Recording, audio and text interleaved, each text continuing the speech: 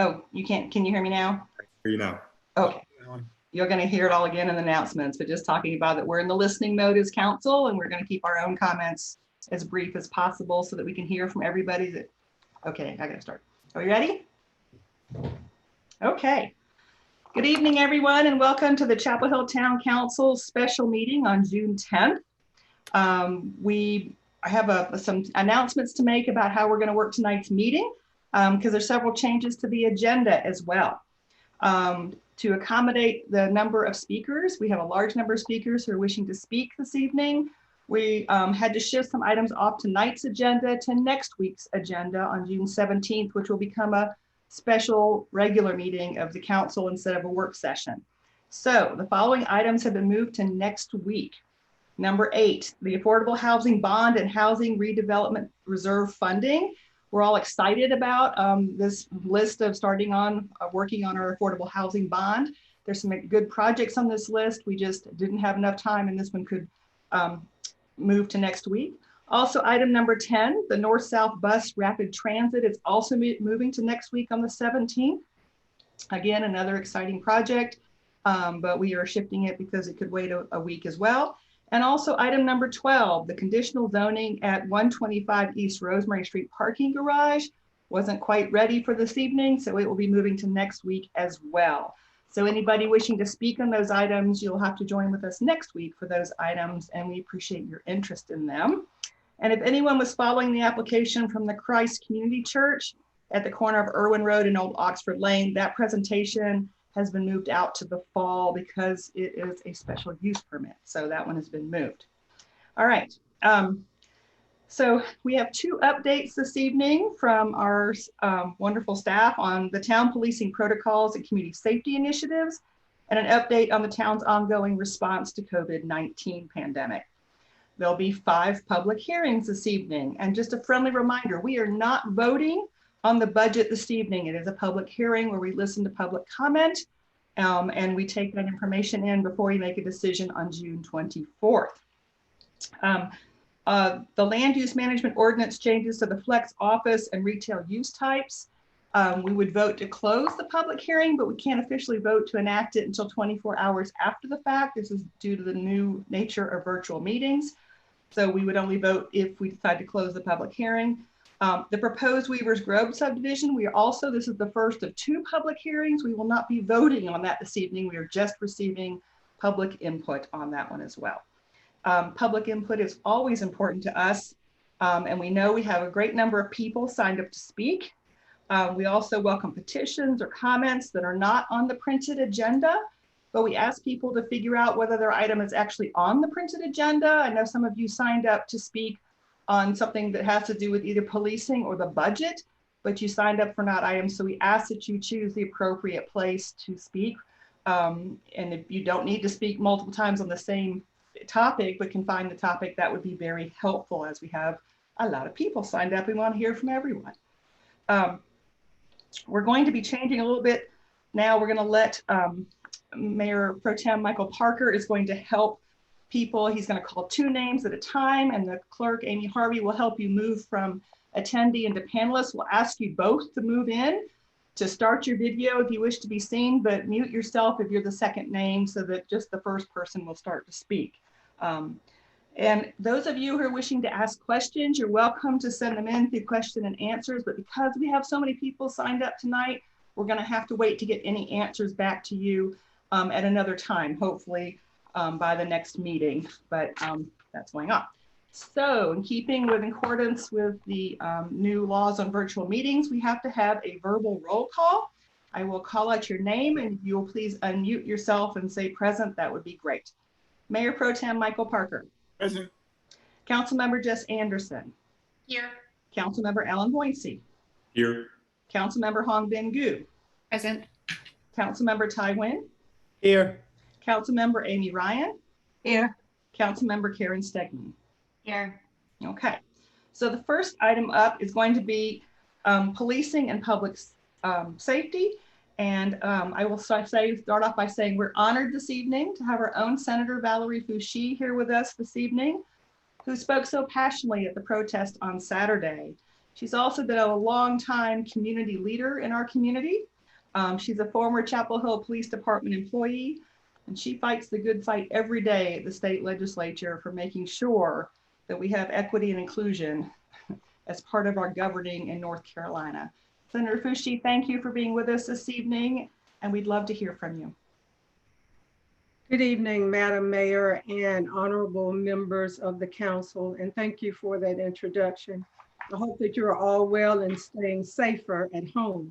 Thank you for the opportunity to address you this evening. And thank you for providing this forum to hear from those whom you serve. You've heard me say it before, that politicians or lawmakers or policymakers should listen more. Although I don't think that this council could ever be accused of not allowing the public to speak. These have been difficult days for many in our community as we deal with the ongoing devastation effects of COVID-19 and the raw exposure of racism that continues to undermine our society. Let us make no mistake, the two tragedies are inextricably linked, and the time has come to face the ugly truth of these salient viruses in America and their far-reaching effects. Today marks 2 weeks since the nation witnessed the barbaric murder of George Floyd, 5 weeks since the video of Ahmaud Arbery's killing went viral, 3 months since the death of Breonna Taylor, 5.5 years since the slaying of 12-year-old Tamir Rice, 6 years since the killing of Eric Garner, and over 8 years since the slaughter of Trayvon Martin. Those are a handful of the many lives lost, and the list seems infinite. For many people of color, the pain of recent weeks has been deeply personal, but not new. We have felt this fear, this hopelessness, and this heartbreak before. The question is, what will we do now that so many of our allies are feeling it too? I believe that this nation is on the precipice of change, and it is incumbent of lawmakers at every level to work to ensure that the version of America that evolves from this chapter reflects the ideals of a just and equitable democracy. My hope is that all of us would rededicate ourselves to examining every decision we make, every policy we implement, and every practice we adhere to through an equity lens to identify the impacts on marginalized communities and individuals. What we can do is join the voices of those who condemn the senseless systemic killing of Black and brown men, women, and children, be it at the hands of those sworn to serve and protect, or at the hands of fellow Americans who fail to see the value of their Black and brown brothers and sisters. What we can do is call out the practices and policies that have left many in this community in inadequate housing, living on substandard wages, and without access to health care, thereby compounding the effects of the pandemic. I am encouraged by the volume of voices that are now coalescing around these twin tragedies, and I call on all in positions of power and influence to do better, because I believe that when we know better, then we should do better. So thank you for listening and allowing me this opportunity to speak. Thank you. And thank you for the work you do. We so appreciate your leadership and your commitment to representing all people. And you are always willing to listen when we reach out and have conversations, and you represent us very well at the state level. So thank you. Thank you all for your work. Thank you. All right. Sorry. I have a statement from the council as well, but I think we're going to ask Mr. Jones and Chief Wu to make their presentation, and I'll give that before we start with public comment. Thank you. Thank you, Mayor, and thank you, Council, for the opportunity to provide an update tonight on the Town of Chapel Hill's policing protocols, the town's efforts to provide assistance to our most vulnerable populations, and our efforts to promote diversity, equity, and inclusion here in Chapel Hill. And thank you to Senator Foushee for her insightful words and her call for action just a moment ago. It was a pleasure having her as part of this presentation this evening and part of our council meeting tonight. These are incredibly challenging and painful times in our nation's history. The recent killings of George Floyd, Ahmaud Arbery, and Breonna Taylor have sparked a movement in our country. It is a movement born out of disappointment, anguish, and anger. Anger that despite some of the progress we have seen over the years, we are still having these discussions about police brutality and racism and discrimination in the year 2020. We are a nation that is screaming out that enough is enough. George, Ahmaud, Breonna followed others, as Senator Foushee pointed out, like Trayvon, Tamir, and Eric, people who lost their lives way too soon and needlessly. It is a righteous anger that we all hope and pray will lead to continued change in our nation and in our community.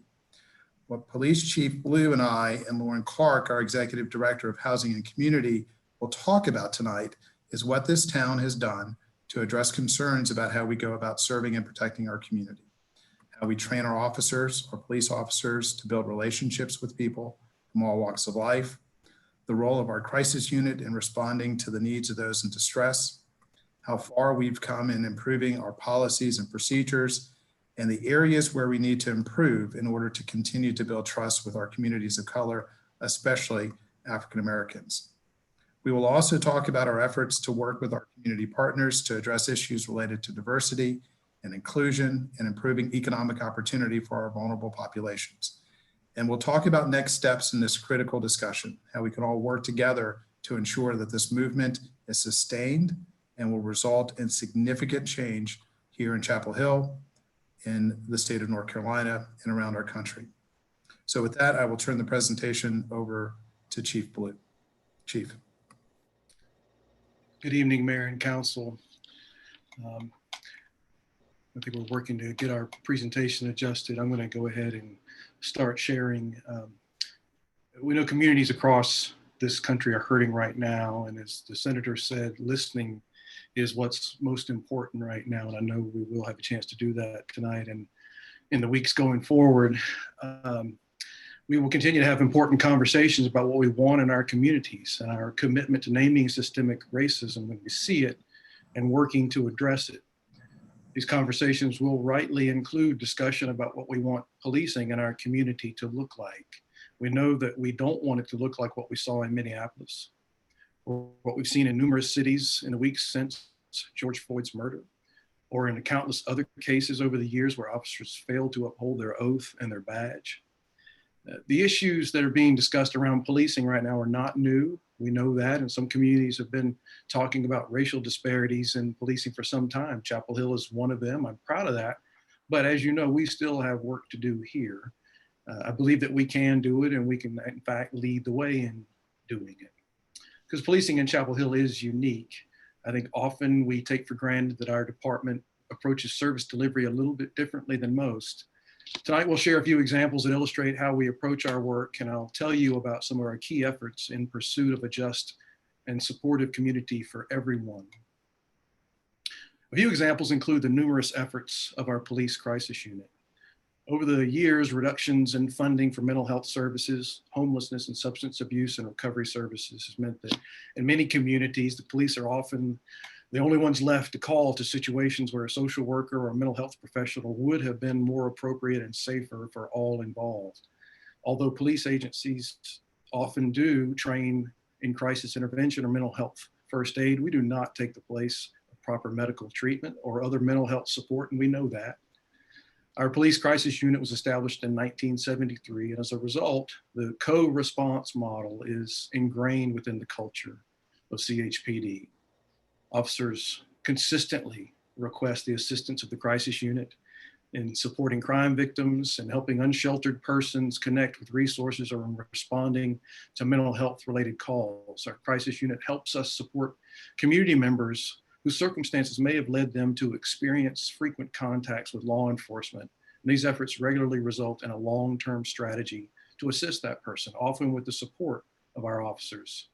I talked a little bit about the co-response model a second ago. There are some community members with whom the crisis unit has an established relationship and who may feel most comfortable working with the crisis team member without an officer present. Other times, an officer is helpful in addressing safety concerns in a volatile situation so that then a crisis unit member can begin their work. The capability of our officers and our crisis team to work together is extremely unique in law enforcement, even all of these years later after it was first established. And it does inform our organizational culture.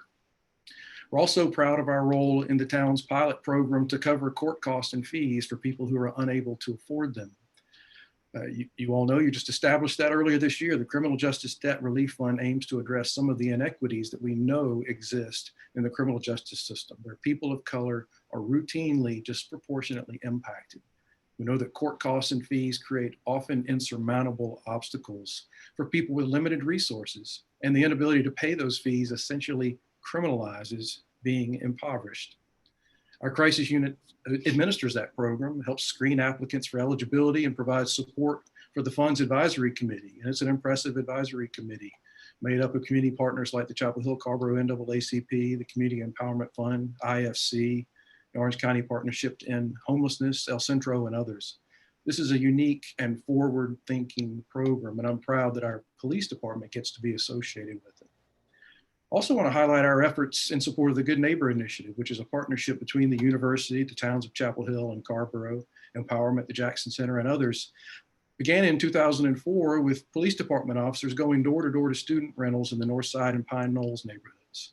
The neighborhoods where the increase of student rental properties was creating real challenges for longtime residents of those neighborhoods. The idea was to talk to students before the academic year got underway about local laws and ordinances that, if followed, would reduce the likelihood of problems between neighbors and reduce visits from the police. Over the years, that program has extended into other neighborhoods. Our partners have grown to include many, many community agencies.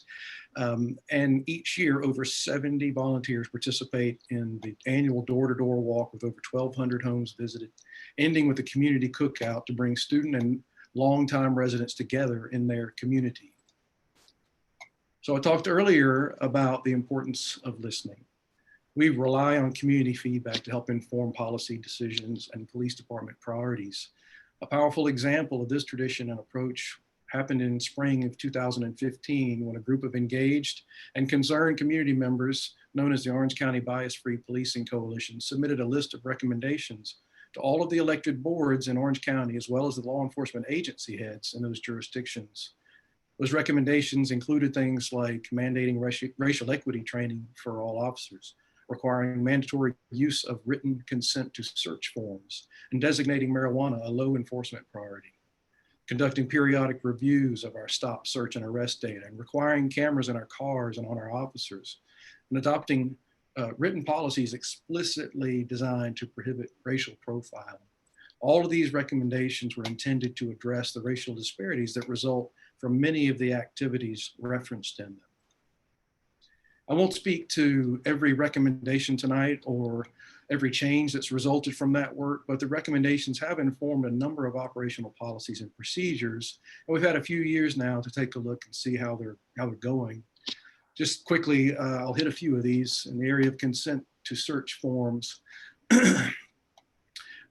which is very much an area where we find racial disparities. In 2015, around the time we implemented a written consent before we would do a search, approximately 14% of overall searches conducted were consent searches. By last year, the last full year that we've tabulated, that number had fallen to 3%. Of consent searches of African-American drivers, the number was, again, 15% in 2015. Last year, it was down to 4%. Not quite where we need it to be yet, slightly skewed higher than white drivers. So some reduction, but still disparity there, still work to be done. And I should note that the numbers of such searches was pretty low to begin with. In 2015, we started with 23. Last year, it was down to 5. but we're glad to see that reduction. I think it's important. While low-level marijuana enforcement's never been a priority for us, it has been an area where racial disparities were very evident. Those charged tend to be persons of color. Since we implemented a policy that specifically deprioritized it, we're warning more often. Charges for misdemeanor marijuana possession are down 45%. And we're seeing the racial disparity in who is charged closing up. In that area too, we're still not where we need to be, but I'm encouraged that we're seeing improvement every year since the policy was enacted. Same is true in traffic enforcement. Non-safety related stops or regulatory stops are an area where in the aggregate racial disparities are always evident. We've discouraged these stops, de-emphasized them, and emphasized instead safety related stops. So we're seeing good reductions in the disparities and much more of a safety focused traffic enforcement, which more closely aligns with your council goals. Finally, while not a recommendation of the Orange County Bias-Free Policing Coalition, we have grown increasingly aware of the disparate impacts of custodial arrests. For several years now, we've emphasized that issuing warnings when possible over criminal charges, and if charges are necessary, then strongly encouraging a citation or a summons, making arrests only when officers feel that they must. We've seen criminal charges decline, and perhaps not surprisingly, we're beginning to see total uses of force decline too. I touched on the Criminal Justice Debt Fund earlier. We know that for many persons in our community, a physical arrest means that if they're held in the jail for any period of time, they may not be able to make their bail in a strikingly short period of time. They can lose their home, their job, their car. So we've emphasized warnings as often as possible. If an officer feels that she or he must charge, we emphasize a citation and physical arrest as a last resort. That philosophy is further bolstered across our whole judicial district by the introduction of the Orange County Pre-Arrest Diversion Program about a year ago. It's run by the Orange County Criminal Justice Resource Department. It provides law enforcement officers with the discretion to divert individuals who commit certain low-level misdemeanor offenses out of the criminal justice system, and instead connect them with appropriate programming that can address their needs, provide them with information about the potential consequences of criminal justice involvement. Goal there is to increase community safety and well-being by offering direct access to interventions that can reduce the likelihood of recidivism. I share these examples, and there are others, but I share these because they are unique. These philosophies, informed by data and what are developing to be some of the best practices in criminal justice reform, make our community, make our county different. And they're changing our organizational cultures. We've talked about some good things going on, and we know that more needs to be done. Talked about community input already. Here's where our community can get involved. Our Community Policing Advisory Committee helps us think about policy decisions. They review and help us with quarterly reports, and they serve as a liaison to the community through their monthly meetings and other occasional activities. The committee, whose chair I think is on the call tonight, needs our community's input. I know they want to be a source of information for our community, and they want to take a more active role in supporting relationship building between the police department and the community. We also hold 2 community police academy sessions each year, where community members have an opportunity to spend time with our staff, learn about how we do our jobs, and ask really detailed questions. This is approximately an 8-hour experience held over 2 sessions, and we always have good conversations during those programs. And then I also want to quickly remind folks about the Justice and Action Committee. This committee too serves as a mechanism for community members to be heard, and sometimes those voices are expressing concern about policing. So the Justice and Action Committee and the Community Policing Advisory Committee sometimes collaborate on outreach or on offering feedback to the council of the police department. We do invite, now more than ever, our community to participate in these opportunities and suggest others. One of the Community Policing Advisory Committee responsibilities is to find ways to enhance communication and partnership between our department and the community. I encourage everyone to help them do that. So we do look forward to the continued conversations that will come. So much of what we do and have talked about tonight is dependent upon building trust with the community we serve. That comes through listening, working together, and agreeing to be accountable to each other. We believe in that, and we'll continue to do so. To wrap up, there are a few things I want to highlight before I turn it over to Mr. Jones. Last week, we began hearing about an initiative called 8 Can't Wait. This project asks cities and police departments to adopt more restrictive use of force policies and suggests that in doing so, you can dramatically not only reduce the use of force in your daily encounters, but that these recommendations also can reduce deaths at the hands of law enforcement officers. I know that Council has received numerous questions about this initiative too.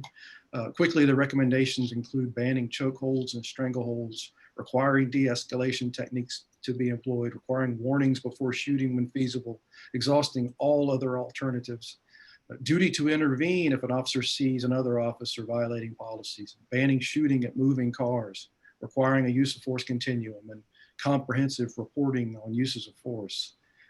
I've shared with some of you already that we believe that our policies largely capture these recommendations, and that our training and organizational culture do too. But we've also realized that there's an opportunity to more closely and clearly align our policy language with these recommendations.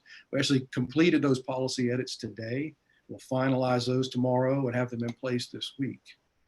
Also want to mention that I know the Community Policing Advisory Committee is planning a retreat coming up soon, and I know there's some conversation about listening opportunities that they might want to try to establish. So I encourage you to keep an eye out for that and take advantage of those. And I know that Council and other community stakeholders have been discussing holding a town hall style meeting, maybe including other Orange County law enforcement leaders, to discuss the issues of force, racial disparity, and policing in general in our communities. I know there's interest in doing that soon.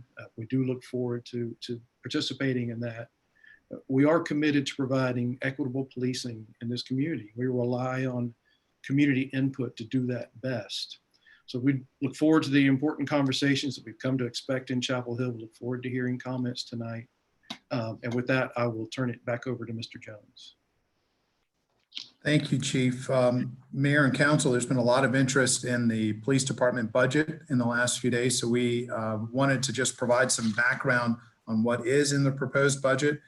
There seems to be some confusion about that. And I think part of that is because we use a lot of different numbers, and we probably create a little bit of that confusion. So we just wanted to provide you and the background, you and the community with some background on that. So in our budget document, the police department's budget, the proposed budget for the next fiscal year is roughly $16.1 million, which is about 14% of the town's overall budget of $110 million.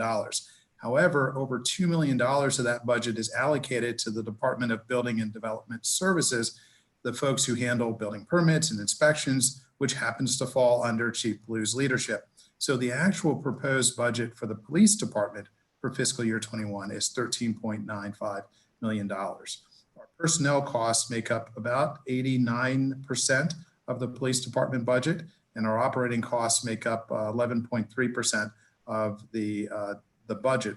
That is a 6.4% decrease from fiscal year 20. Our police department makes up about 21% of the general fund budget. That's the $110 million. I'm sorry, that's the $67 million. And then the department makes up about 12.5% of all of our budget. And that includes our enterprise funds, and that gets to the $110 million.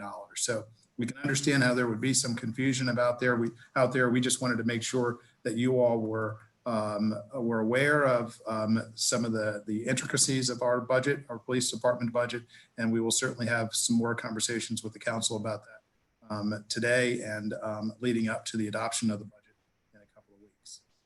I will now hand the presentation over to Lauren Clark for the next phase. Thank you.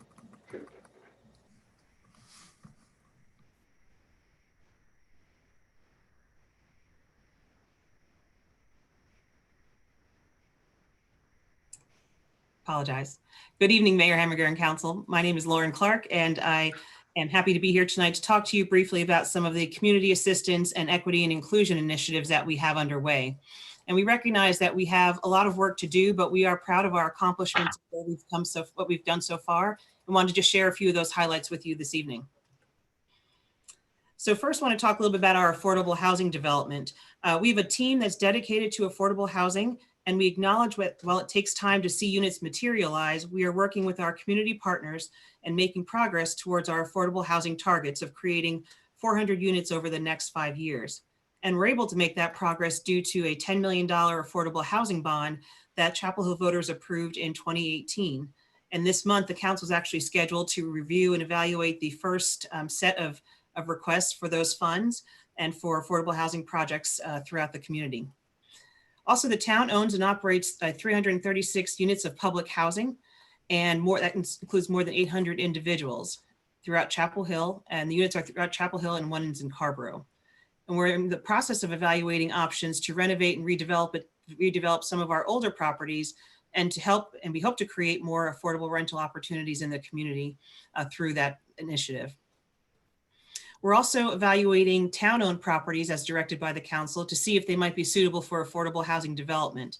And after our analysis, we identified 3 sites that the council encouraged us to pursue development on those sites, and development is underway, or plans for those properties are underway.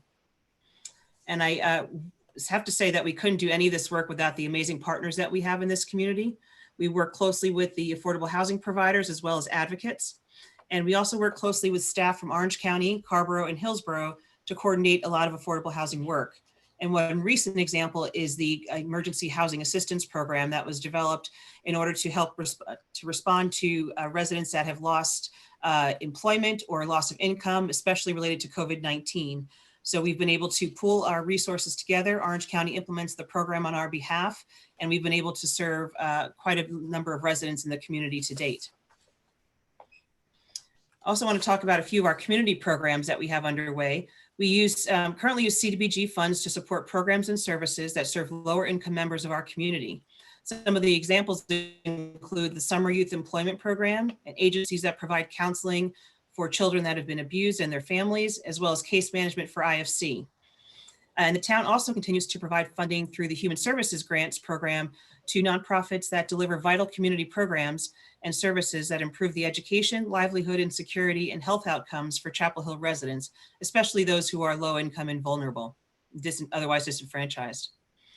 This year, the council provided $446,000 to support over 50 agencies such as RENA, TROSA, Boomerang, IFC, Big Brothers and Sisters, Piedmont Health Services, Farmer Food Share, and Refugee Community Partners.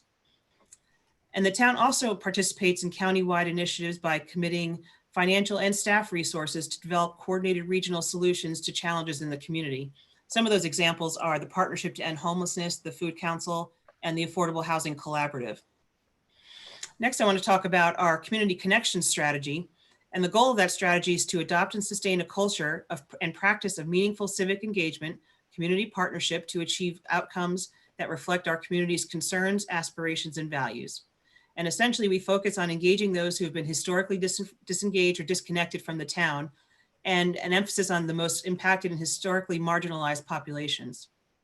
The community connection strategy was adopted by the council in November of 19 and incorporates several well-established approaches to building connections and engaging the community in decision-making and planning for the future. These approaches include racial equity, human-centered design, and community engagement. And lastly, I'll talk about the Northside Neighborhood Initiative, which is a partnership among the town, UNC Chapel Hill, Self-Help, the Jackson Center, the town of Carborough, as well as our local affordable housing providers, that pursues a shared vision for the historic Northside neighborhood, which is to create a family-friendly, multi-generational community that balances the needs of long-term residents, new owners, residents, renters, and students. They're using a $3 million no-interest loan from UNC. The partnership has been able to create affordable homeownership and rental opportunities in the Northside neighborhood, and more recently in the Pine Knolls neighborhood as well. I want to also speak briefly about several of the community, the equity and inclusion initiatives that are underway throughout the town. The first is the Government Alliance on Racial Equity. The town joined GARE in 2019, and this is a national network of government entities working together to achieve racial equity and advance opportunities for all. Our internal staff team consists of representation from most town departments, and we are evaluating how we can adjust our current town policies and practices to achieve racial equity within our town government.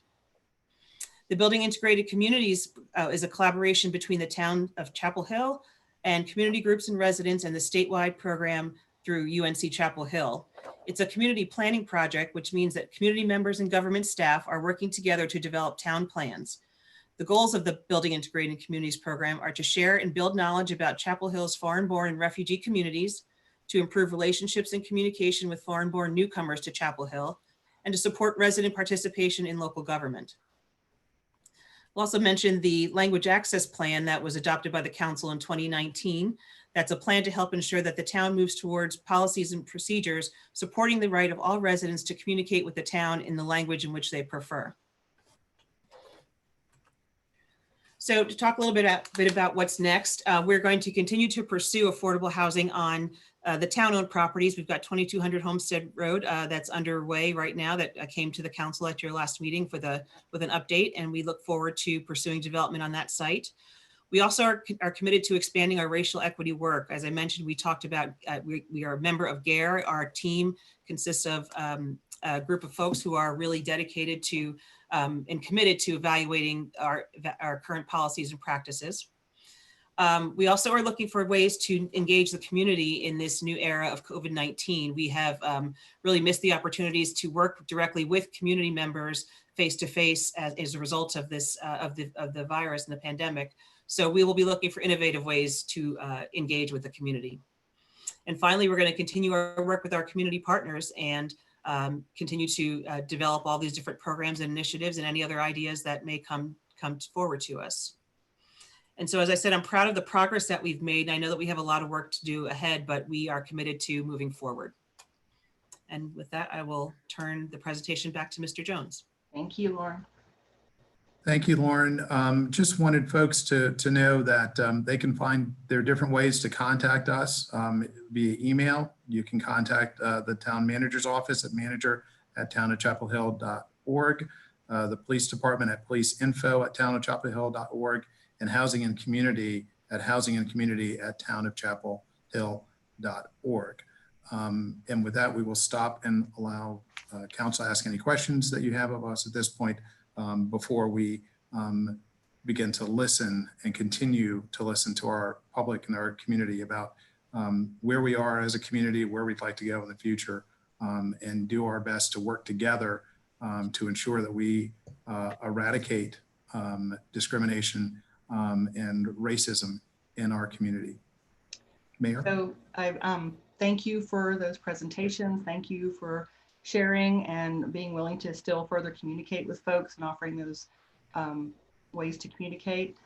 This is an unusual time and it's harder to communicate because we can't be face to face. So we encourage people to send their questions in to these email addresses and we will get answers back to you. In the interest of time, I've got a statement from the council. I pulled a lot of your words together. I won't do them all justice. You all are all impassioned believers in racial equity and inclusion and being a welcoming community. So I'm going to share, and I don't want to repeat some of the things because we have a lot of speakers signed up, especially for this item, but I'm just going to share that over the past weeks, I've been talking with all of you, and the manager and I have been reaching out to other leaders in our community. We're all sharing your anger and frustration that we have not made more progress in dismantling structural racism in our society. We're also very grateful to the thousands of you who have organized and protested, as well as those who have emailed with powerful statements about the need for justice and for change. And we're grateful to the individuals and organizations in our own community, including the NAACP, Black Lives Matter, the Orange County Bias-Free Policing Coalition, and so many others that are advocating, protesting, and litigating these issues, not just now, but they have been all along. These are complex, systematic issues which require deep engagement and dialogue. Tonight, we begin this process by listening. Council members wish to hear all those who have come to speak, and we'll keep our ears open and our own comments very brief at this time. Then next week, with the help of community leaders who have been involved in this work already, we'll begin a community conversation with a town hall meeting. We don't have a date yet. As soon as we have a time, we'll notify folks via social media and email. This will not be the only one. This will just be a pickup where we started 3 years ago with the town hall, that we brought folks together and we heard things we weren't doing well, things we needed to do better, and we heard stories that will stay with me forever. We've made some great changes since then, but we have more work to do. We're also very proud of the work our entire community has done over the past few years to bring folks together, to make changes in those practices and policies, to train us on equity and inclusion, and to learn about and honor those who made huge differences in our community, such as our own Chapel Hill 9, Women in the Movement, and our former mayor, Howard Lee. We're committed to making sure that this moment in history with its unprecedented energy and opportunity are not lost.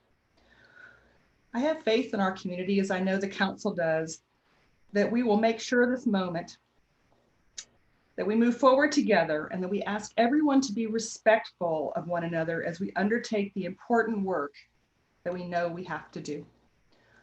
So thank you for that. And we're going to open it up for the public. Like I said, we have a long list. Mr. Parker is going to work with bringing people over for our speakers, because we have such a long list, and we have a policy that if we have a number of people, we're asking everyone to keep their comments within 2 minutes, please.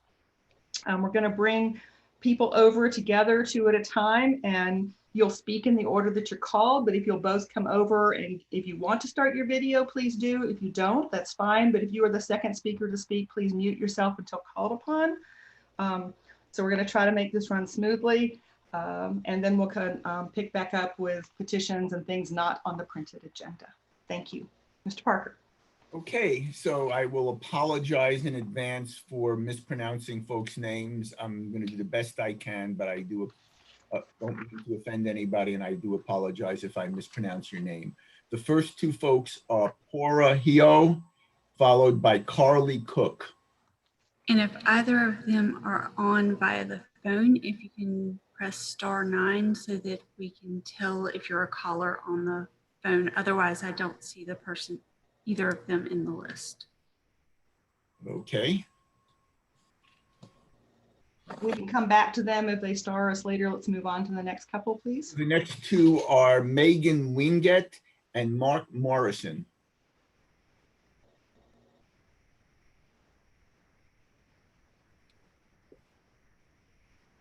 Hello? We can hear you. Please speak. I didn't hear anybody call my name. Sorry. Hello. I thought I had 3 minutes to speak, so I'll just read through this. I've been doing some research on the ACLU Fighting Police Abuse Community Action Manual, which calls for communities to have a civilian review board for their police departments. This board should meet the following standards: independence, investigatory power, mandatory police cooperation, adequate funding, meaning no lower budget than internal affairs systems has, hearings, reflect community diversity, policy recommendations, meaning the board can make policy recommendations, the ability to do statistical analysis, separate offices, and disciplinary role. I have questions for the Chapel Hill Council.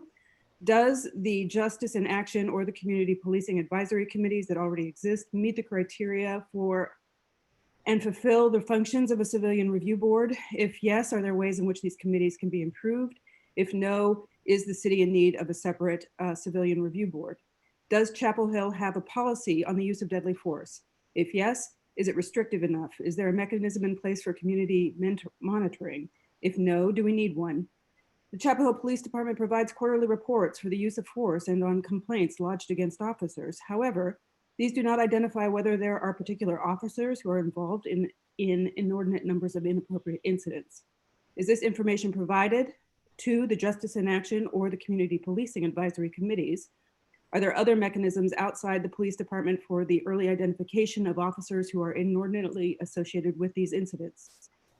4, do we have any policies on the collection of restricted information? Do we have an auditor appointed by the mayor and confirmed by city council who reviews all police authorizations to collect restricted information? Do we have mechanisms to allow individuals who are subjected to unlawful surveillance to bring a civil action in court to stop the surveillance? If we do not have these, do we need these? 5, do the public meetings of the Justice in Action or the Community Policing Advisory Committee provide an adequate forum for members of the public to voice criticisms, make proposals, and introduce resolutions to review or reform specific police policies? Is there another venue that I don't know about? If not, what mechanism would be the best way to ensure this communication between the public and the police? 6, does the Chapel Hill Police Department provide full data on training and training levels related to state requirements? 7, is there a place to see full demographic data on the police employment? I could only find data from 2016. 8, where can I find information on officer certification? I'd also like some information on how decertification is triggered and reported. Are these data given to the Justice in Action or the Community Policing Advisory Committees? If not, should it be? And finally, is the Chapel Hill Police Department accredited? If not, could we get some information about that decision? I didn't introduce myself. My name is Megan Winget, and I live at 109 Carolina Avenue. I don't know if I have to tell you that. And I work at UNC, and I'm on the Chapel Hill Arts Commission. Thank you. Thank you. Okay, next up is Mark Morrison, followed by Maggie Blunk. And I would just remind folks that we are trying to keep to 2 minutes this evening. Thank you. And Amy sent you a note that Maggie Blunk is next because she couldn't find Mr. Morrison. Okay. Followed by Kaori, oh, I'm sorry, I apologize in advance, Kaori Tsuyoshi. Maggie, you're up first. Welcome.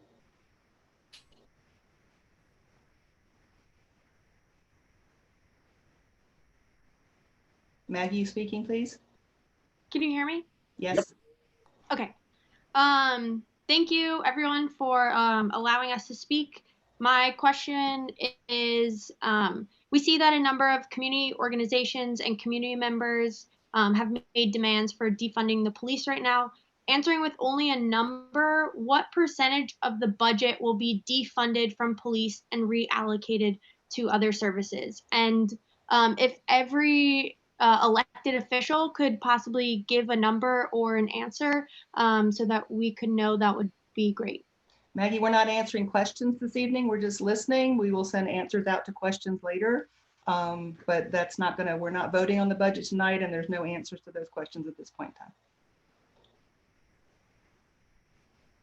Okay.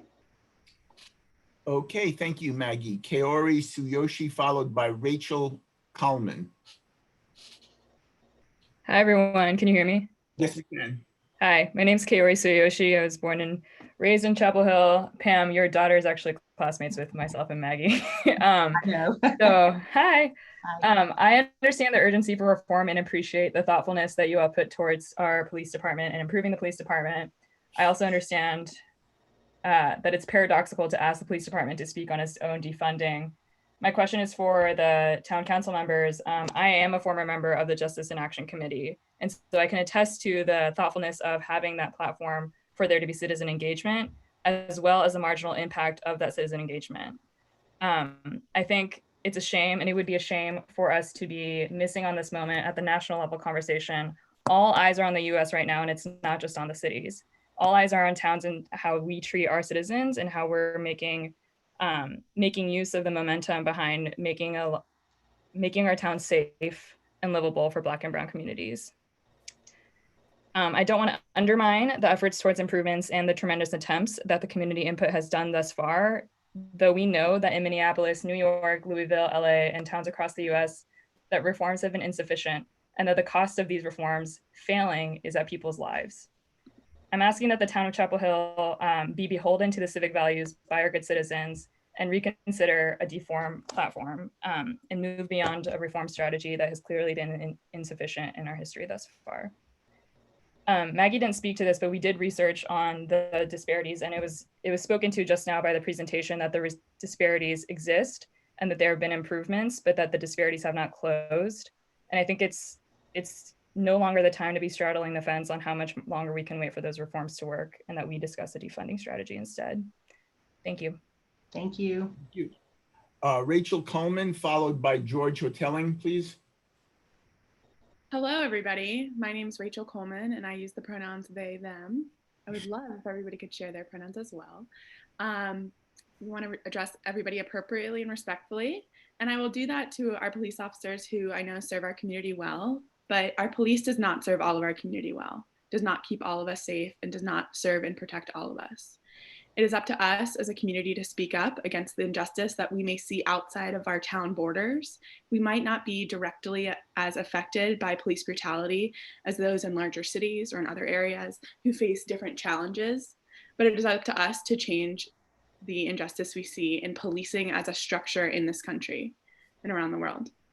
I believe that 8 Can't Wait is a great start to reform, but reform cannot be the end. We must defund the police in order to make it a true safe community in Chapel Hill, And that includes having community safety efforts that take the money that we have seen, the 16 million or 13 million, unclear, and transition from armed police and violent responses to community issues and transition that into safer options. And as a young social work student at UNC Chapel Hill, I know what can be done. I believe that our police officers can change and become citizens of the community that they live in by protecting and serving all of us equally and equitably, most importantly. This is about equity. This is not about us wanting to keep our jobs and stay safe in this comfort that we have built around us and for us. This is about us changing a system that no longer serves us and has never served all of us. I believe that we have the power to change. We've done it before. Chapel Hill, this council has done a great job uplifting our great achievements and how far we've come. And this is not the end of it. And that doesn't look like just reform now. That looks like defunding. And as a Chapel Hill local, and Pam, also a classmate of Carly's, and I love your puppies, I want to see this town do better. And I know we can, because it shouldn't just protect people like me who are white and wealthy. This should protect everybody, and we need to move forward. And it was unacceptable that all of you who are up for election very soon should be pushing an agenda that does not agree or support all of our citizens. Thank you. Thank you. Okay, George Hotelling is next, but he appears not to be with us. And Kingston Ragland is also not appearing to be with us. So the next two are Natasha Sohn and Ian Syme.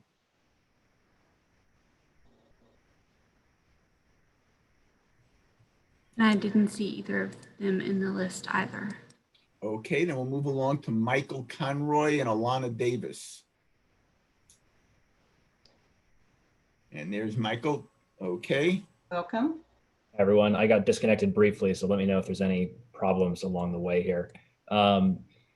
So like Rachel, I'm also getting my master's in social work at UNC, and I've gotten the chance to work with the Criminal Justice Resource Department, Partnership and Homelessness, and some other groups. I also have a degree in psychology and criminology, and I spent a lot of years working in the criminal justice system, helping people with mental illnesses, disabilities, homelessness, kind of a lot of different categories. And it's great to see how many resources that this county has. There's a lot of good initiatives out there. Now I bring up my experience because the vast majority of people in prison and jails across the country and in Orange County have experienced either homelessness, addiction, mental illness, a disability, and or a trauma. And those are 5 major categories that are really best described as a public health crisis. And we use police to address really every one of them. And that's not really fair to the police or the public necessarily. That's kind of more of a structural problem and not just it's not just a matter of racial disparities, which is definitely an important conversation to also have, but I wanted to focus more on that other side today. So the police's job is law enforcement, which often means making arrests and bringing people to jail, but jails can't be the only or main entry point to receive services. And that's just too downstream of an intervention. So, and being in the jail also makes every one of those 5 categories worse and has lasting harmful impacts on the people in terms of losing employability, the financial costs, which have already been referenced a little bit, and also the psychological toll of being in jail. And I think it's important to divert some funding from police into public resources, many of which we already have. I mean, we have the CEF, the Compass Center, PEH, Freedom House, NC Works, IFC Community House, a lot of good programs, but we need non-police experts to provide interventions, including in crisis situations. Now, this could look like maintaining the crisis unit and everything they do, but maybe separating it from the police, having them respond to calls without police, acting as service providers offering help rather than making people fear being arrested. Because as long as there's an officer there, especially in uniform, there's an intimidation factor that's at play. We need licensed professionals with relevant credentials, like licensed counselors, for example, to provide the evidence-based practices, these interventions. It'd be very insufficient to just add like extra training, for example, to police. It would take funding these professionals instead of police to address these public health crises. I have a lot of ideas about specific ways that this can manifest in Chapel Hill and how to overcome the obstacles that I can think of already. So I'd be happy to talk about those further, but I recognize there are time constraints, but I just want to make that clear that feel free to communicate, and I'll try to come to the future meetings on that as well. Thank you. Okay, Alana Davis, followed by Jacob Robbins, please.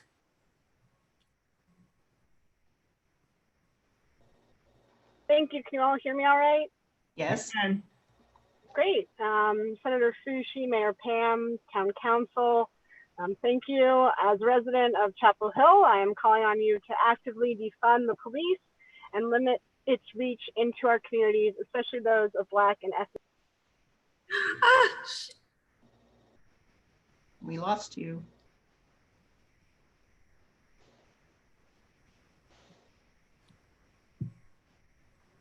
Do you know what happened, Amy? Can you all hear me? We can hear you now. Thank you. Great. Not sure where I lost y'all. Many of the policies Chief Blue listed actually work to extend the reach of police violence and discrimination under the guise of progress. I'm worried about these initiatives given what I am seeing every day. Who exactly is benefiting and who is being harmed? For example, the Good Neighbor Initiative in Northside, a historically Black community, deserves close scrutiny since it can enable the internal bias and target Black residents when, per se, a noise complaint can lead to a court-fee criminal charge, arrest, or murder. Council must act and be proactive to redistribute funds away from the police. Although cities and towns across the country have implemented many of the 8 can't wait policies mentioned earlier, these same cities and towns regularly see the murder and discrimination of Black and minority ethnicities. The 8 can't wait policies are not what I'm calling for today. Rather, the most direct way to avoid police brutality and discrimination is to significantly shift the budget away from the Chapel Hill Police Department. I call on council to take the following actions. Redirect funds divested from policing to provide educational opportunities, youth programs, environmental justice initiatives, mental health resources, agricultural and food-based inequality programs, sexual assault services, and social work services to our communities. Chief Blue himself this evening in his remarks acknowledged that the need for crisis police grew out of the defunding of mental social services and community initiatives. The answer, defund police, refund those initiatives.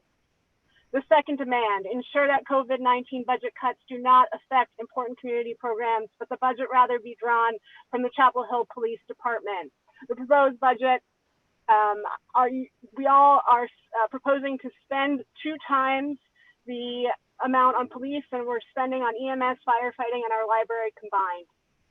Commit resources to support community-led initiatives to policing, such as social work programs. Number 4, propose plans for ensuring the Davis. If you want to send the rest of yours in via email, we would appreciate that. Thank you. Yep. Okay, Jacob Robbins, followed by Zachary Johnson. There we go. Can you all see me and hear me now? Yes, we can. Awesome. Hi, my name is Jacob Robbins. I use he, him pronouns. I'm a PhD student at UNC Chapel Hill. And first, I want to thank all y'all for having this, for listening, for hearing from your constituents, and for putting in place a lot of really significant reforms. I'm so pleased to learn about so many of the things today. However, like many of the people on this call, I'm here to ask for a radical defunding of the police. It has been a privilege of my life thus far to be in this moment, in this time of social unrest, and to participate and engage with what we see around us. So I'd like to provide a little bit of historical context if I can. In 1704, the then colony of Carolina founded slave patrols. That was the origin of policing in America.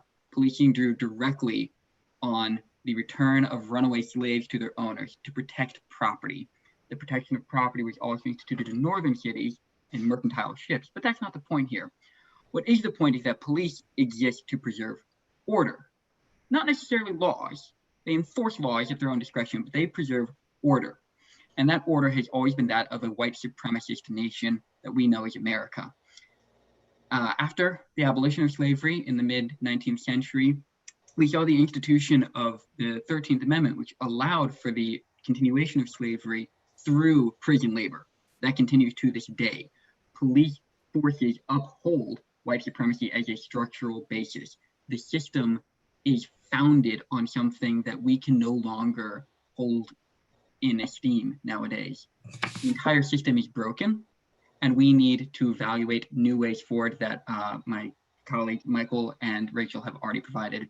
So I don't want to take up more time, but again, I thank the committee for all of their hard work and their continuing efforts in the future. Thank you. Thank you. Okay, Zachary Johnson, followed by Cameron Dubois.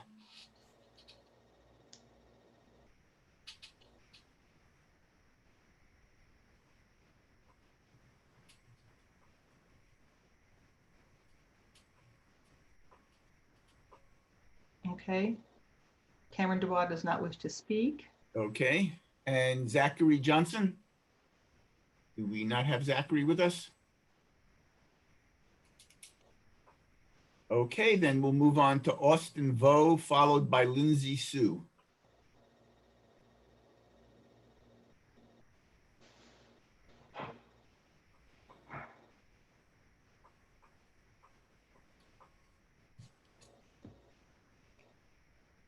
Want to try the next two while we're waiting? Okay, do we have neither Austin Vo or Lindsay Sue? How about Lindsay Sue's here. Oh, good. Thank you. Okay, welcome.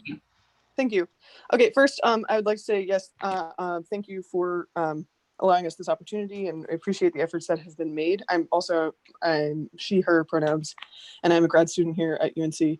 I think that Chapel Hill is a perfect example of a community that would do well as an example to the rest of the country and with radical reforms. Minneapolis has already started this by eliminating the police force entirely and diverting funds to public safety initiatives and other programs. I would love to see that personally implemented here, but if not that, at the very least, there are many responsibilities that could be eliminated from the police force, including but not limited to all interactions with mental health crises, sexual assault reports, and interactions with the homeless. Additionally, we should end cash bail or jails entirely. And lastly, police officers, I believe, should not carry firearms, and every use of force should be reported and visible to the public when they occur. I appreciate, I'll not go further than that, although there are many more things that could be said, but I will succeed my time. Thank you. Thank you. Okay, Leah Abrams, followed by Bailey Ingham. Hi, I think I was skipped over. Austin's sorry, Austin. Okay, yeah. Well, we couldn't find you. Yes, no, thank you everyone so much for your time. I just want to be clear that folks have been circumventing the fact that structural racism is inextricably linked to the police. Let's name it for what it is and be very clear that the police is embedded in structural racism and the police and vice versa. Working to denounce structural racism is empty when these are not concretely linked to one of the biggest forms of structural racism, the police. Chapel Hill is not special when it comes to the police department. Many towns and even Minneapolis could have said the same thing, that they are a progressive Midwestern city whose police is different. Echoing many of the people in this meeting, we need to move beyond a reform strategy and we need to move to defunding. This is not just some trendy word. We must remember that defunding means redistributing to many important community services that are underfunded. Senator Fucci called upon us in the opening to rethink many of the intuitions and givens regarding protecting our community. Many of these have been built upon a racist ideology and what we have grown to not be able to imagine alternatives. This includes some of the programs that Officer Blue mentioned. He indicated that sometimes there are not enough crisis resources in our community, that the police is the only one left to call. This is an issue. We need to divert our funding so this is no longer an issue. Mayor Pam indicated that the crisis unit of the police department is only staffed by 5 social workers. That is absolutely not enough, as Officer Blue had mentioned in his aforementioned meeting. Regardless of the confusion of the budget, whether it's 16 million or 14 million, there is a nationwide call to significantly decrease the budget of the police and redistribute the budget towards community policies and organizations. I cannot stress this enough. Some of us are here for a very long time and we'll keep this in mind when re-election comes up. Thank you. Thank you. Okay, thank you for that. Leah Abrams, followed by Bailey Ingham. Good evening, Mayor Heminger, members of the Town Council, Senator Fucci, and Chief Blue. Thank you all so much for the informative presentation that you gave earlier. I did really appreciate the clarification on the budget. I don't remember this moment, but as my mom tells it, I was in 1st grade when I came home from Mary Scroggs Elementary School and asked, why do all the brown boys get in trouble all the time? I couldn't have told you what the school to prison pipeline was back then, but I was already able to identify it. In this bastion of progress, I watched Black and brown classmates be pulled aside by SROs and administrators from middle school onward. I saw Black children expelled from already predominantly white schools beginning in 3rd grade. I didn't have the language to describe what was happening then, but I do now. Hypocrisy. The budget makes it clear that, even as Northside residents find it increasingly difficult to pay for housing in their gentrifying neighborhoods, the town's priorities are in preserving a police system that nationally brutalizes and surveils Black residents. And you can tout reforms or take credit for the work of nonprofit organizations all you want, but if you retain armed officers in schools, if you continue to dedicate a plurality of the general fund to the police department, if you refuse to even say the words Black Lives Matter in your email in the wake of George Floyd's murder, then you are propping up a white supremacist social hierarchy and you have lost all moral credibility. I loved growing up here. I felt safe growing up here. And that safety had nothing to do with police officers and everything to do with community. Defund the police, invest in the Black community, desegregate our school system. Thank you all so much. Have a good night. Thank you. Thank you. Bailey Ingham, followed by Roy Plotkin. Hi. So I am, hold on, my screen's kind of weird. I'm trying to fix it really quickly. Okay, there we go. So I'm entering my junior year at UNC, and there's some issues that I've noticed with the police during my time on campus and all over the country. And also, first off, I really do appreciate, Chief Blue, what you've said while we've been here and how you're recognizing some of the faults with policing in general. And I think that that's a very important, approach that a lot of officers need to take for there to be real reform. So thank you for that. So as I'm sure everybody remembers, in the fall of 2018, there was a lot of turmoil on campus regarding Silent Sam. So there were many times that white supremacist groups came onto campus or just around campus with the intention to intimidate protesters. And I recognize that these groups have their First Amendment right to say what they want, organize, as well as to be on campus because we are a public school. However, when student protesters who were barricaded, shut down, and tear gassed by police while exercising their First Amendment right saw how the police were escorting and protecting armed members of white supremacist groups, there was an extreme sense of betrayal almost between law enforcement and citizens. So I am a white student, and I don't mean to speak on behalf of my non-white peers on an issue that I am obviously never going to experience personally, but it feels in times like that almost dystopian to see the police, who swear to protect and serve the public, choose to protect or solely protect in times like that, protect these groups whose entire intention is to hate and cause harm to many of the same people who the police swear to protect.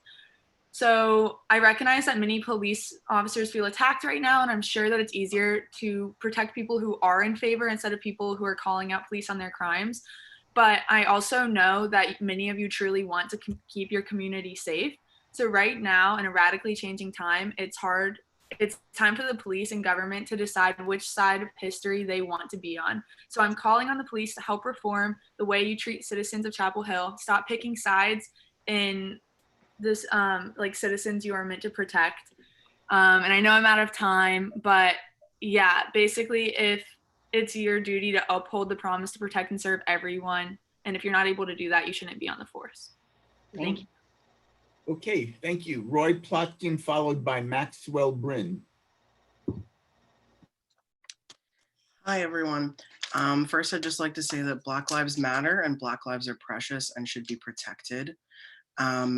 Mayor Pam, I heard you say the words Black Lives Matter, and I just want to remind you that it is a movement that has proposed a specific solution to the problem that the board is pretending they can't solve. The Black Student Congress, as well as the Black Student Movement, has specifically called to defund police in Chapel Hill, and so has the Black Lives Matter movement. And this is historically a really important moment. We see another city in this country moving to defund and abolish their police. And I want to encourage you all to use your imagination and your creativity with the almost $14 million that you give to police to instead imagine a Chapel Hill without policing. We've seen that reform doesn't work. And really the responsibility is yours, to the council and to our mayor and to our senator. This is about the power you give to police. This is about your responsibility to protect the people who live here instead of passing that responsibility off along with millions of dollars to the police. So thank you for listening. Thank you. Thank you. Maxwell Bryn, followed by Kai Nilsson. And I think we also have Zach Johnson, who we missed a little while ago. So if Maxwell is not here, then perhaps Zach would speak. If we unmute Zach. Welcome. Hi, guys. My name is Zach. I go by he, him, his pronouns. I'm currently a rising junior at Duke, but I graduated from East Chapel Hill High School in 2018. I've spoken to you guys a handful of times before, not in like a few years, but you might remember me from when I spoke to you all regarding the 2 school walkouts that I was a part of after the shooting at Marjorie Stoneman Douglas High School. 2 years ago, you all were more than welcoming to me and a largely white group of students demanding change on local gun reform. Something that honestly didn't really impact us that much as high schoolers in Chapel Hill. And today and for a long time beforehand, Black and brown students have and are calling for you to halt the funding of the local police, defund them, and abolish it altogether. Merely following these 8 can't wait suggestions, however, will not do enough. We need abolition. I want to echo a lot of the other policy proposals that have been suggested in lieu of police. I think there's a lot of excellent conversation out there that does need to be taken up by me right now. I will say, though, that violent and racist policing is intrinsic to the nature of policing in a racist society, but also, unfortunately, an integral aspect of being Black in Chapel Hill. This violent racist policing is even more present for those who aren't non-white residents that have disabilities, those that experience homelessness, and those that have already survived at least one trip through the criminal justice system. It would be almost a heinous act to hear the students and passionate people that you have heard speak today, and you all to do nothing less of abolition or defunding, especially knowing you were so kind and encouraging to a largely white, unaffected group of students just 2 years ago. You all have the power to make lasting change in Chapel Hill, and as people with relatively high privilege, I believe it is your duty to act on this. And for those of you who are white and on this board, that duty is only greater. It is time to step up to the plate because we're all waiting, or else we will vote you out. Thank you. Thank you. Thank you. Kai Nilsson, followed by Malika Honda. Hi, everyone. My name is Kai Nilsson. I'm a rising senior at Carborough High School. I'd like to talk to you today about my concerns with policing in our community. And I'd first like to start out by saying that I'm really thankful for a lot of the use of force policy reforms we have made and those sorts of like changing regulations about how police act in our community.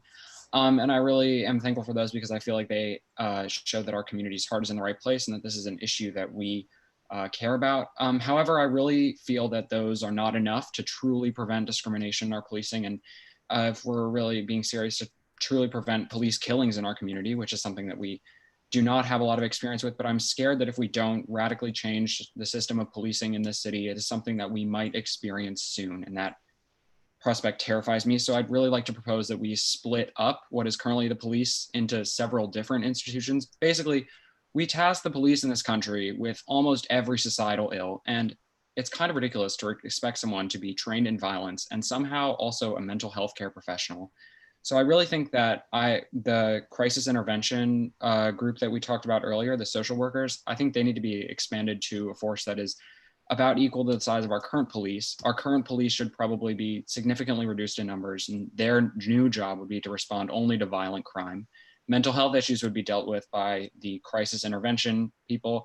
And then we would also have a separate traffic police group.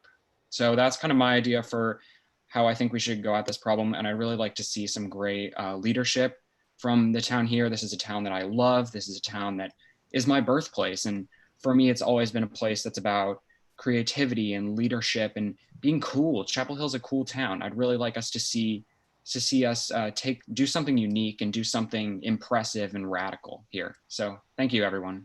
Thank you. Thank you. Okay, Malika Honda, followed by Courtney Wolf. And Do we not have Malika? Do we have Courtney Wolf? You should be transitioning. Just a minute. And then Courtney Wolf will be followed by Wendy Morgan.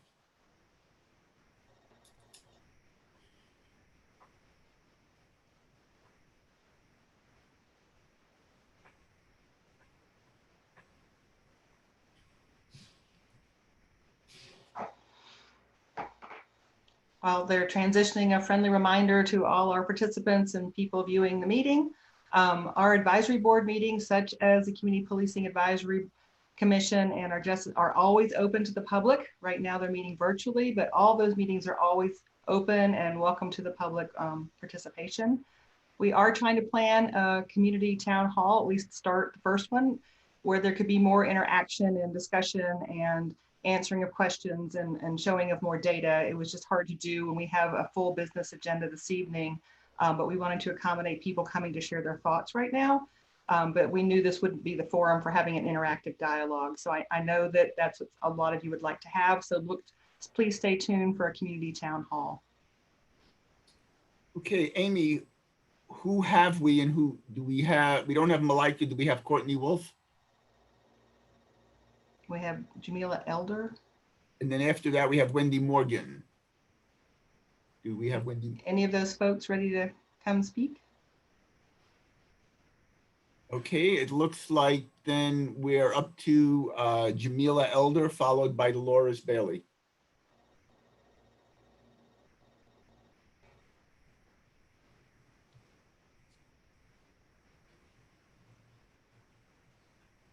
Or not?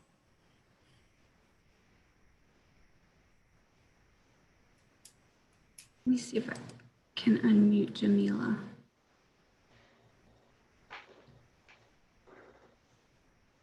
Jamila, are you with us? Okay, then can we move on to Dolores Bailey, followed by Sarah Snyder? And if Jamila comes back, we will allow her to speak. Ah, there's Jamila. Okay.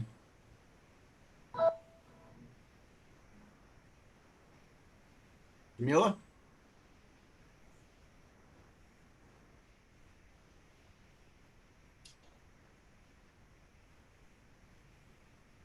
Can we move on to Dolores and we'll come back to Jamila once we figure out the technical issues?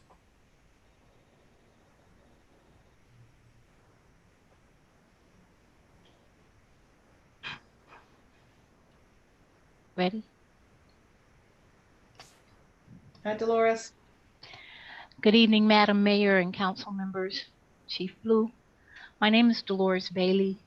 I am the Executive Director of Empowerment Incorporated, a nonprofit located in the Northside neighborhood. I am also a proud resident of the Northside community. My family proper has lived in Northside since 1975. I started at Empowerment Incorporated as a community organizer. My role then was to understand what was going on in the Northside community. And one of those things was how the police and the community interacted with each other. I lived this experience personally, and while I appreciate the comments that have been made before me, I do want to give a historical perspective of that. I began in 2002 as a community organizer, and at that time, our streets were in much need of care. The community was ready to do something about it. The police department was ready to do something about it. Together, we created Community Watch. It was the only organization, we were the only neighborhood, the Northside neighborhood was the only neighborhood that was meeting on a monthly basis with the police department to share information about our community and to maintain safety in our communities. From those meetings was birthed Neighborhood Night Out and the Good Neighbor Initiative. The Good Neighbor Initiative was established by the police department, empowerment, and the community in an opportunity to address the changes that were happening in our community that were different from any other neighborhood in Chapel Hill.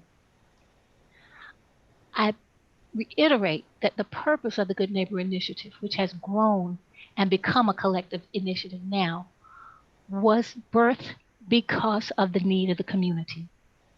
And the response from the police department was to work with us.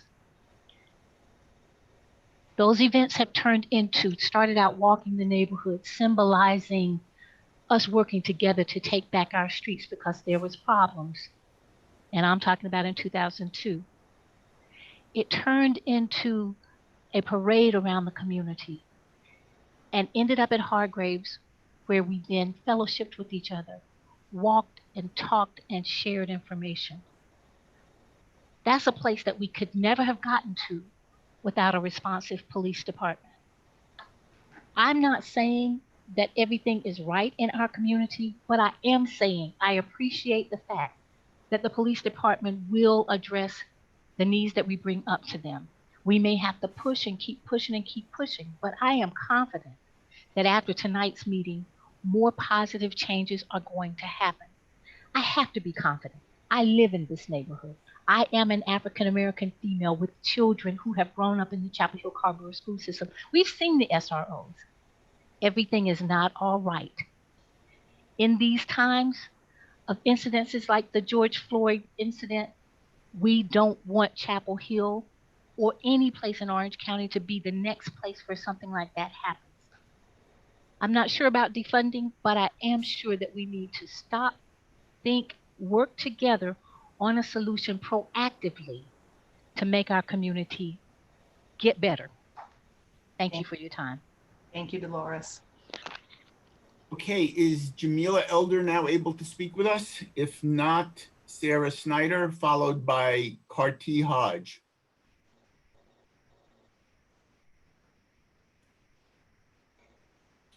Okay, can we move to Sarah Snyder, followed by Karti Hodge?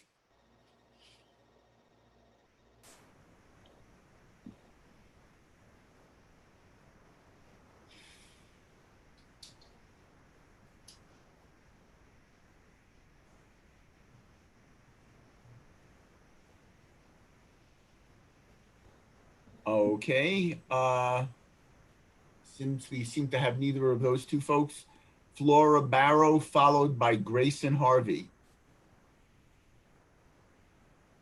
I believe that Sarah may be able to talk now. Can you hear me? Yes, we can hear you. Hi. Thank you, everyone. My name is Sarah Snyder. I'm a Chapel Hill resident, and I want to thank you for giving me the time to speak. And I want to thank Chief Blue and everyone who has shared what Chapel Hill is already doing to address inequities in the police department. And as a resident, I'm calling you to begin the process of defunding the police.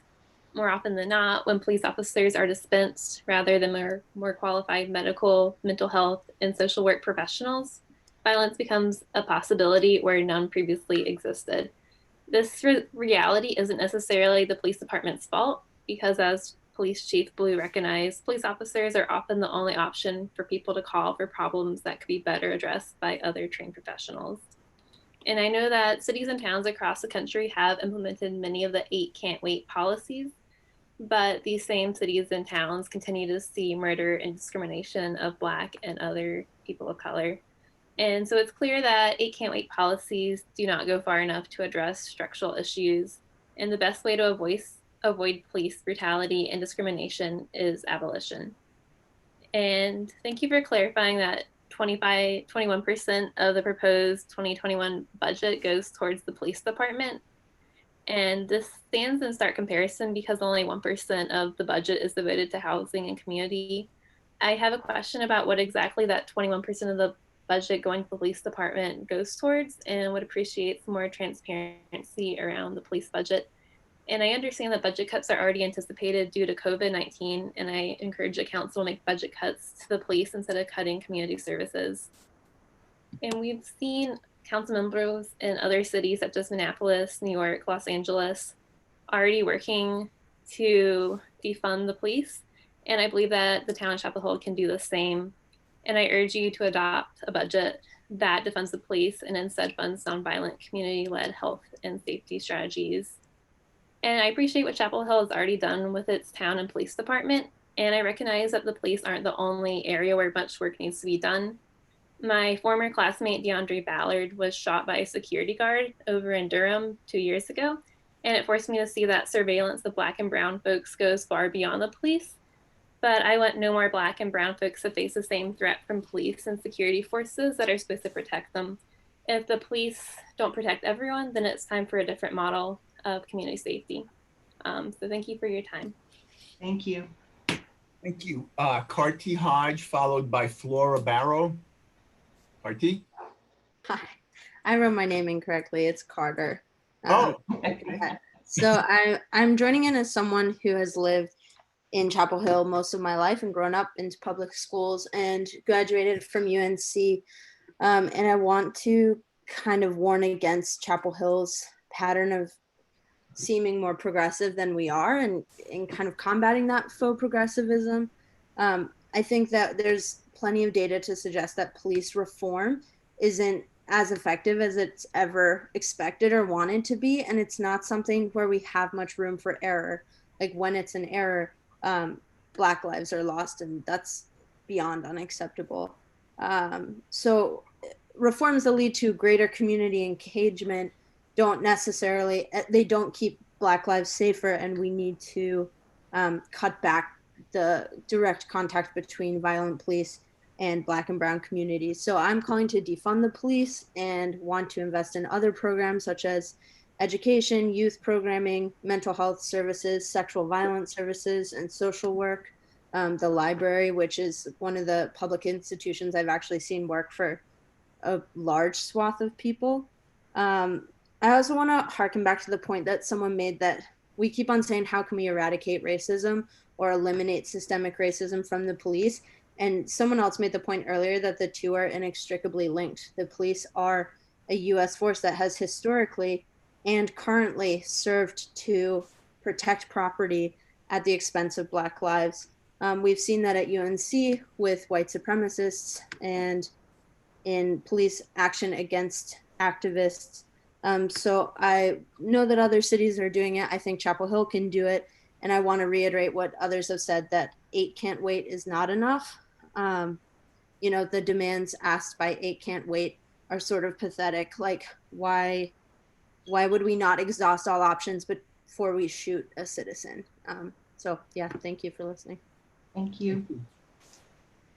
Laura Barrow, followed by Grayson Harvey, please.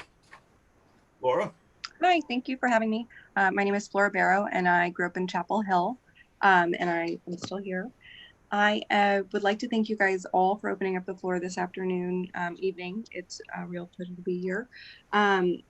I wanted to start by expressing that I think that we should reallocate the funding that's dedicated towards our Chapel Hill police force towards something that builds community rather than enforces policies and procedures that are not necessarily as equitable as we'd hope that they'd all be. So underlying many policy products are downstream effects that we don't necessarily think about as policies are passed.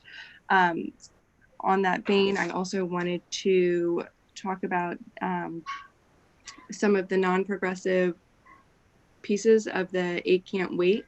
The fact that we are talking about reteaching our very qualified police officers that we shouldn't be using chokeholds, or that there's should be a requirement to warn people before they're being shot at is absurd. So I wanted to, pardon me, I got a little nervous in front of other people,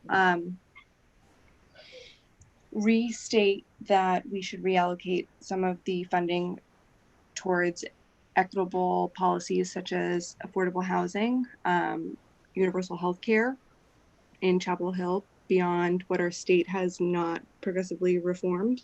And thank you for your time. Thank you. Okay, Grayson Harvey, followed by Calvin Deutschbein. Hello all, my name is Grayson Harvey, they, them pronouns. I'm a 2015 alum of UNC Chapel Hill and lifelong North Carolinian. I just want to firstly express gratitude to Lauren Clark for your commitment to affordable housing. Thank you to Senator Fouché for your remarks. Thank you to all the council members. And I'd also like to express gratitude to Dolores Bailey for speaking to the history of the years-long effort for change in Chapel Hill. From my perspective, I'd like to see the 6 resource officers in Chapel Hill's 3 middle schools, 2 high schools, and 1 alternative school to be replaced with trauma-informed care specialists. Additionally, I'd like to encourage the Chapel Hill Police Department to end any and all collaboration with ICE, to provide a detailed, publicly accessible plan to demonstrate exactly how law enforcement will prevent racially targeted, unjustified traffic stops and ensure that all traffic stops are properly documented per 143B-903. And lastly, I'd like to encourage the council to defund the police and invest in neighborhoods like Northside and generally in emergency funds for Chapel Hill residents. Thank you for your time. Thank you. Okay, Calvin Deutschbein, followed by Nancy Oates. Good evening. My name is Calvin Deutschbein and I prefer they pronouns. I'm a member of the Community Police and Advisory Committee, or CPAC, but not speaking on behalf of that committee, though my comments are informed by that work. Chapel Hill today faces 2 overlapping emergencies of white supremacy: the uncontained outbreak of the 2019 novel coronavirus, COVID-19, and the outburst of police violence across the United States, brought about in response to demonstrations affirming the right of Black people not to be subjected to police terror and violence. While the town of Chapel Hill's response to both should be comprehensive, I came here tonight to ask for 3 immediate and specific policy changes related to policing in Chapel Hill that are perhaps more timely than ever, especially given these crises and the history of Pride Month. First, I'm asking the town of Chapel Hill to immediately divest from recruiting efforts, including incentivized lateral hires and the solicitation of a recruiting firm aimed at hiring new officers to the Chapel Hill Police Department, or CHPD. With infection risk restricting activities and the danger of transmission from police interaction, not only is there less to police, but less policing also makes us all safer. And at this moment, I believe it is uniquely dangerous to welcome new officers into our community who may be fleeing newfound forms of accountability elsewhere. Second, I am asking the town of Chapel Hill to divest from school resource officers, or SROs. While SROs are funded through county appropriations to school districts, SROs are part of the CHPD command structure, which bears administrative costs for oversight and sets standards, such as their general arming, with the practice of carrying guns on gun-free school campuses. Whether closed schools eliminate the need or reopened schools introduce infection risk, the national spotlight on the dangers of policing means now is the time to take action to protect our students and reinvest in community programs. Third, I ask the CHPD to immediately cease safety regulatory, equipment regulatory, seatbelt, and no operator licensed traffic stops. While CHPD stops have declined since 2015, racial disparities in all stops have risen and are at the highest in these categories, which are unrelated to safe driving. With increased contact risk from traffic stops and traffic stops already representing a dangerous interaction with law enforcement, ceasing these police operations would make the community immediately safer. On a more personal note, I am also submitting, effective immediately, my resignation from CPAC. While both the mayor and chief have offered public statements using CPAC to divert or silence crucial conversations about policing, I will not be complicit in these actions. CPAC is a poor substitute for substantive oversight of policing that includes budget control, such as for defund, or subpoena power, such as this request that this body defund recruiting efforts. And my work on CPAC has been stymied by poor access to reports, unrepresentative appointees, and a charge to support the police, which I believe to be in direct conflict with the stated intention of those who organized for a CPAC in response to the Yates raid and the Ferguson uprising. I hope that my resignation will lend weight to my policy proposals and thus ask for greater accountability to create a safer Chapel Hill. Thank you. Thank you, Calvin. Okay, and the last person that I have as being signed up is Nancy Oates. So unless Amy has other names, we're trying to double check on Jamila Elder and then Daniel Nuttall, who I'm not seeing anywhere, but okay. Nancy? Thank you. Okay, thank you. I'm Nancy Oates, and it's uplifting to hear from so many people I know to be thoughtful and compassionate, and I've really found your comments enlightening. I want to share 2 experiences to the discussion. One is the examples that I hear from law enforcement officers in my family of compassionate policing, and I feel confident that the Chapel Hill Police Department also has many similar instances of compassionate policing. The other is a time when I was in a low-income housing project and I saw a young Black man get shot. And I took shelter around the corner in a hallway next to a Black woman who was about my age. And she was making a phone call. So I started to tell her the apartment number, because I know when you call 911, the first thing they ask is, where's the location of the emergency? But she wasn't calling 911. She was calling a friend. And that was a moment when our two experiences, different experiences, really clicked for me. As a white woman, when I'm in a bad situation and the police arrive, I feel relief because I think things are going to get better. In her experience, when the police arrived, things just got worse. It's clear to me that good policing needs to go beyond individual officers and individual departments. And we need a nationwide change in the culture of policing. Rather than defund the police department, the local police department, especially ours, which I believe is doing a fairly good job of keeping the community safe, I'd like to see us emphasize teaching about how to de-escalate situations and then becoming a real national leader in how to do policing right. We also need to make sure that we're strengthening communications in the town. The Daily Tar Heel had an editorial the other day about people being terrorized by the police officers. If that's actually happening, we need to know about it, because we can't solve any problems that we don't know about. I would imagine that there are also plenty of compassionate policing instances that we need to make sure that we're getting out into the community as well. It's tough to be a police officer right now, and I'm grateful for all of our officers who are doing policing right. And I hope that the community and the officers can work together to make our police department across the nation better. Thank you. Thank you. Okay, so just we want to double check and see if Jamila Elder can join us. And then after that, we have Daniel Nuttall. Jamila, we cannot hear you.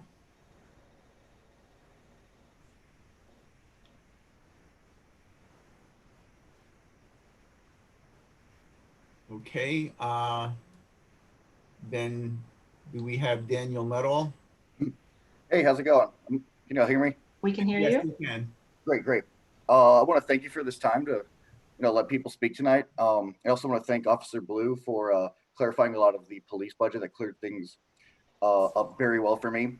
One point of concern I have is the money allocated to housing. The town, or y'all went over a lot of the good initiatives that exist to address the housing problems and homelessness that exist in this town. But my response to that is, it seems that they're very underfunded, and it's only accounting for, I believe, 1% of the current budget. I saw a chart for housing fund revenues, and I may be reading the chart wrong, but it looks like most of the money allocated to housing this year is HUD contributions. I think it'd be very important and send a strong message if we could divert some of the funding from policing to our housing fund and address the homelessness problem in our town. I'd also like to bring to the town's attention the idea of banning no-knock warrants. No-knock warrants are the exact type of, they created the exact situation that got Breonna Taylor killed in Louisville, Kentucky. How they're written in the North Carolina general statutes right now is very vague, and I think irresponsibly under-detailed. And that in just an officer recommendation and a judge signing off. I think Chapel Hill has a chance to be a national leader on this in banning no-knock warrants and preventing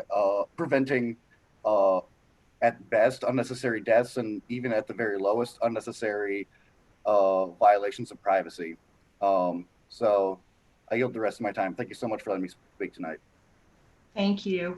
We have several more people that have raised their hands. We're going to try to hear as many of them as possible. We still have a full agenda to get through tonight, so let's move some folks along.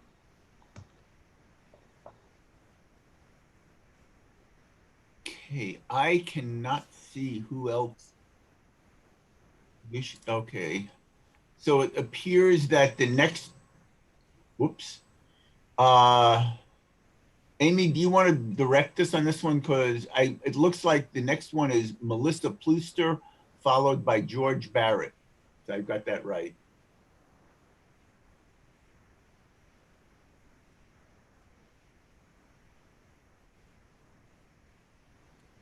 And Jamila, maybe you could send your comments in writing to us on the chat function since we're not able to hear you.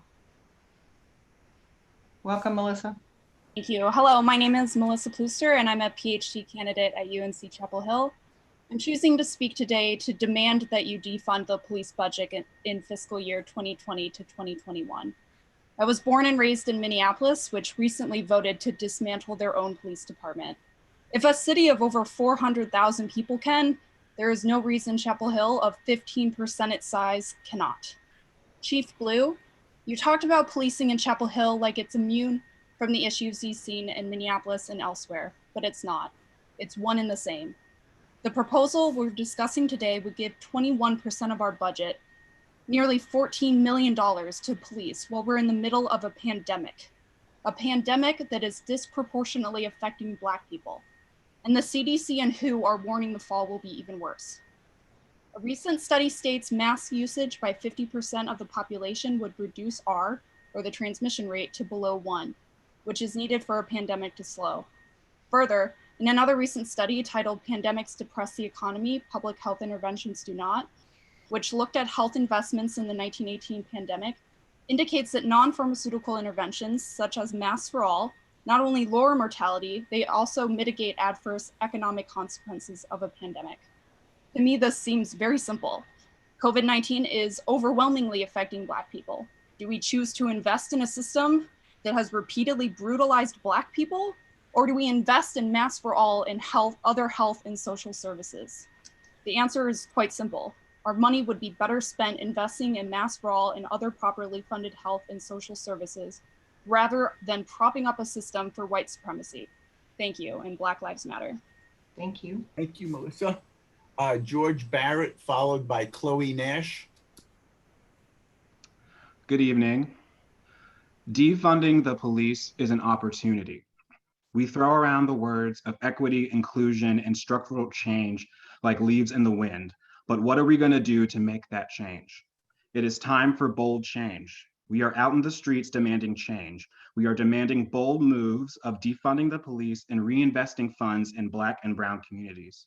You all have been out in the streets and on social media in solidarity with the movement for Black lives.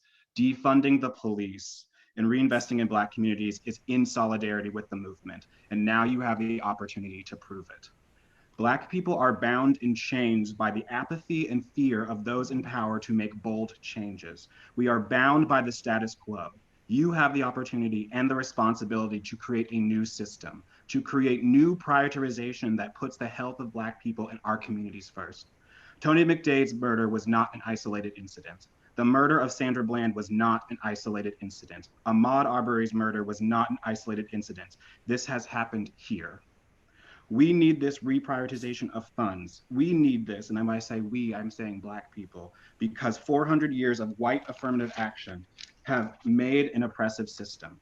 I am a Black gay man, and I do not feel fully safe in this community. I am dealing with pain that is centuries old and centuries deep. The world is changing. COVID and the recent uprising are signs that things will not go back to the way they used to be. If our community, which we preach to the world as progressive, has to change with the world, we cannot continue to invest Black taxpayer dollars in a police system that murders us. That will not do. Now is the time for change. Now is the time to fund Black futures. Now is the time to invest in Black Space Chapel Hill, empowerment, Northside, Rogers Road, Midway Business District, education, affordable housing, public transportation, and more. That is why we must defund the police. It is an opportunity. It is a call to do justice. It is a call to make change. Being progressive is about making bold and historic change. If you are not about that life, more of us will die. Thank you. Chloe Nash, followed by Tara Kay. Hi, I'm Chloe. I have lived in Chapel Hill pretty much my whole life, and I'm a college student. This is my first time at a council meeting, so thank you for having me. And I just kind of wanted to take this as an opportunity to learn more about the budget, and 21% seems like a lot to me for speaking of the police budget. compared to everything else. And so I just want to understand where all of that money is going to, and also just mimic what a lot of other people in this meeting have said, which is to ask for restructuring of the police, defunding of the police department, and investing that money instead into our community, into health and safety and education services. Thank you. I yield the rest of my time. Thank you. Okay, Tara Kay, and if you tell us your full name, Sorry. Charles. Okay, cool. Hi all, my name is Tara Kelly. I use they, them pronouns. I have lived in Chapel Hill and Carrboro for 8 years, going on 8 years now. When I first came here to attend UNC in 2012. I graduated in 2017 with a degree in women's and gender studies. So examining from a large scale the structural problems and the historical analysis around our deep pain in this country and the deep pain of Black lives is something that was part of that studies. So there's my authority on this matter. Otherwise, I have very little authority to say that I know how the Chapel Hill town should invest in Black communities, because I am not Black. That is not my experience. But I can say that why Chapel Hill should defund the police, because I'm a community organizer who is invested in this goal. I view the defunding of Chapel Hill Police as a first step on the road to abolition of the prison industrial complex in our spaces, places, hearts, and minds. Abolition of all forms of organized violence as theorized, as far as I know so far, because I'm white and I'm learning, and we must come into personal accountability for that. By the Black abolition and prison scholar Ruth Wilson Gilmore, as well as the abolition of organized abandonment of the most vulnerable people living in our community. When we do not fund housing, when 1% of our budget goes to housing, we are abandoning the most vulnerable people and putting them in the direct line of the violence of the police department. I organize in and with my community with the intent to build a new world together that is based in care, community, and harm reduction. If I seem nervous or angry, it's because I'm facing power directly. The police has the power to figure out who I am and come to my house and disappear me. It's what has happened in the history of the police department. I ask you, as a human being, Chief Blue, to not do that to me as a human. And I also respect your humanity, and that this is a very difficult thing to hear coming from your community. So if any of you very powerful individuals feel personally attacked or affronted or devalued tonight, and also tired of listening, I understand it gets hard to hear us after a while, really. But if you feel that way by the way your community members are responding to this moment, I ask that you hold yourself during this time of transformative accountability and breathe deeply as George Floyd could not. Please realize that you are safe, and even if your elected positions or career work are in danger of ending, your lives are not in danger at this moment. You hold immense power in your present. Thank you. Thank you. Thank you. Black Lives Matter. Done. I'm Emil Charles, followed by Christian Correa. Yes, hello. Thank you, council members and mayor, for holding this session tonight. My name is Emil Charles, and I am both a native and a student of Chapel Hill. I attended East Chapel Hill High School and plan to attend UNC in this coming August. To give you some background on myself, I live in a predominantly white neighborhood. I don't see many police officers or patrol cars in my neighborhood, and when I do, I'm standing with my white mom or one of my white neighbors, and I know to some extent that this will protect my life. Though it is when I'm running or driving or walking around Chapel Hill alone, I feel scared. I don't know whether an interaction will end in a traffic stop or end with me getting abused, or even worse, and not uncommon in any way, getting killed. I've known this for a while, largely since before I can remember. I know it's not just Chapel Hill that presents these problems, and I know it's not the only place that has ingrained this within me. It can be one of the first that fights against this. Though regardless of where I've learned this or who will work to fix it, it is wrong, and we need to acknowledge that and work to fix it. And I don't want my brother, who's 16, or my sister, who's 8, or my future children to have this fear too. For me and many other members of this, me and many other citizens of our community, both Black and non-Black, the obvious solution is not only to defund the police, but to work toward abolition and community investment. Invest in our public schools, in which we have one of the largest racial achievement and opportunity gaps in the nation. Invest in our public housing, in which the housing units are often the first to flood during heavy rains and leave many people without necessary resources. Invest in the Black-owned businesses in our community, many of which have been hit hard by the COVID pandemic. Invest in the historically Black neighborhoods in our community, of which many of the long-term Black residents have been pushed out by incredibly increased housing rates and by increasing student housing in the area. Invest in the Black students of this district, of which more than 10 times, invest in the Black students of our district who are subjected to suspension more than 10 times out of their white counterparts, as well as subjugated to the prison pipeline trajectory. Invest in the town, of which opening the downtown area is a higher priority than solving and fixing the problem of systemic racism, whether it be overt or not. Emil, sorry, your time's up. Thank you for Hi. your comments. I'm so sorry. I was told in the chat that I was going to go, and then a few more people have gone. So can I go ahead at this point? Can you, yes, go ahead. Go ahead. We're trying to find you again. Thank you. So my name is Savita. I'm another one of Mayor Hemminger's daughter's classmates, and I want to echo the demands to defend the police, especially in light of the ineffectiveness of 8 Can't Wait around this country. So I just want to highlight some of that. 8 Can't Wait is a placeholder for achieving actual change. It is a Band-Aid at best that still allows bloodshed from Black and Brown communities. 8 Can't Wait inspired policies have been implemented in over 40 states and still haven't shown any progress. 8 Can't Wait policies ask for more funding to train police, but don't limit police resources to guns and other tools of physicality. 8 Can't Wait policies still endorse violence. Giving someone warning before you shoot them is still shooting them. 8 Can't Wait does not address the school to prison pipeline. 8 Can't Wait policies are unenforceable. They depend on officer discretion, which, as we have seen in this country, is not trustable right now. 8 Can't Wait policies ask for a duty to intervene, as Chief Blue mentioned earlier, and that's already in place. However, that's not penalizing cops for not reporting racism among their fellow officers, which encourages the boys club already present in our policing system. 8 Can't Wait does not address the over-policing of certain areas. For example, the North Side, the historic Black community whose ancestors literally built this university and what this town benefits from on a daily basis. As many people have mentioned, defunding means reinvesting. So there's no reason that budget you showed us should have 1% going to affordable housing and 24% going to the police when the police are brutalizing Black and Brown communities, and affordable housing might give them the chance to prosper in our town. I love Chapel Hill and I've lived here my entire life, and I want to see us do better. Black Lives Matter. Thank you. Okay, Christian Correa followed by Aidan Falik. Hello, my name is Christian Correa. I'm a recent graduate of the University of North Carolina at Chapel Hill, and my pronouns are he, him. Good evening, and thank you for hearing the comments and concerns of our community. While I'm grateful our police force has engaged in many community initiatives, I see these efforts as operating on the thin margins when we have the capacity to make large structural change.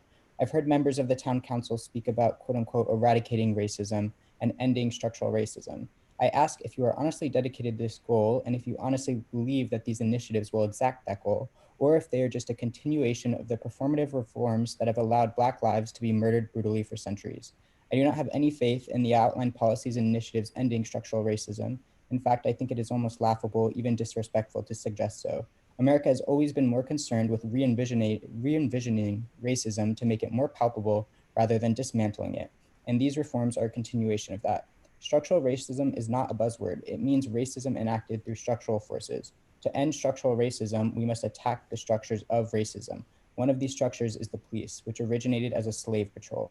I believe we have 5 social workers in the community task force. I can see 5 police officers just driving down Franklin Street. Only 5% of arrests are for violent crimes. This means 95% of arrests do not require an aggressive, weaponized force. By this logic, 95% of police resources should go to social services and non-weaponized community task force members. The only way we will eradicate structural racism in our policing is to eradicate policing.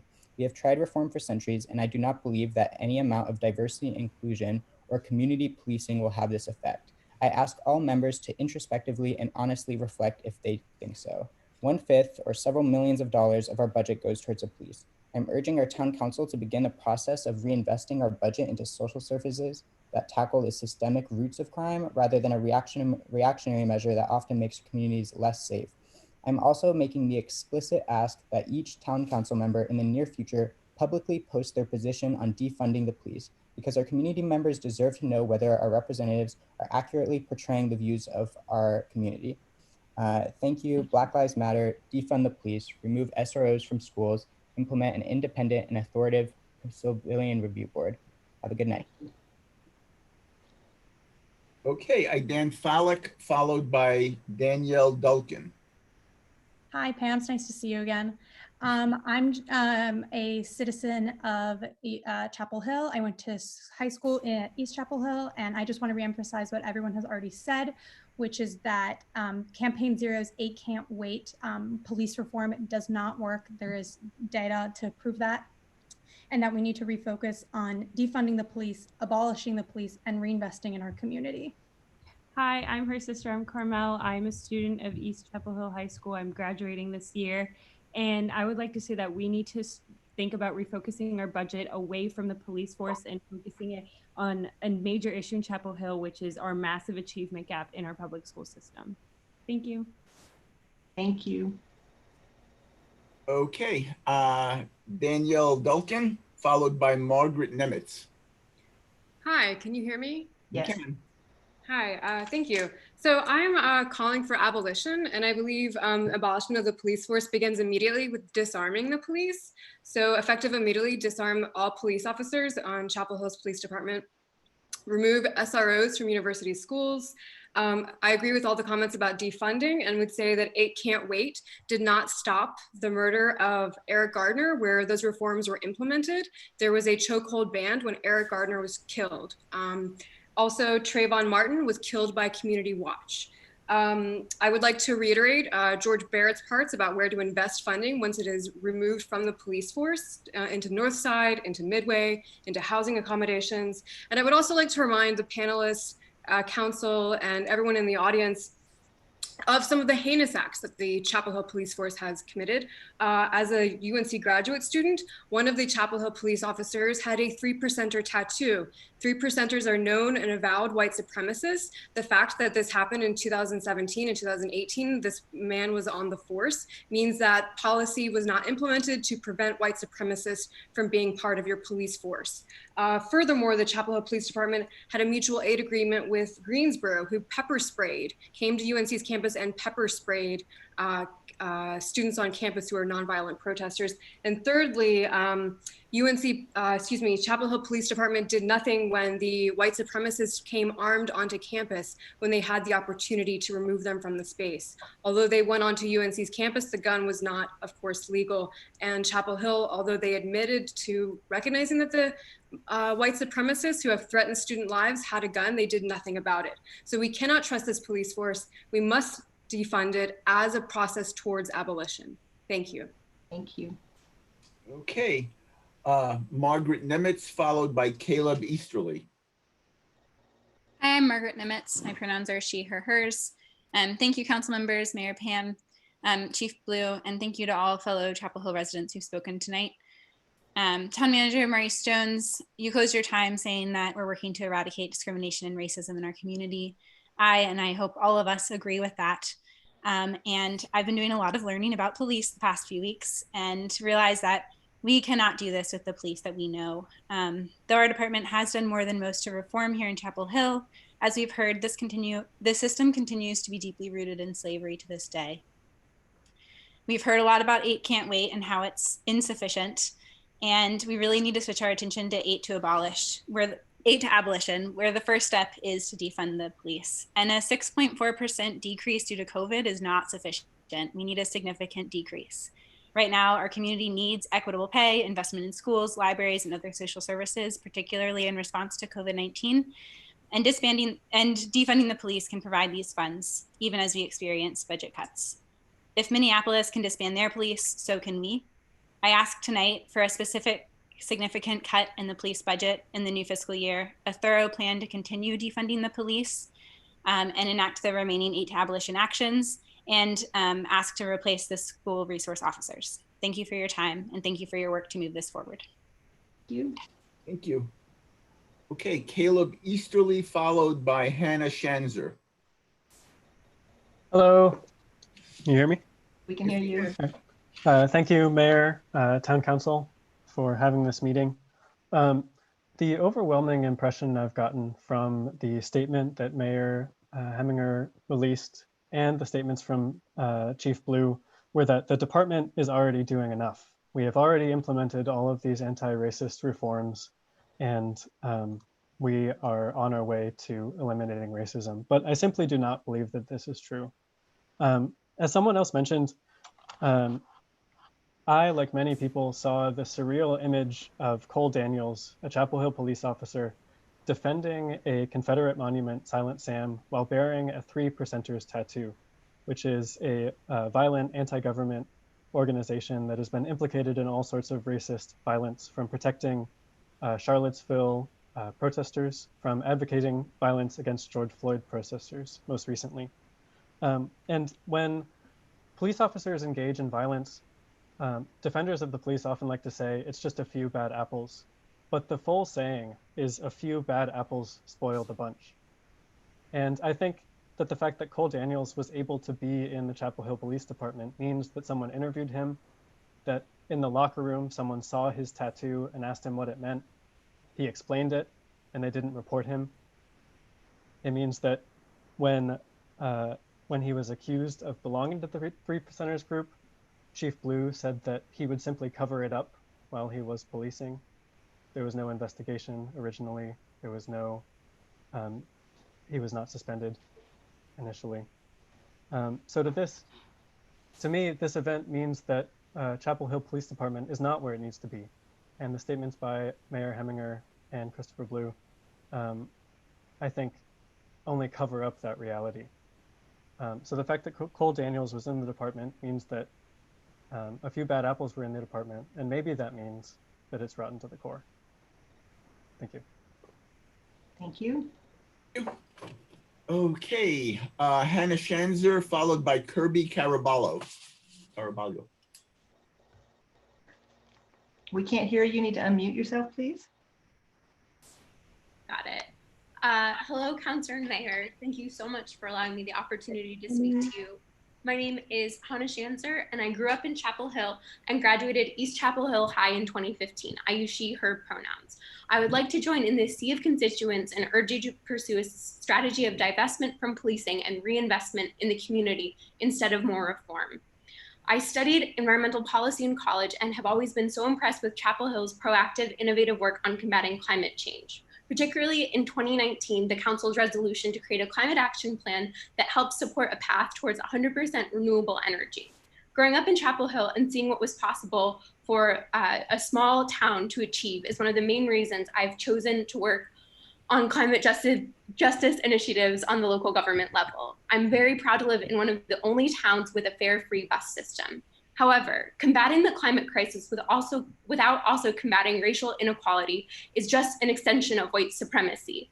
I hope that the town council can put the same effort and innovative spirit as they have put into our climate plan into reimagining a public safety system that makes 100% of its citizens feel safe. The 8 Can't Wait policies are in no way sufficient. In fact, 2 of the 3 founders of the 8 Can't Wait initiative have already disowned the project. Brittany Packnett-Cunningham, one of the former founders, stated, "Divestment from the institution of policing and reinvestment into Black communities is the necessary central strategy of this movement. Putting people first is not radical, it's right." I would like to call on the council to do more to redirect funds divested from policing to provide educational opportunities, youth programs, environmental justice initiative, mental health resources, and social work into our community. As Mayor Pro Tempore of Durham, Jillian Johnson wrote in a recent op-ed, public safety comes when communities have dignified and affordable homes, access to a quality education, good health care, reliable transportation, and stable jobs that provide a living wage. I believe we can have all of that in Chapel Hill. I would also encourage you to continue these virtual meetings even after the threat of exposure to COVID-19 has passed. These virtual meetings make the council more accessible to the public. Thank you for your time. Thank you.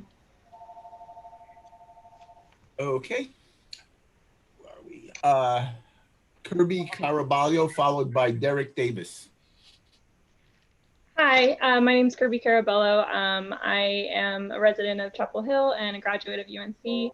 I cannot speak for the Black and Indigenous voices of Chapel Hill, but I can speak as a community member and resident. And And I want to say that I think Chapel Hill should defund the police budget and invest that money in the Black community and in the housing and community and library funds. There's absolutely no reason why the housing and community fund is only at 1%, and that the police fund is at 21%. That is an egregious gap that I think that the safe space, that the library is a safe space for many vulnerable community members, and that bolstering trauma-informed care specialists and first responders, rather than violence-trained police, as a one and done answer to all of our community problems can really help the safety of our community and the protection of Black lives. The 8 Can't Wait policies have already been enacted in many states across the US, and they had little to no effect on the murder of Black people and the violence against Black bodies. The Chapel Hill police wish to believe that they are different, but they're not unique. They must look in the mirror and recognize their inherent role in racism and in upholding the violence and murder of Black people. In accordance with the Black Lives Matter movement and with the UNC Black Congress and the demands of many of other Black voices that I've heard, I'm going to call to defund the Chapel Hill Police Department for the protection and safety of Black lives, and with divesting funds from police to an investment of community development. Thank you. Thank you. Okay, Derek Davis followed by Sonia D. Good evening, all. As a student at Carolina, I'm a rising junior, and as a Black man, I'll just like to emphasize everything that has been said so far. And just something I would like to add, I'm currently in a program called Community University Youth Program, where we essentially, other students of color across campus volunteer their time at the church on Franklin Street to help other students of color in elementary and middle schools with enriching activities and various subjects. And I just feel like the town should, I'm not sure if they already do, but there should be similar programs like this adopted. It should not just be based on the university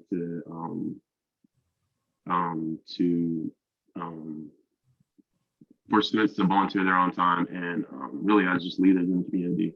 I expect money that has originally been allocated from the police to be dedicated to more areas like this, so that students are able to educate themselves, because currently the education system is not geared towards students of color. And yeah, that's really it. Thank you. Thank you.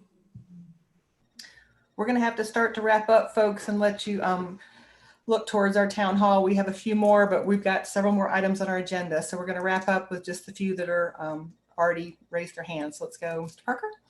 Okay, next is Sonia D, followed by Devin Case Rushala. Hi, y'all. I'm Sonia. I agree with my last name is Desai. I'm a resident of Chapel Hill, and I've grown up in the school systems here, lived here most of my life. I'm also supporting calls to defund the police and to reinvest in things that will support our community, including subsidizing cooperatives that are starting up locally, helping to increase access to basic needs for historically marginalized folks, especially Black Latinx. And also, I know our school racial equity, racial opportunity, like there's a huge gap in the opportunities according to the race of the students because of institutional racism. And so there needs to be a lot more investment in equity programs in school. I also suggest reinvestment in extending health department hours. I don't know what can be done on county level, if money funds can be diverted there as well. Extending the sliding scale for mental health services and a sliding scale for expanding emergency services there too.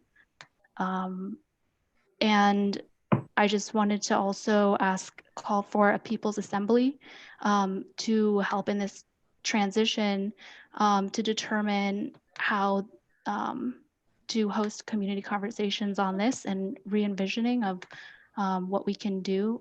And I asked for subpoena powers and authority to CPAC, the Community Policing Advisory Committee, and to the People's Assemblies.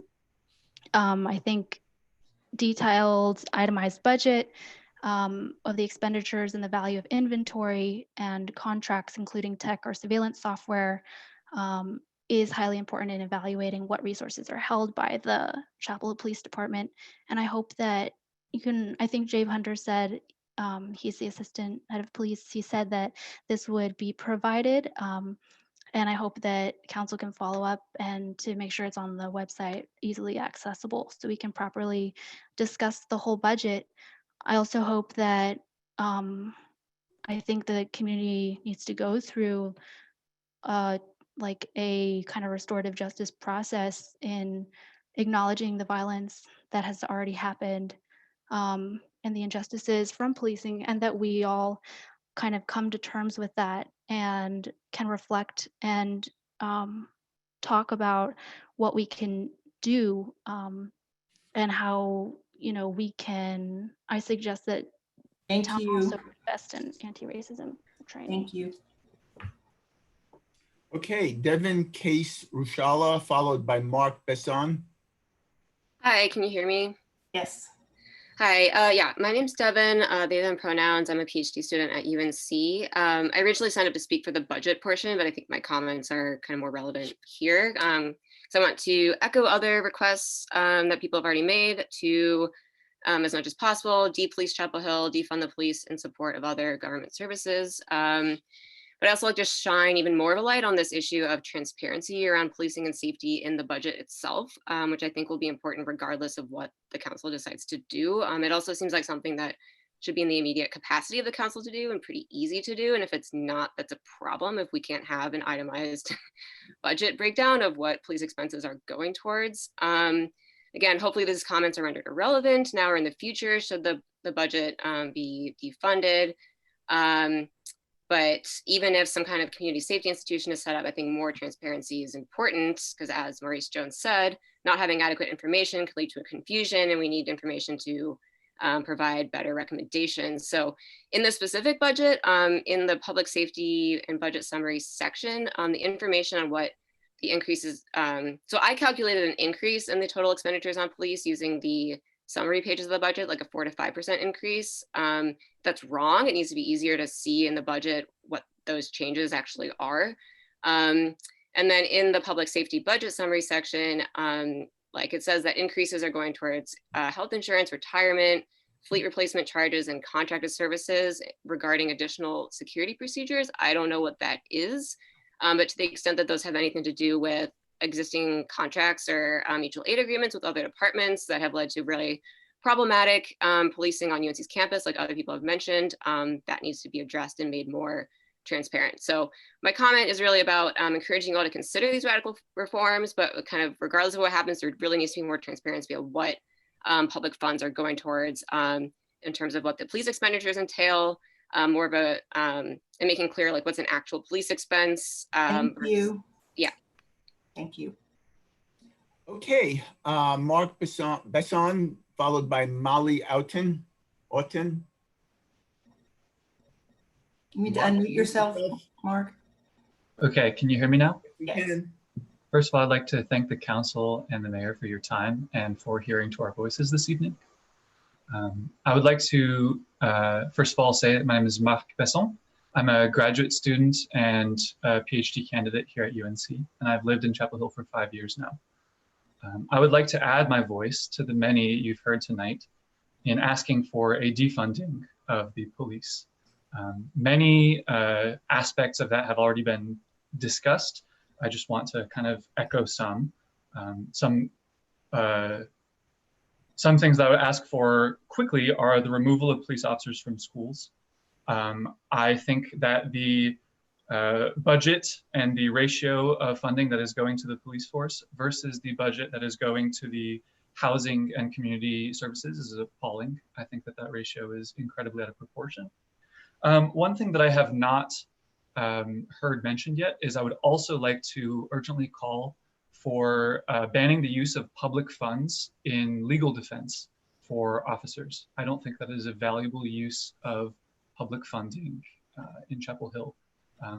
And then I would like to agree with the many people who have spoken before me. Thank you for your time. Thank you. Okay, Molly Outen, followed by Teresa Alore. Hi, yes, my name is Molly Ott, My pronouns are she, her. I'm a current resident of Chapel Hill and a recent graduate of UNC Chapel Hill. And I just want to express my support for a lot of the comments that have been mentioned throughout this session. I think it's important to acknowledge that Black Lives Matter and that the police as an institution exists because of white supremacy and to uphold white supremacy. And if we want to eliminate racism in our community, then we need to work towards eliminating the police. We've seen that in other cities, including Minneapolis, reforms like 8 Can't Wait are not effective and are not protecting Black people from violence at the hands of police. So I would like to see the council establish a long-term plan towards defunding and abolishing the police further than just this year's budget. I think that those funds should be redistributed towards education, affordable housing, healthcare, specifically trained support for mental health, domestic violence, substance abuse or dependence. All of the different social issues that we see are being saddled on police, and that police officers are not necessarily effective at addressing. I think we should just be focusing more on building up our communities rather than policing. One of the previous speakers also talked about her experience in Chapel Hill Carrboro schools and with the school to prison pipelines.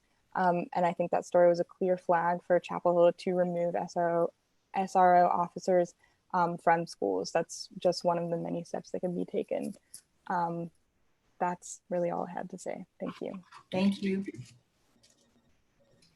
Okay, Teresa Alore, followed by Ampson Hagen. Hi, can everyone hear me? Yes, we can. My name is Teresa Alore. I use she, her pronouns. I've been a resident in Chapel Hill for 19 years and I graduated from Chapel Hill High School in 2018. I originally signed up to speak on the budget, but I think that this, like a previous speaker said, was a better place to put my comment. I have 3 main demands, so I'm going to get right into it. Currently, the 2020-2021 proposed public safety budget has $75,000 reserved specifically for police presence at town special events. I'd like to propose that the town reallocate the $75,000 currently projected for the police special events division instead towards housing and community development to assist families who are struggling in the post-COVID-19 environment.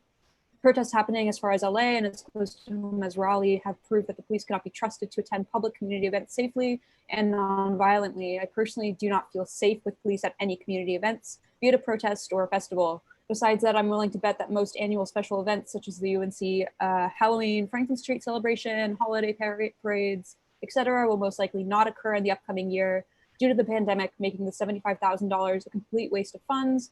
This money would do so much more for families struggling in the post-COVID-19 environment than it would for Chapel Hill Police Force. Secondly, I understand that defunding the police is a daunting task and it will not happen overnight, though it should happen. It's my hope that the town will take this next year to consider creative solutions and community alternatives to policing. I challenge Chapel Hill to reduce officer staff, which is currently at 88 persons, by at least 10% by this time next year. Additionally, I demand that the complete removal of school resource officers from Chapel Hill Carrboro City School System. As a CHCCS school alum, I've witnessed the impact of school resource officers, or SROs, have in a school environment, and it's not productive. I've seen firsthand school resource officers at Chapel Hill High School target and aggravate Black and Latinx students. The CHCCS district has one of the highest achievement gaps in the entire nation. The presence of officers in an already segregated learning environment only aggravates already prejudiced and unequal system and poses a significant threat to students' mental, emotional, and physical well-being. SROs have absolutely no place in a learning environment and should be completely removed from district schools.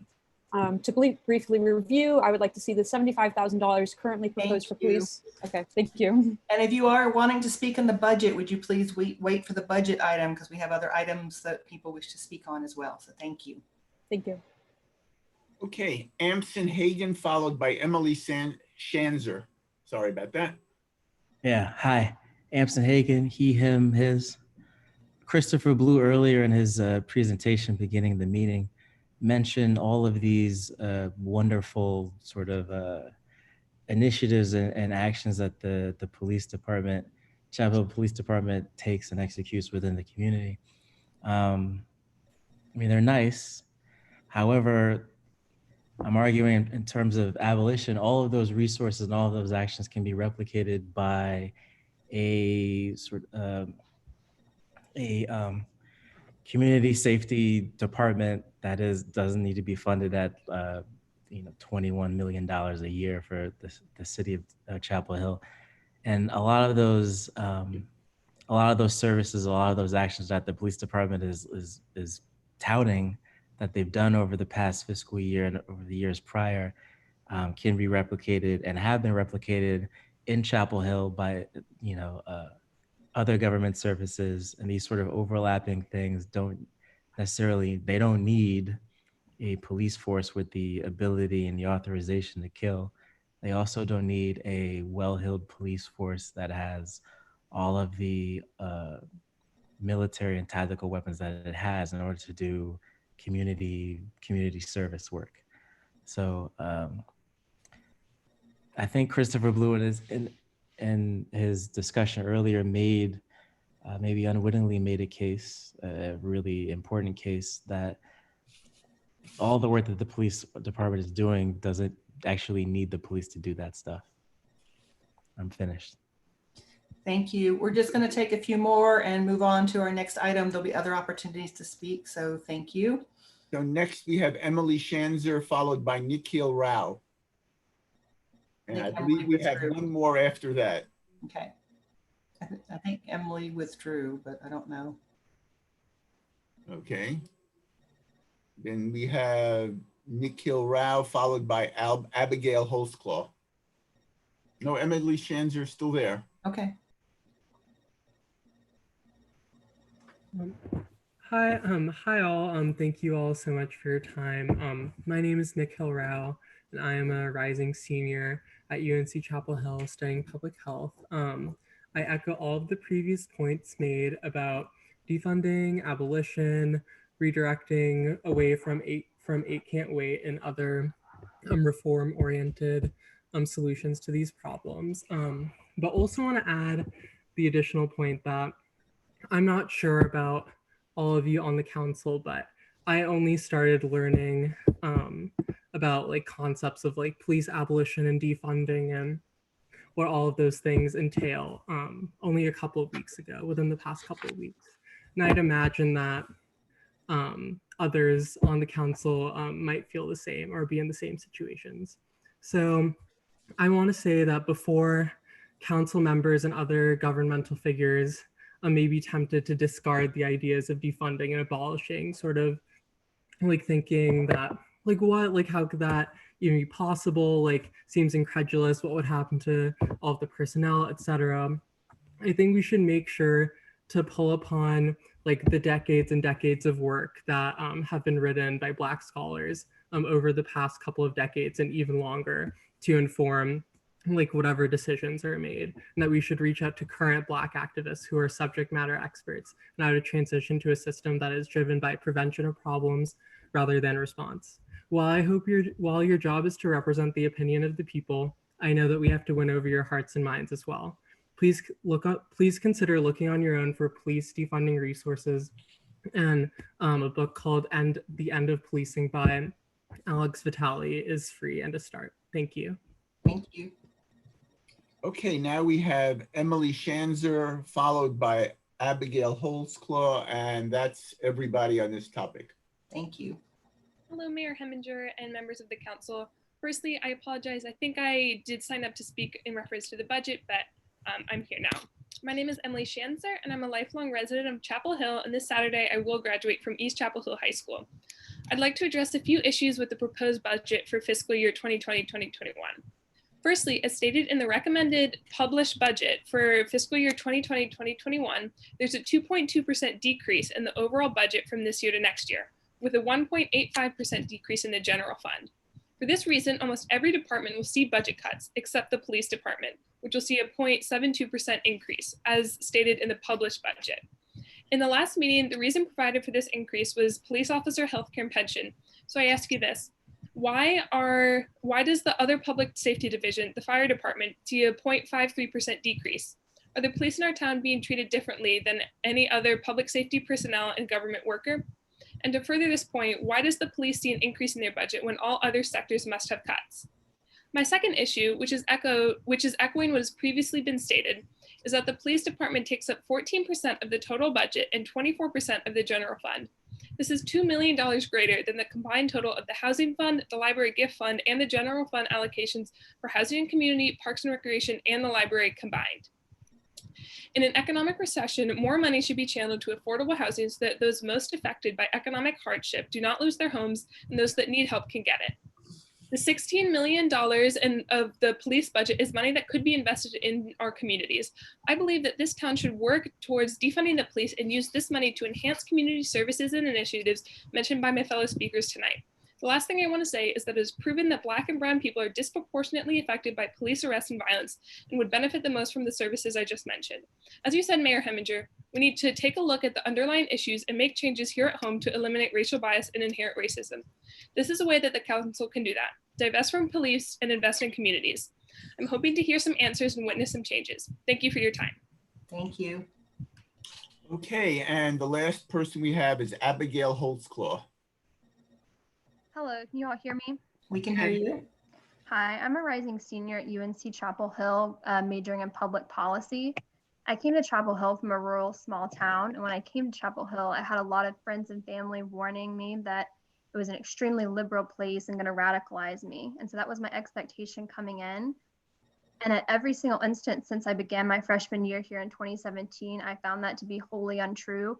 And the lack of support and care and safety that's given to my friends, colleagues, and peers that are not white. As a lot of the fellow speakers have mentioned, this was disgustingly on display with the Silent Sam protest and student activists and protesters not being given the same protections as white supremacist groups. And so this is something that the town of Chapel Hill should have been putting their attention towards before this historic moment when your feet were held to the fire. This is something that should have been on your conscience as community leaders. And if so many people are telling you this is what they see as best for the community, these are the solutions that we're seeing in front of us, and you yourselves are saying police aren't equipped to handle these situations that social workers and other mental health professionals are best equipped to handle, it does not make sense to continue funneling money into a broken racist system. So in this moment, I believe that you need to be acting upon your moral imperative that should have been there all along when people are looking for you to be held accountable and are considering these decisions going forward as far as voting. I want to see my friends and peers protected next year as we finish out our senior year.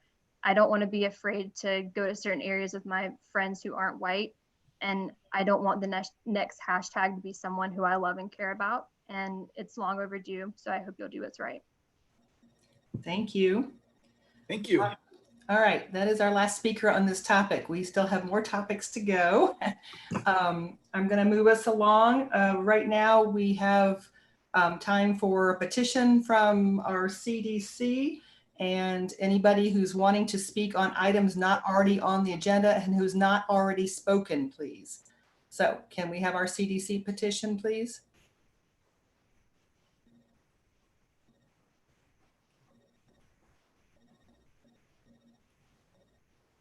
I think it was Ms. Burnt.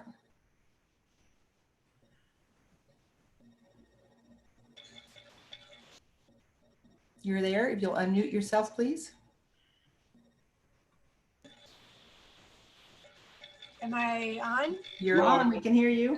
I'm on. Great. Well, thank you so much for having me on tonight. I'm Chris Burnt, the Vice Chair of the Community Design Commission. I wanted to present briefly our petition to you, requesting that the Town Council require design review of new construction and renovation downtown. Our petition attached a couple of pictures which showed you one example of a building that has had no review by any commission in town. And that building does happen to be historic and on the National Register. That brought to mind that one of our 2021 design budget objectives that we submitted to you, to the Town Council, is to conduct design studies for areas of Chapel Hill that define the character of our community. And certainly the downtown is one of those areas. And the goal would be to create design standards and special control districts. With that in mind, we looked at that building and we thought it was time to submit a petition to council that would emphasize our budget objective. Many communities are using these approaches across North Carolina and in the United States. So we felt a sense of urgency that led us to vote unanimously on May 18th to submit this petition to you. And it has right now tonight 3 parts that we're asking for. We're requesting that the town council designate the downtown as a special appearance district. We also request, while that's being considered, that projects that are downtown be referred to as an advisory review or courtesy review while developing such a district. And we ask you tonight to receive this petition and refer it to the manager for a follow-up recommendation. So thank you so much. Thank you. Move to receive and refer. It's been moved by Mr. Parker, seconded by Ms. Ryan. Council members, if you'll to receive and refer to manager and mayor. I don't think we need a roll call vote for this one, so if you'll unmute yourselves. All in favor, please say aye and raise your hand. Aye. Aye. Aye. Any opposed? I didn't see a hand from Hong Bin or Alan. Can you please show? I had my hand raised. Sorry, you're behind the marker on my screen. Hong Bin, are you good to receive and refer? All right. Motion is unanimous. We have a number of folks, a number of names. We're trying to discern whether they've already spoken or not. So yeah, some of them have already spoken, some not. But it's not obvious that any of them actually wanted to speak about this topic. They're listed. This is about items not on the agenda this evening. Is there anyone on this list who wishes to speak about items not on the agenda this evening? And I'll very quickly go through the names. Cora Hyo, Chase Davenport, Kason Ragland, Natasha Stone, Austin Vo, Maple Osterbrink, Kat Morgan, Malika Honda, Christian Correa, Miles Charles, and Flora Barrow. Does any of these folks wish to speak on things that are either relative to the petition or not otherwise on the agenda? Amy, are you seeing any raised hands? I do not see any raised hands. All right, well, we might be able to pick them up after announcements. Sorry, folks, I have a lot of announcements. I'll breeze through them. I'm sure you saw the announcement today that Orange County leaders got together and announced that we've extended the mandatory face coverings. We are mandating that everyone wear a face covering when they're not able to physical distance from each other. This came about after the the World Health Organization stressed that this is one of the best ways to prevent the spread of the virus, especially because people might not know that they have it. They could be asymptomatic or just pre-symptomatic, as we said. This new ordinance will take effect on Friday at 5 p.m. We're putting out as much information as possible. And then I want to thank our own council member, Hong Bin Gu. She's been very instrumental in help getting masks out to people. And we're going to continue to do the distributing of masks to people who need them. And we will put those out there. To date, the town has distributed over 782 cloth masks and over 4,000 disposable masks, and especially in our public housing and throughout our nonprofit agencies. And again, our Chinese Light Up community helped distribute those masks and get those organized. So we're very happy about that. We're hoping to have them distributed at the fire stations and at the Hargrave Center. So we'll have more information on that. Food for the Summer is being renamed with a new mission. It's going to be called Food for Students now. And this June marks the 5th year that we have been working together in partnership with our food feeding organizations to help people. And because of COVID, you know, we started in spring when schools were closed down. And that's why we changed the name Food for Students. Since March, Child Nutrition Services and transportation teams, along with all of our community partners and volunteers, have provided over 300,000 meals to students across our district. That's amazing work, really amazing work. Our own Parks and Rec department is partnering with our Food for Students to provide recreation enrichment to the 1,400 children at lunchtime this summer. And I'm particularly grateful for the leadership and the passion and the dedication of Liz Cartano. She's the child nutrition director at the school system, along with her team, and Porch, and all the groups that we've been working together. If we hadn't pulled this group together 5 years ago to work in partnership, we would not have been able to get this off the ground. And I'm just so, so proud of the work they're doing, this important work to help feed our community, especially during this time. So, and I think Ralph's telling me that I need to call a roll call vote to refer to mayor and manager. What I would like you to do is consider that ordinance that I distributed. Oh, I'm sorry, you did. You asked us to distribute the ordinance to extend the mask, the face coverings. Right. I'm sorry. We need to consider that ordinance. Can someone move the ordinance to extend the, okay. Moved by Ms. Anderson. I need a second, folks. Second by Ms. Ryan. I will have to do a roll call vote. Any discussion on this ordinance so that we can make sure all of our community is covered with the face covering and the state of emergency that's been extended to August 31st. All of the entities in Orange County are extending their state of emergency to August 31st so that we can make use of FEMA funds if we need to, that we can continue meeting virtually if needed, and that we can continue meeting with our MAC group if needed. So, any discussion on this item? Roll call vote though. Michael Parker. Yeah, aye. Jess Anderson. Aye. Alan Boyncy. Aye. Tai Nguyen. Aye. Hong Bin Gu. Aye. Amy Ryan. Aye. Karen Stegman. I didn't hear you loud. Okay, I vote aye as well. All right, any opposed? Well, it's all the ayes. So we're all voted in favor of this ordinance. So thank you for that. Thank you for the reminder, Ralph. Sorry, got distracted. Thank you. Oh no, that's what we needed to do. Okay, any announcements from council members at this point? All right, a friendly reminder, we have a meeting next Wednesday evening that's now turned into a regular or a special regular meeting, which will start at 7 p.m. instead of 6:30, just to alert you. You also have a special meeting on Friday afternoon for the attorney search process evaluation after the assessment center. So we'll get the times out to you. Mr. Parker and I'll work on that tomorrow. We'll have a notice out to you what time. Yeah, that's been set for starting at 2:15 on the 19th. Thank you. 2:15. We'll get the link sent out to you before then. Okay. Now we have an update on our town efforts to respond to the COVID-19 pandemic. This is going to be a short update. We are having your council updates on Mondays now. So that is your time to ask questions, but this is the time for the community to hear from us the things that are going on in response to COVID-19. Thank you, Ms. Drayton.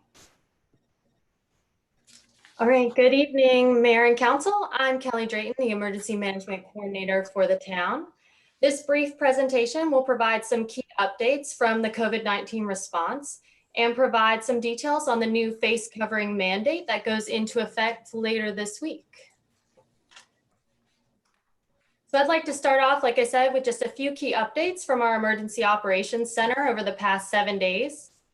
Last Thursday, Governor Cooper announced Executive Order 143, which establishes the Andre Harris Social, Economic, Environmental, and Health Equity Task Force to create economic stability, eliminate health disparities, and achieve environmental justice in North Carolina by convening testimony, identifying best practices, and reporting this information to the governor's office. Also last week, the North Carolina Department of Health and Human Services launched a new initiative to expand COVID-19 testing and contact tracing across the state. This initiative includes an online symptom check, a Find My Testing Place tool, and a tool that streamlines contact tracing for community outreach teams. Yesterday, we received our official ruling from FEMA extending the emergency non-congregated sheltering for our IFC residents. Staff continues to provide support to IFC as they work to implement permanent shelter improvements that will make the facility safer once the residents return. Town staff also continues to coordinate on countywide efforts to develop a long-term recovery plan. Haggerty Consulting specializes in recovery work and has been selected as the consultant to help with this effort. Recovery support functions are currently being assembled, and to date, Over 200 individuals and organizations have been identified as potential partners to participate in our recovery planning. And at the June 24th council meeting, staff from our recovery unit will bring forward a recommendation for ways that the town can use our CARES Act funding to further address public health and economic impacts from COVID-19. Finally, staff is working on a new communications campaign called Spread Kindness, Not Illness. And you can see just a few of the graphics depicted on this slide. This campaign is intended to highlight how we can take care of each other through the COVID-19 pandemic by following the 3 W's: washing hands, waiting 6 feet apart, and wearing face coverings. And I did just receive our food bank numbers just a while ago. Today, we served over 471 households, each of which received approximately 100 pounds of food, including a 25-pound box of non-perishable items, 2 boxes of fresh produce and yogurt, a gallon of milk or orange juice, and of course, pickles. Earlier today, Orange County and municipal leaders issued a joint press release that mandates the use of face coverings in many public settings, which will start on June 12th at 5 p.m. And I wanted to take just a few minutes to provide some additional details on this initiative that are highlighted in this table.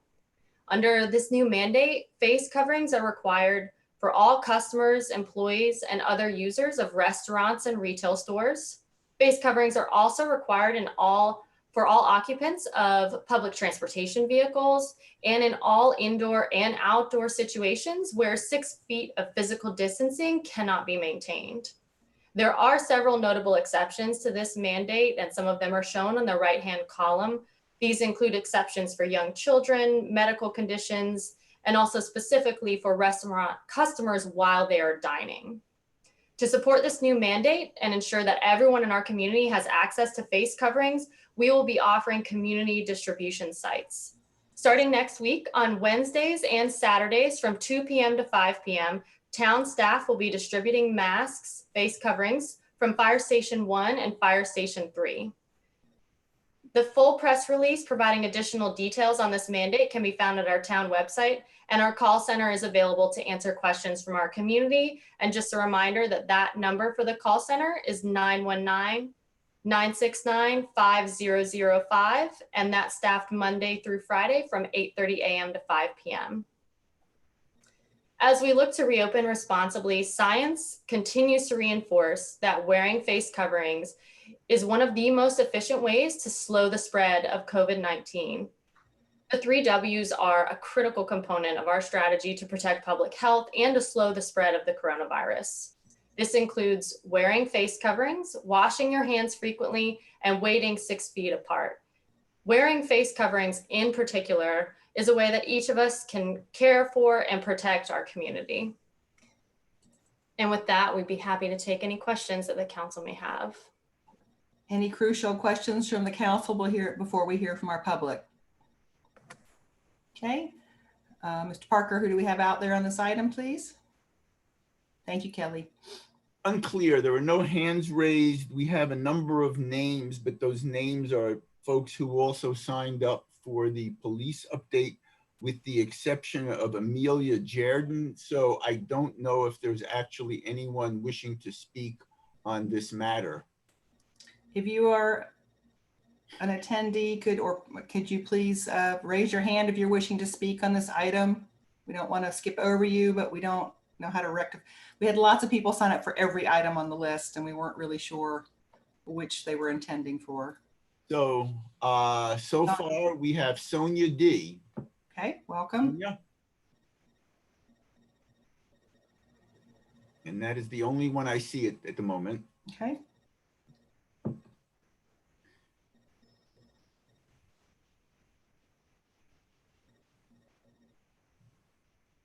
Hi, council members. Can you hear me? Yes, we can hear you.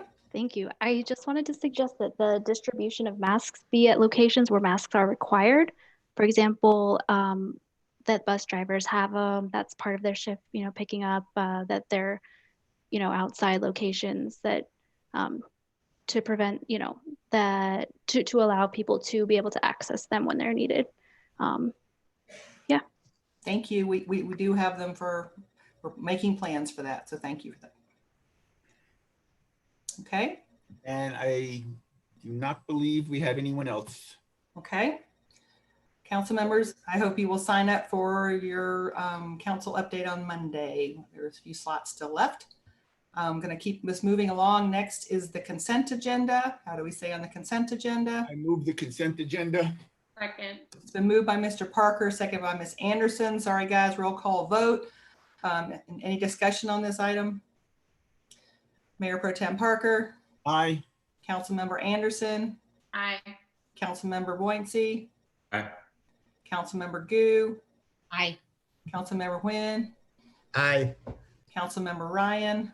Aye. Councilmember Stegman.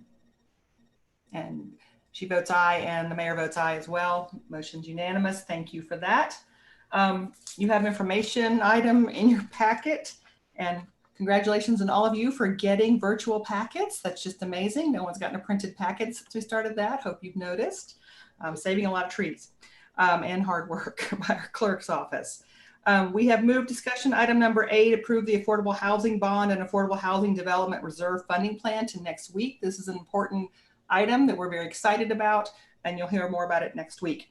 So that brings us up to opening the public hearing for recommending the budget for fiscal year 2021. Manager Jones. Thank you, Mayor and Council. I am back before you tonight for the public hearing on the town manager's recommended budget for fiscal year 2021. We began our formal discussions with Council about the budget way back in January of this year at the town council's retreat. That conversation we thought would lay the groundwork for our budget. Obviously, the coronavirus pandemic has dramatically changed our approach to next year's budget. And so this budget is largely built in a way to protect our core services. At the end of tonight's presentation, Council may open the public hearing to receive comments from the public on the manager's recommended budget for fiscal year 21. Our recommended budget was presented to the Council on May 20th, and much of that information that we shared that evening is once again being shared tonight as part of our presentation. The total budget is nearly $111 million for all of our funds, with the general fund accounting for roughly $65 million, almost $66 million. That is a 2.2% decrease from the current fiscal year. We are not proposing to raise our property tax rate for next fiscal year. We are not, unfortunately, in a position to offer a pay increase for our employees for next year. However, we are not proposing any significant cuts in our service or layoffs or furloughs of our employees who serve our community. The allocation of resources in the budget is our means for achieving council priorities, and we believe this proposed budget is in line with the council's policies and our town's values. The town of Chapel Hill is in the business of service delivery. We offer a variety of services to our residents, businesses, and our visitors in a thoughtful way. Our most valuable asset are the people who provide those services, and that's the town's staff. Another important part of this budget is the protection of our fund balance to promote resiliency. Our target fund balance is 22%, and that's based on an assessment of the risks that we face and how we may respond to unforeseen or unplanned events, such as a global pandemic that shuts down our economy. It is our safety net when we have a catastrophic event.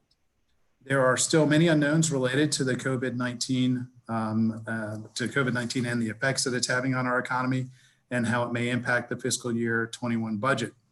We do not know exactly how long this will last, the true extent of the revenue shortfalls, and the impact on our service delivery long term. We have built a bit of a buffer into this budget by reducing the amount of fund balance that we are relying on to actually balance the budget. This will give us some flexibility if the economic downturn lasts longer than we feared and has much more of an effect and is deeper than we expect. We want to be in the best possible position to respond to our needs if the economy continues to falter well into fiscal year 21.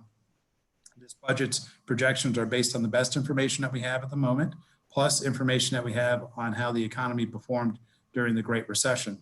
In June, meaning on June 15th, we will be receiving hard numbers on the revenue hits that we've experienced. We'll receive numbers from March, so we'll get a real understanding of what type of an effect the stay-at-home order and lockdown has had on our businesses here in Chapel Hill and then obviously on our sales tax revenue. And so we'll see as we move forward with the reopening, as we've seen the new phasing that's been taking place, we'll have a better understanding over the course of the next few months on how that's affecting the economy. As we move one step closer to phase 3 of the reopening of the community, we'll keep a close eye on what we're seeing in our community and the revenue that we're receiving. We intend to come back to council on a regular basis during the next fiscal year to provide updates and possibly make budget adjustments based on the actual revenue that we are collecting.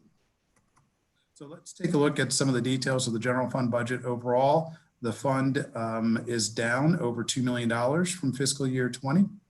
Our sales tax revenue has taken a hit. We know that. We'll see on soon, next week, what that hit will look like. Before COVID-19, our town was experiencing unprecedented growth of 8.9% on the sales tax. Those numbers will help offset the over 10% drop that we expect for this year. So things were going pretty well from a sales tax perspective before COVID hit.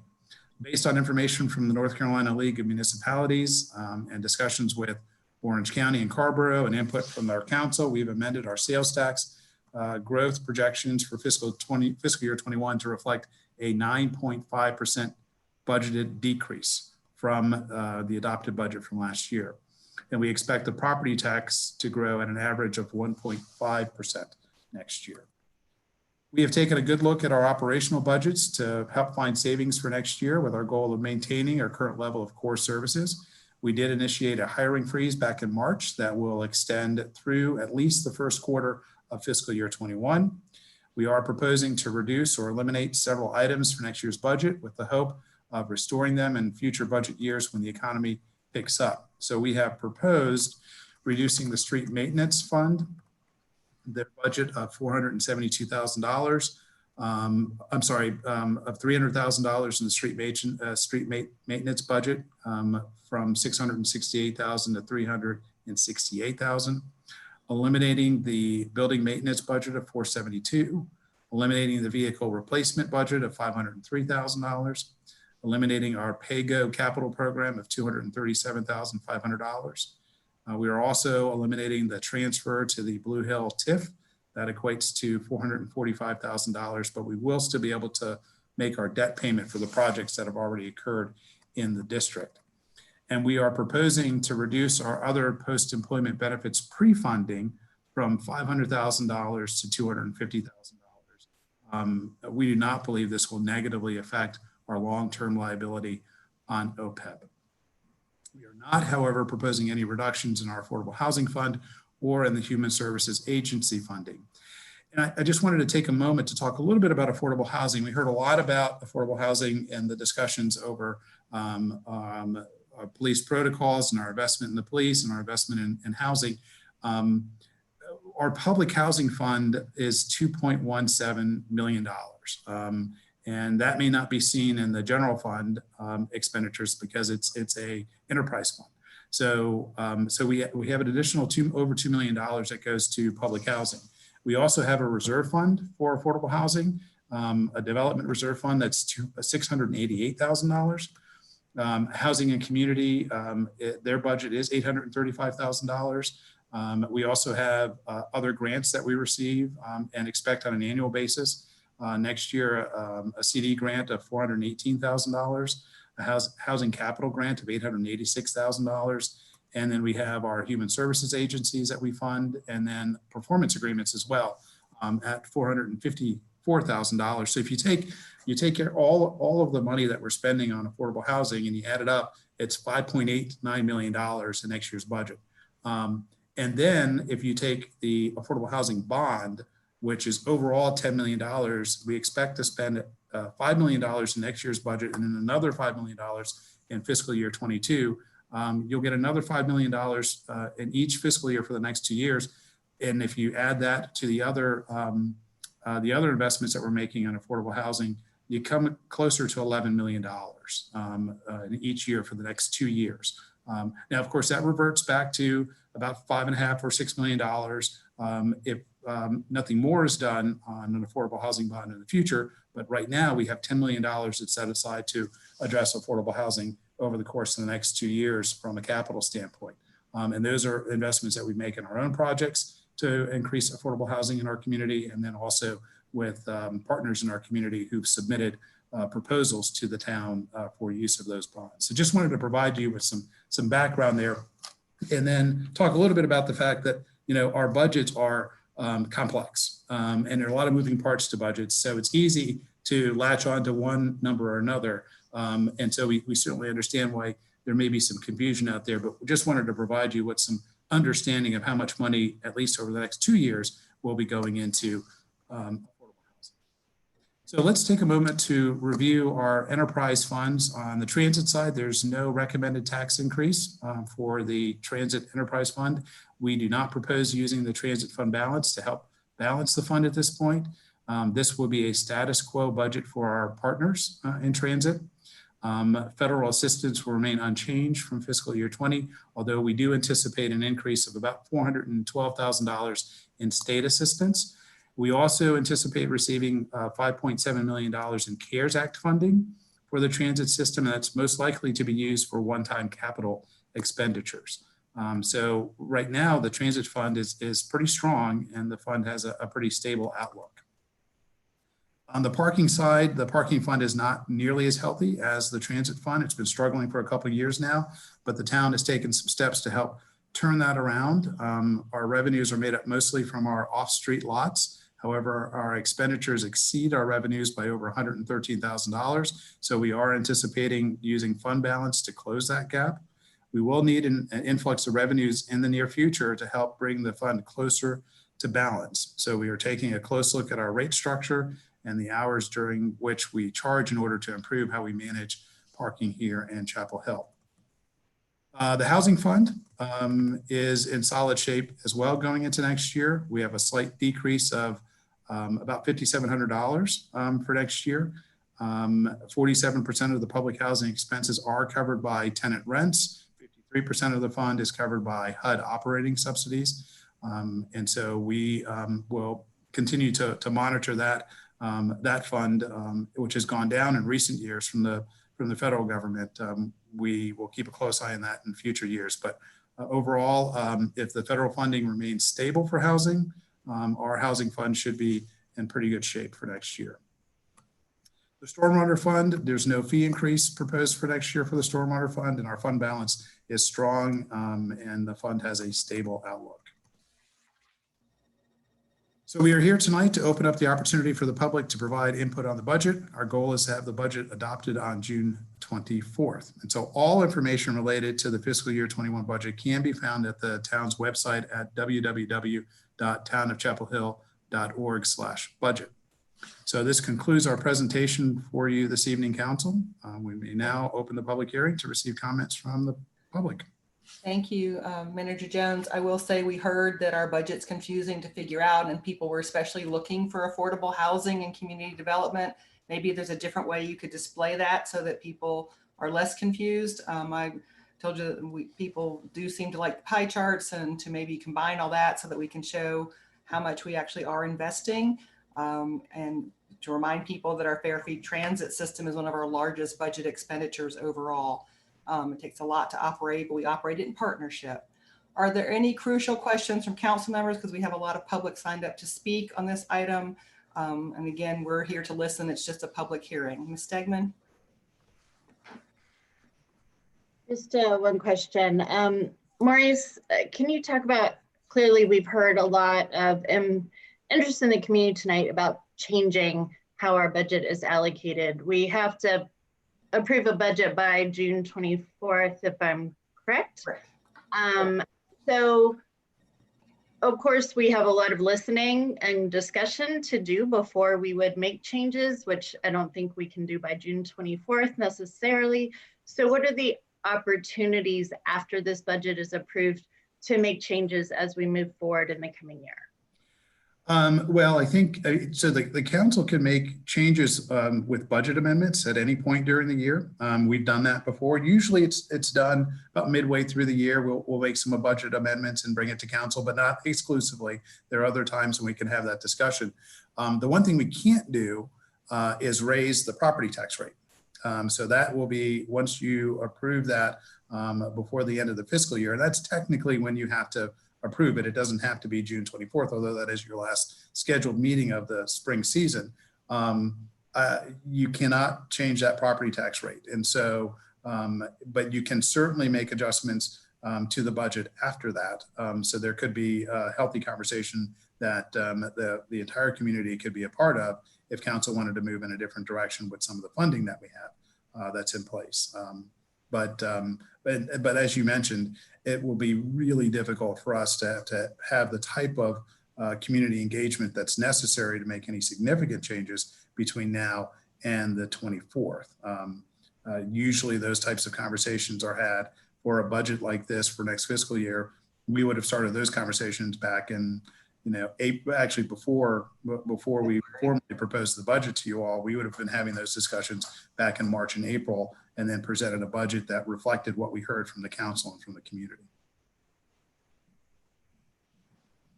Okay. Ms. Gu, you're muted. Yeah. Okay, so I think that from your slides, the fund that shows, I think it's in the most shaky place is the parking enterprise fund. That's correct. So if the situation, I mean, the pandemic, the situation from the coronavirus deteriorating or at least like as serious as what we're experiencing now, what did the forecast you are going to have for the parking fund? And do we have the capacity to, in general fund, to cover the shortfalls from the parking fund? I think that would be largely dependent on how deep that hit is. And we would certainly have to cover some aspects of the fund with possibly using fund balance to help cover some of those costs. That is something that we'd like to avoid, obviously. And it's just really difficult right now to say exactly where our parking fund will be a month from now or 2 months from now or 3 months from now, because we are dealing with a global pandemic and it is difficult to anticipate that. Right now, we know we're not generating much revenue at all because we haven't been charging for parking since March, and quite frankly, there hasn't been a lot of demand in parking either because of the stay-at-home orders. But we do anticipate starting in July to start charging again on some level, and then possibly changing the rate structures in August to help offset some of the losses that we may have received. But once again, we've got to wait to see how things play out as well. And we don't know to what degree we will be back to any sort of normalcy in terms of activity in town. We won't have a clearer sense of that until later on this summer and into the fall. And then we'll have to respond accordingly. But it's really difficult for me to say exactly where we'll be in a few months because we don't have anything to base this on, right? We haven't had an experience like this before. But we know we will suffer a significant hit if we continue at this rate for a long period of time. Thank you. Okay, going to open up for public comments on the budget. If you already spoke on the other topic under the policing and you were wanting to just speak on that, please, we appreciate if you have already spoken that you have said your piece. And we always take comments via email, and we welcome to hear from folks who want to speak specifically on the budget. So we have a updated list of about 18 or 20 folks. So this will also be 2 minutes, I believe, correct? Falls under the 2-minute rule. Yes, please. And so start with Eleanor Murray, followed by Laura Cheney, please.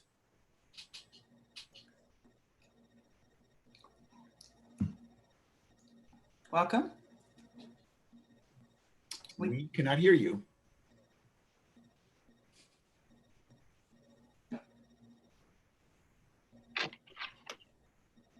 speak now because we see it lit up. So you want to try again? Can you hear me now? Yeah. Okay, awesome. Thank you so much for having me today. My name is Eleanor Murray. I've grown up in Chapel Hill my whole life. I've attended Rashkis, Colbert, and served as student body president of East Chapel Hill High School. I now currently attend UNC Chapel Hill. There are two things that I want to highlight today in my public comment. The first thing that I would want to highlight is it seems that we as a town have been failing my Black neighbors for this whole time when we're talking about the budget. Something that I want to emphasize is that Mr. Jones, thank you for your work on the budget, but I am having a confusing time understanding what the numbers exactly are. I've looked at numbers from the April 13th, from the April 3rd meeting and from other meetings, and I can't really seem to find a consistent number on how the budget is being allocated. But there is something I would like to talk about today, and that is affordable housing in the COVID-19 pandemic. It's now commonly been acknowledged that Black and brown people are more likely to die from COVID-19 than their white peers. It's also commonly understood in Chapel Hill that we have an affordable housing crisis. These are two ways that I think that we can help move funds to provide resources for people during this time. Something I want to emphasize today is that I am also on board for defunding the police. I've had experience with SROs in high school and even at a UNC School of Education board meeting where they openly talked about the role of SROs. They openly admitted to contributing to the school to prison pipeline. They openly admitted to arresting children in these schools. That is unacceptable. And those are most likely Black and brown peers who are going into the prison industrial complex where their label will be used and exploited. I think that is completely unacceptable. So what I'm thinking of today is that since we have this huge budget allocated to the police, I'm hoping to gradually defund that and allocate it towards, number one, a COVID-19 relief fund. If we could find a way to allocate that money to provide resources for small businesses during these trying times and people facing individual woes, I think that'd be a great resource, even donating to nonprofits. The other thing I'm thinking is adding more to the affordable housing budget. We know that this is a current crisis and it mostly affects Black and brown neighbors in our neighborhood, and I think these are necessary. I know many of you have attended Black Lives Matters protests recently, and Mayor Heminger, last meeting you announced that we want to vote in people who are going to make a change. Well, I voted in all of you, and I really want you to take time and think of what these people have talked about for the past 2 hours as something that is needed and necessary. Thank you. Thank you. Mr. Jones, while we're transitioning the next person in, you want to explain that we have a fund set up to help people during this time with rent and utility assistance? We do have a fund that we're setting up to assist. We actually already have a fund that helps with that. We are redirecting some of that money to provide assistance. We've also offered $170,000 to help the folks at IFC, the residents at IFC, to have housing and hotel rooms in order to help protect them from the spread of COVID-19. And so we have been reallocating funds to help provide some assistance when it comes to COVID. We've also worked with our nonprofits over the course of the last few months to give them some flexibility in how they utilize funding, because going into the year, they had funding that had been given to them by the town, $465,000 or so, that could be used for specific programs. We've said to them, if you need to use it for issues that have arisen as a result of the coronavirus pandemic, you can steer that funding to something else. And we've also created a fund that people can contribute to as well to help provide assistance and rental assistance and utility assistance as well. So we're trying to find different ways to provide some additional funding to help there during this crisis. Thank you. Okay, the next person up is Laura Cheney, followed by E. McManus. Hi, thank you so much for having me. This touches kind of on both some of the police stuff from earlier and the budget. I've lived in Chapel Hill all my life, and I'm really happy to be here tonight. Last night, I was driving home from dropping off groceries for a friend, and I stopped in the parking lot of St. Thomas More to make a phone call. A few minutes later, a police officer came up to my car to ask what I was doing and to check my license. All went well, and I was sent home. This type of interaction with police, which is friendly and polite, is fundamentally tied to my whiteness. It makes it more difficult for me to see, and I imagine many of you to see, the urgency and necessity of this moment. Calls to defund the police, or even to decrease its size and scope, may feel radical or impossible or impractical. However, it's also a really necessary call and an important way to make our community safer for our Black and Brown community members. There are a variety of first steps I would highly encourage this council to consider, especially those that involve the budget. One, if it's possible and if it's under the purview of the town council rather than the school board, please consider removing school resource officers from Chapel Hill Carrboro City Schools. Their role would be much better filled by school counselors or therapists. Second, and I think this echoes something that Teresa Allure said earlier, because of the way that COVID-19 are changing events that are happening in Chapel Hill, like festivals or parades, I urge you to reduce or eliminate the portion of the police budget dedicated towards special events and redirect that to some of the funds that the town manager just mentioned. Third, please deprioritize enforcement of more small level offenses that fall under the purview of broken windows policing. These offenses rarely, if ever, are actively harmful, whereas enforcement of these and police reactions to them can lead to unnecessary violence and incarceration. Fourth and finally, Ms. Jane, thank you. Thank you. Okay, E. McManus followed by Sienna Zuko. Great. Can you hear me? Yes, we can hear you. Great. Hi, everyone. My name is Emmy McManus, and I've lived in Chapel Hill for the past 8 years. I wanted to talk with you tonight to urge you to defund the police and reallocate those funds to Black communities, specifically in the form of housing, health, and education, as these areas are important for people to survive as well as thrive, and the budget proportion for these areas is significantly less than what is suggested to be spent on the police. Last week, your justification for the increase in funds was chalked up to expanding retirement and healthcare benefits, but an increase in funds is still an increase in funds. And the decrease in operating costs you mentioned last week to assuage people's concerns is not enough, and it's a failure in listening to the actual purpose and sentiment behind those words. We don't want to see an increase in the budget for the police. We also don't want to see the large amount proportioned for the police budget. And this is coming at a time when last week you publicly asked the people of Chapel Hill on your Facebook to donate money to an emergency housing assistance program. Programs like that are necessary. I know I don't have to convince you of that, especially now when more people are facing financial hardship due to the pandemic. It's just disheartening to see you asking the public when the budget for housing is only 1% and we have the ability to put more funds towards this.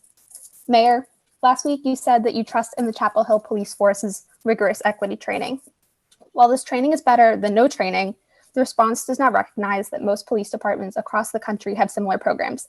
Minneapolis had that and even was commended on its progressive police force. The city of Asheville has that as well. And last week we saw police officers target medics during a peaceful protest. What I'm trying to say is that rigorous equity training does not stop Black and non-Black POC communities from harassment, assault, and death. We need to adopt proactive measures and look to communities that are already doing so. In conclusion, I'm asking you to defund the police and invest in our community, putting money into programs like the Emergency Housing Fund. A lot of what police and town staff talked about tonight are just band-aids to the problems that we are attempting to fix. We need to do more because right now we are not doing enough. Thank you for this time and for listening. Thank you. Okay, Sienna Zuko followed by Leah Coffey. Hello, everyone. Thank you for having me today. My name is Sienna Zuko, pronouns she, her, hers.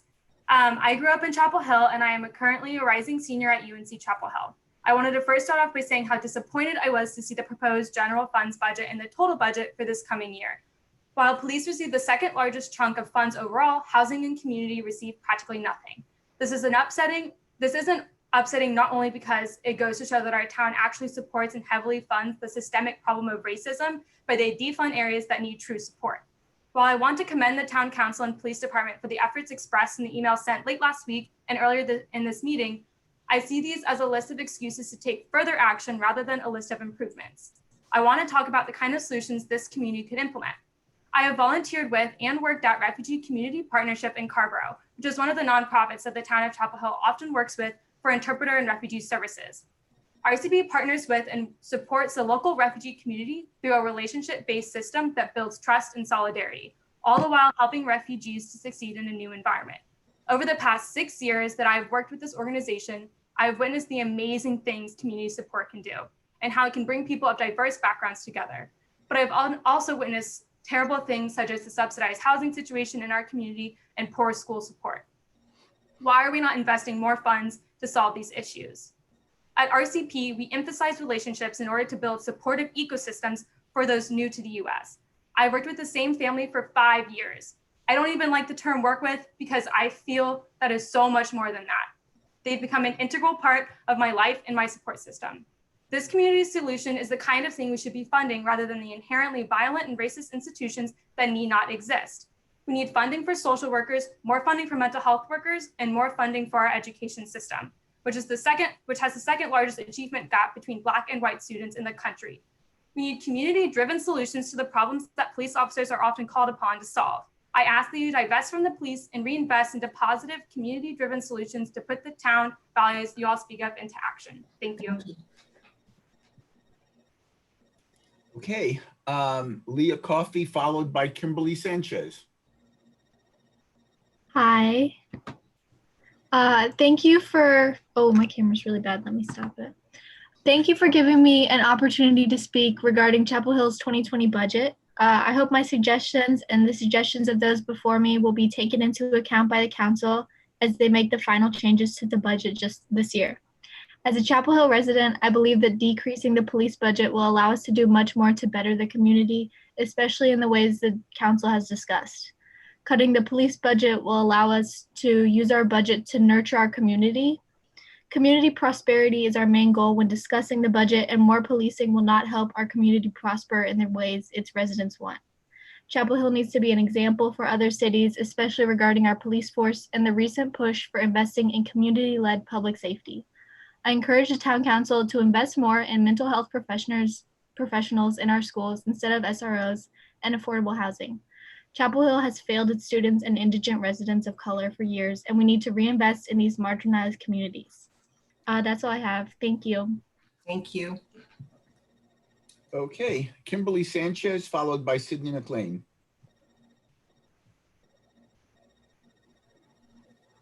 Good evening, council members and mayor. Thank you very much for giving me the opportunity to speak very quickly. I am channeling Robert as I start this journey, and it's very nice to see all of you. So I wanted to just take this opportunity to thank you all for continuing to look at your budget this year, this upcoming year, and fund affordable housing and all of the affordable housing programs that are part of Chapel Hill, so that you know, Community Home Trust has in fact over the last fiscal year housed 24 families in Chapel Hill, each with an average income of only $50,000 at a home sales price of about $102,000.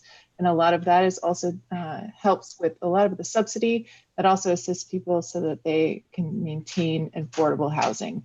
We're very proud of that. We're very proud to have you as our partner in this initiative. And we are, with the new changeover in leadership, looking at new and innovative ways to assist the residents of Chapel Hill in this time period as well. We are also looking at ourselves as an organization and looking at the way that we also help our Black and Brown communities. As you know, we have a very strong presence in the North Side area, and we work with those homeowners also.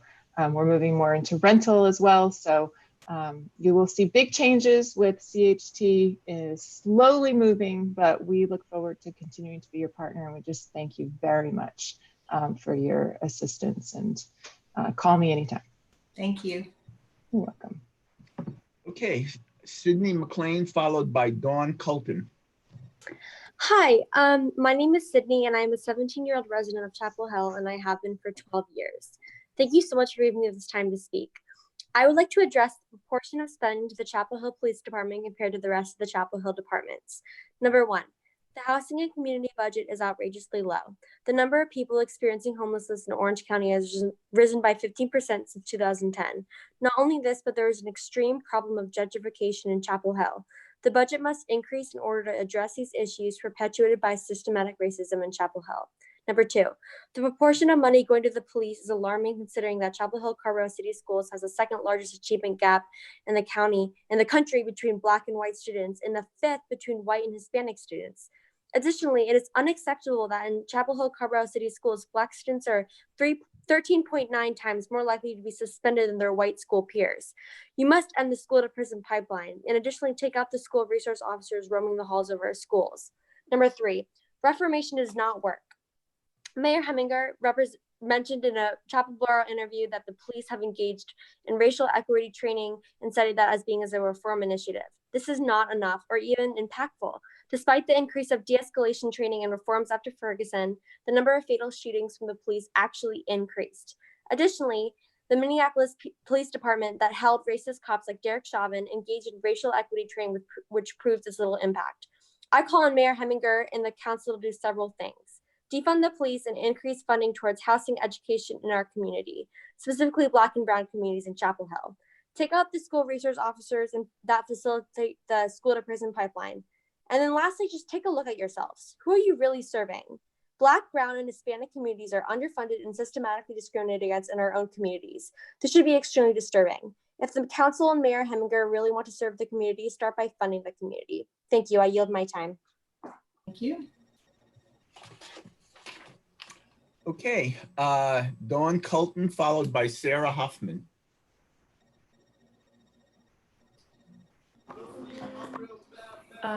Hello, can you hear me? Yes, we can hear you. Okay. Hello, council members and mayor. My name is Dawn Colton. I've lived in Chapel Hill almost my entire life. I attended public schools, including Estes Hills, Phillips, and East Chapel Hill High School, and I'm currently a junior at UNC Chapel Hill. I'm here today because I'm very concerned with the amount of money going towards the police in the proposed budget. I understand that most of us have lived very privileged lives. We have lived in a world where police are our protectors, and we think of them as being people who stop crime. However, it's past time for us to all acknowledge that this is not reality for many Americans.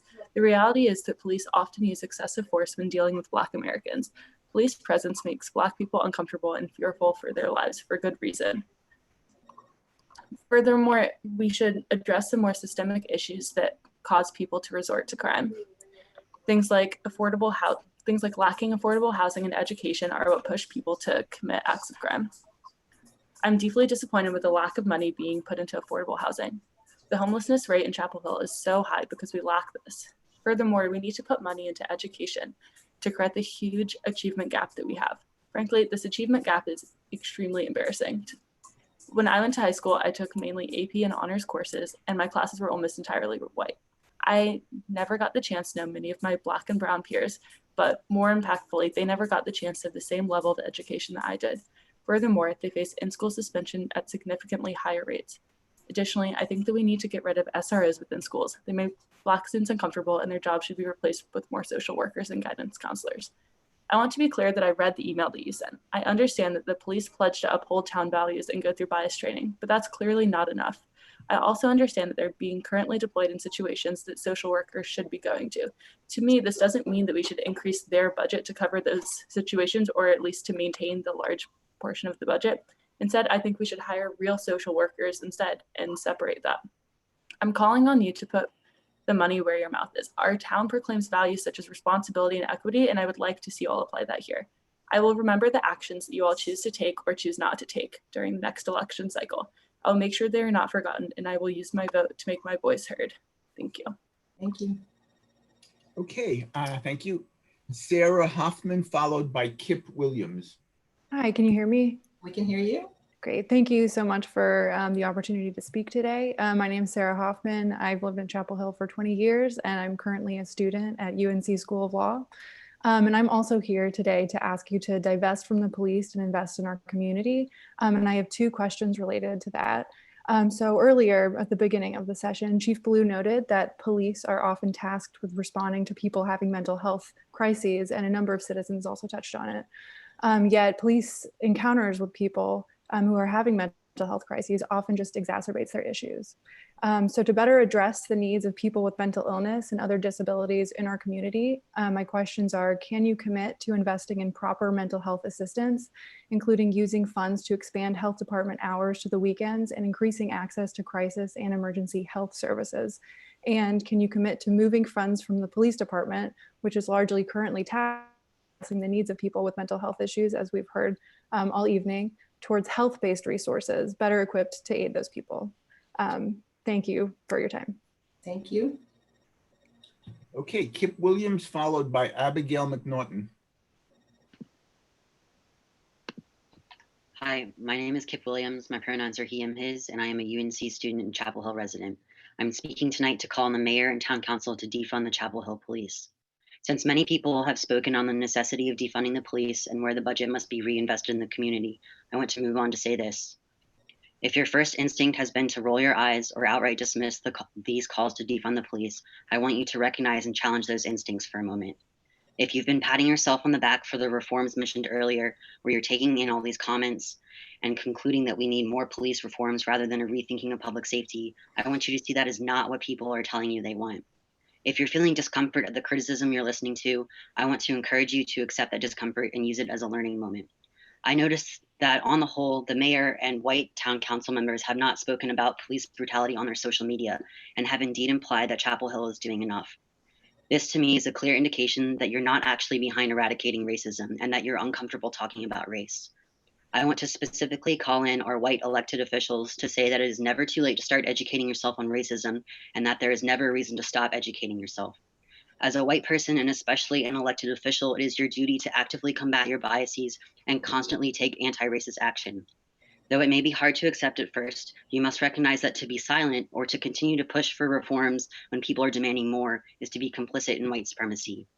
To all our elected officials, if after all this you're thinking it's ill-advised or impossible to defund the police, then frankly, you're not thinking very critically or creatively. Activists have been talking about defunding the police since the 60s. You need to go read the literature, read the research by organizations such as BYP 100, and look to towns and other nations who have a radically different public safety model than ours.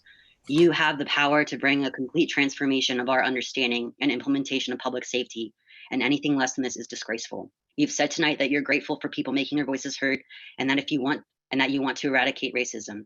And I can tell you that if those are empty statements and you don't take radical action, you will be out of a job come your next election. Thank you. Thank you. Okay, thank you. Abigail McNaughton, followed by Daniel Nowell. Hi, can you hear me? I can hear you. Great. My name is Abby McNaughton, she, her, and I've been a resident here for 2 years. And I want to explain why I also agree that cutting the police budget is the right choice for Chapel Hill, especially in this moment financially and from a racial equity standpoint. I won't repeat everyone else who advocated against reform programs and pointed out their failure in addressing racism in other places. I will echo their concerns and ask you to reject this increase in the budget. There's a $115,000 increase in the police budget from last year. Reject this increase, cut the budget where it can be cut, and redistribute those funds to programs that actually benefit public safety. From a budget standpoint, we know that it's possible. From looking at the budget for this year, I've noticed that in 2018, the police department only spent $13.7 million in the end, and yet the new proposed amount is $16.1 million. I understand that you don't want to lay off officers, especially right now, but suggestions that have been given already, like cutting the special events and operations budget, wholly demilitarizing, those would be great starts. I'm sure if you released an itemized police budget, community members will have a plethora of suggestions for cutting costs. The suggestion earlier to ban the use of public funds for legal defense of police officers would be a great option, for example, and this would ultimately open up funds that can be used for pandemic relief. Chapel Hill Police Commission can then work with the community in order to move towards defunding the police and investing in alternatives. Unrelated to the budget, but related to the police, ending the police department quotas for traffic stops and arrests would be an important step. I would like to echo the request that SROs are permanently removed from Chapel Hill schools, as they only contribute to our massive racial achievement gap, and law enforcement does not belong in schools. Council members, it would be great if you would publicly declare your support for ending qualified immunity as well. I would also recommend holding the public hearing on the budget earlier if there is not going to be enough time between the hearing and the date it is approved for any of the public's comments to be directly incorporated, or at least for the town to be more transparent in how the public can actually be involved in the budget reform process. We have a chance to become a model for communities like ours and make a change. And if there's anything that sitting here and listening to people talk about this for 4 hours has shown you, I hope it is that this is the right decision, even if it's the scary one. Thank you. Thank you. Daniel Nowell, followed by Amelia Covington. Hi, thank you so much for giving me the time to speak to you this evening, Council. I'm Danny Nowell. I use he, him pronouns. I want to briefly echo the other comments, calling for defunding of the police department and address a couple of Mr. Jones' amendments to the overall budget process. Even understanding the amount of money that is available to affordable housing through means like bonds and alternative funds, I think the fact that it's not easily represented in the pie chart that is circulated in most of the documents that we're finding is illustrative of the fact that funding for civic services that are not the police is a constant fight that forces us into really complex municipal processes, as I know you are experiencing administering this $10 million bond. Putting that $5 million in this year's budget and $5 million in the next year's budget is a positive short-term step, but having to go back to voters and finding new ways to expand these expenses every time we need basic necessities really serves to throw into relief the fact that this police expenditure is a difficult institution to reduce. And I really, as somebody who recognizes the need for police abolition and the need for progressive defunding, I really appreciate Chief Blue's pride in what he sees as building a more progressive department, and a department that has many procedures in place that probably do make policing different than it is in many places in this country.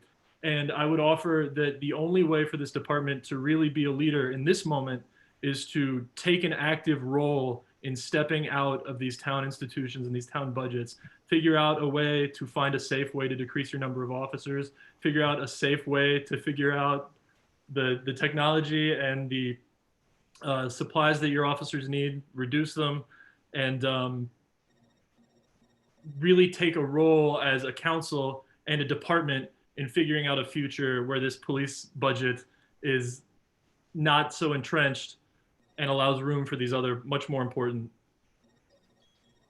funds. Thank you. Thank you.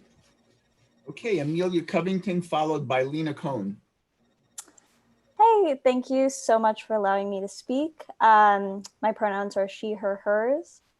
I've lived in Chapel Hill for practically my whole life. And right now we have the opportunity to take serious action and stand in solidarity with the movement for Black lives and their call for divestment from exploitative forces, including police and prisons, with a reinvestment in Black communities.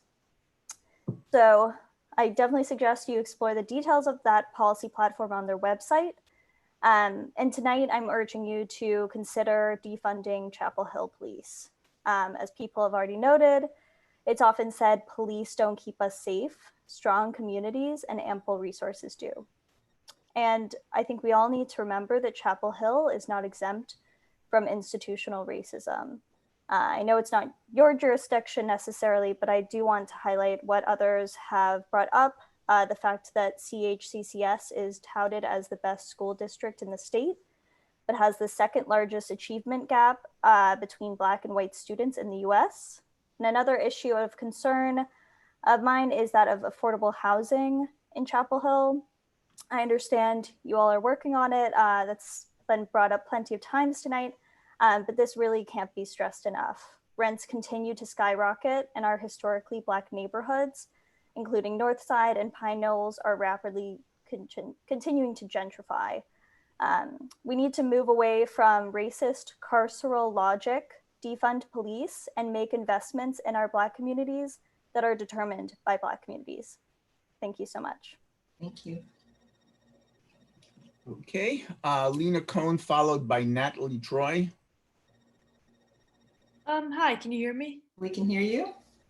My name is Lena, and I was born and raised in Chapel Hill. I just want to echo the calls of everyone who's spoken before me, who's asked you to gradually defund the police. I'm disappointed that while nearly every other area of the budget has been cut this year, the police budget has grown. The police budget is greater than the housing and community, parks and rec, library, and planning budgets combined, at least according to the publicly accessible budget expenditure summary. And though well-intentioned, many of the police reforms mentioned at the beginning of this meeting and in Mayor Hemminger's email have been tried in other cities for decades and have not been effective.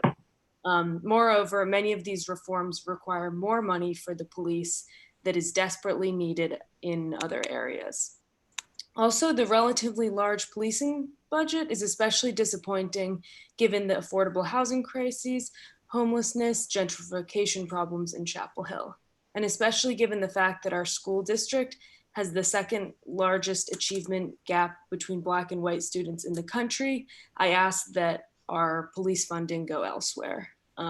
I ask that you redirect policing funds towards education, healthcare, housing, and the emergency funds that you have mentioned tonight.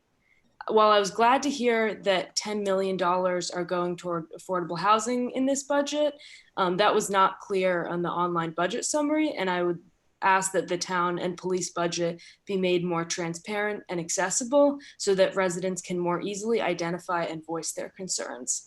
$10 million is great, but that housing budget can and should be higher if we reallocate money from the police budget. Lastly, gradually defunding the police is possible and within your control.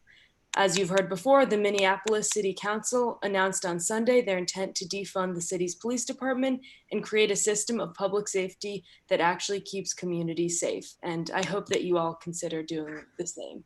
Thank you. Okay, thank you. Natalie Troy, followed by Clara Hobbs.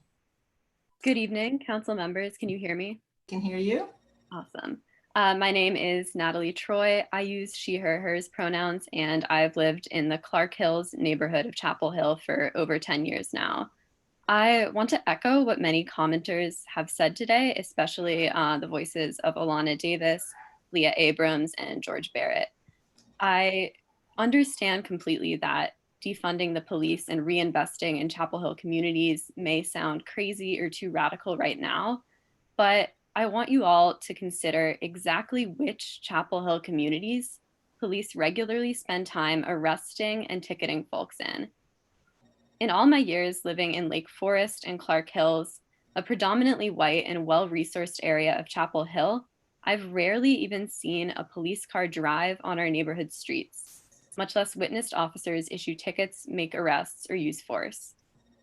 Council members, I'm guessing you all, like me, very likely already live in Chapel Hill neighborhoods that are largely free of police presence, and hope you will extend that freedom and safety to Chapel Hill's predominantly Black, Latinx, and refugee communities, as well as lower income neighborhoods in general. Well, as many commenters tonight have mentioned, this will be a complex process and not a process that will happen overnight. The length of time and amount of thought and work that will go into thoughtfully divesting from our police department means that we must begin right now, as you've heard from so many commenters tonight. Thank you so much for listening to me, and I hope that you will consider all the other initiatives that the town is working on as better investment opportunities for the town than the police department, as we are in a time of the town having to make cuts anyway. Thank you. Thank you. Okay, Clara Hobbs, followed by Cordelia Haney. Hello, thank you for hearing my comments. My name is Clara Hobbs, she, her, and I've been a Chapel Hill resident for the past 2 years. I'm speaking today in support of protesters across the country demanding justice for George Floyd, Breonna Taylor, Nina Pop, Tony McDade, and all victims of police killings, and to call for cutting police funding in our town's budget. We are in a time of reckoning in this nation, and we must answer the cries to end systemic racism with unprecedented action. This town was built on slavery and oppression, and this legacy of harm continues to this day. We've heard a lot tonight about the 8 can't wait goals. These goals have been called so superficial as to be meaningless by Human Rights Watch, allowing empty actions that make no substantial change to the system. There's no better evidence for this than the department's response of changing language in its policy manual to align with these goals. This hollow gesture will in no way impact the police department's culture, serving only to make privileged white people feel better as if improvements have actually occurred.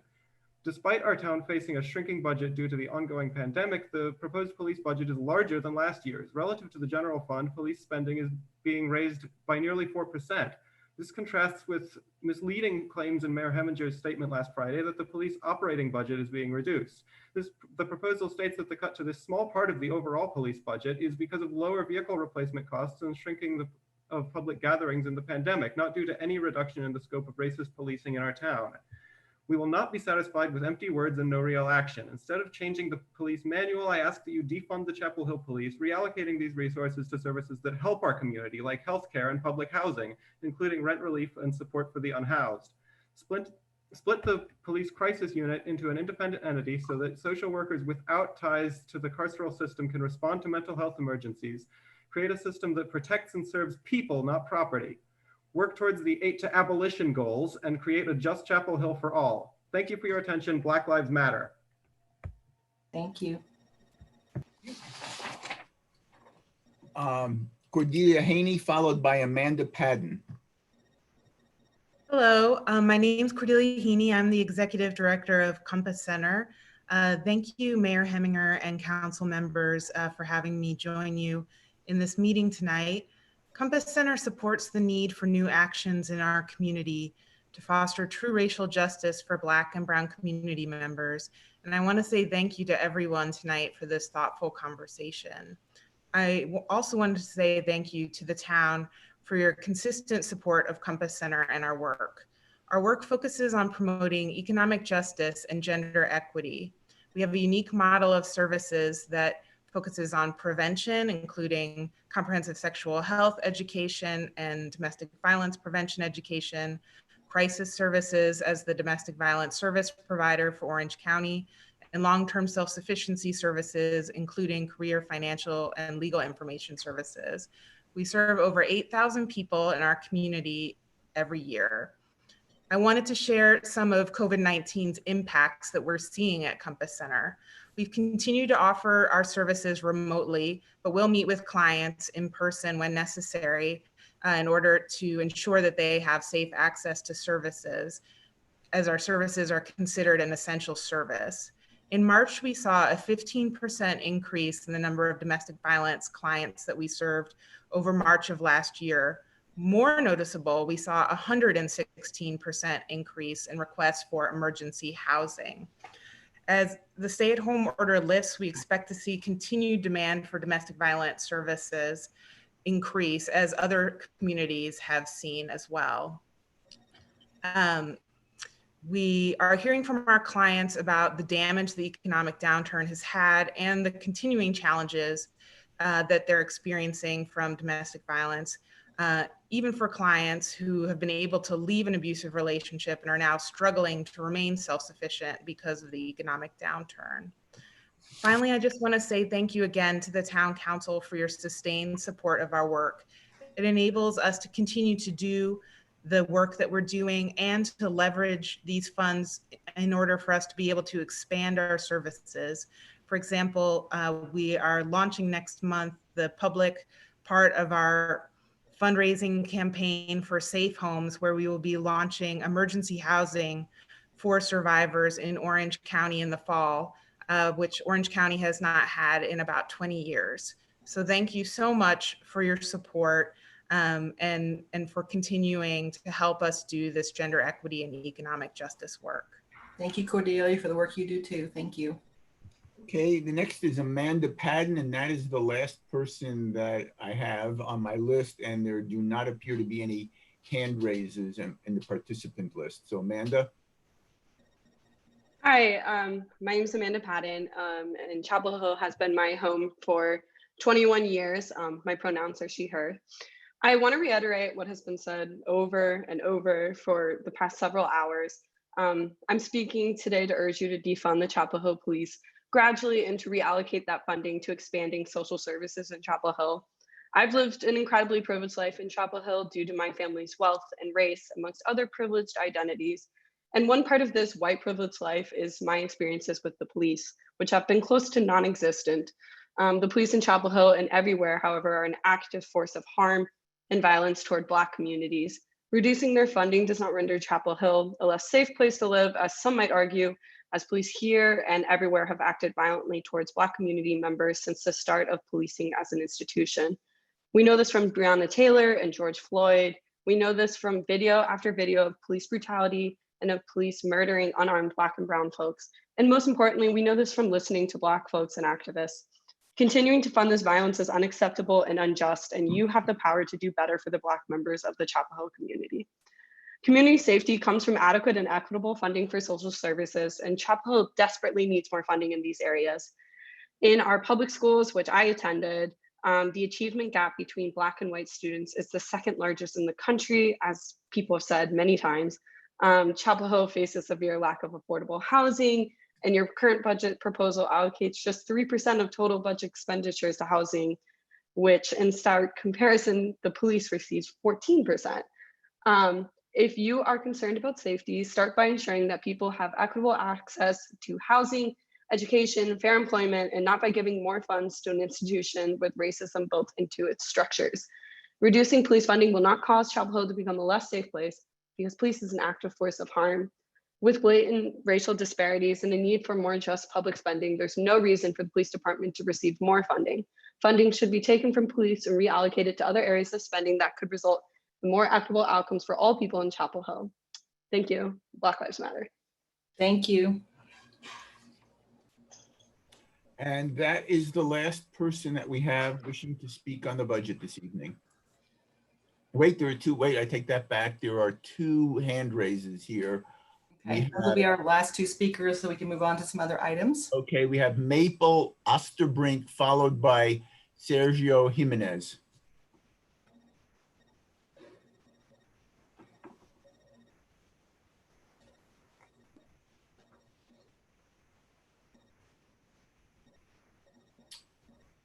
Hi, can you see me? Okay. Hi, my name is Maple. I live here in Chapel Hill. I lived here a few years ago and I recently moved back here. Some smart people, a lot of smart young people talking tonight.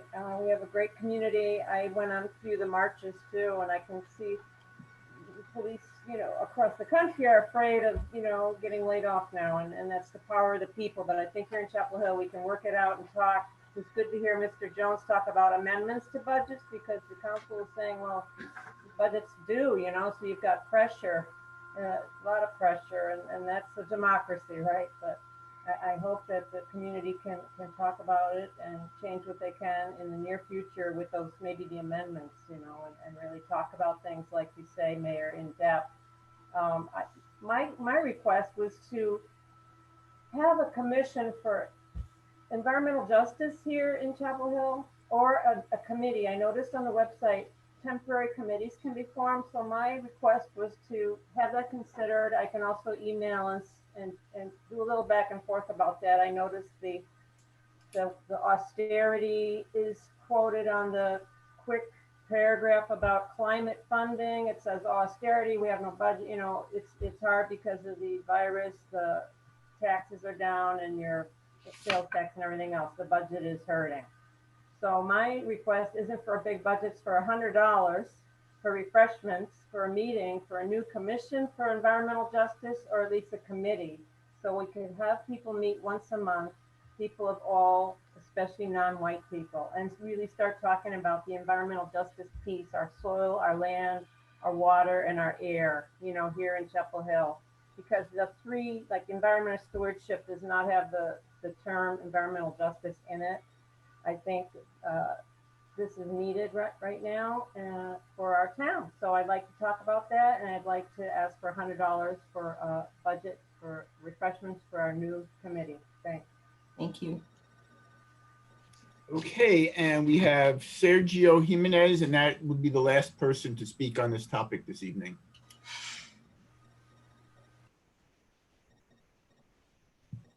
We can't hear you. Nope. Are your headphones plugged in, or? Nope.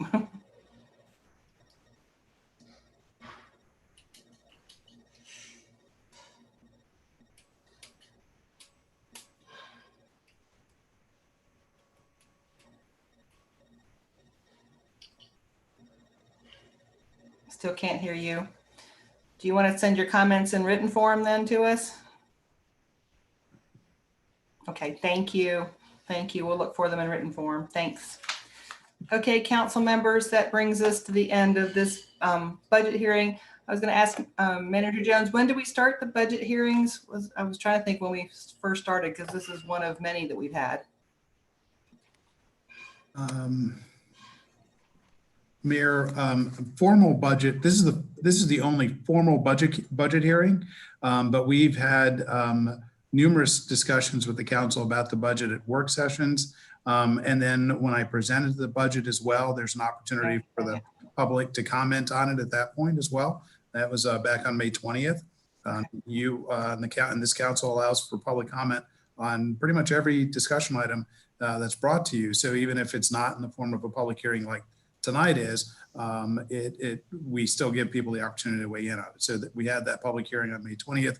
We also had a work session on the budget as well, and council offers the opportunity for folks to weigh in at the end of those work sessions as well. Thanks for refreshing my memory. I could not remember because it's been an unusual time. We appreciate everyone's comments. We also will look forward to having a town hall where we can have some interchange with each other.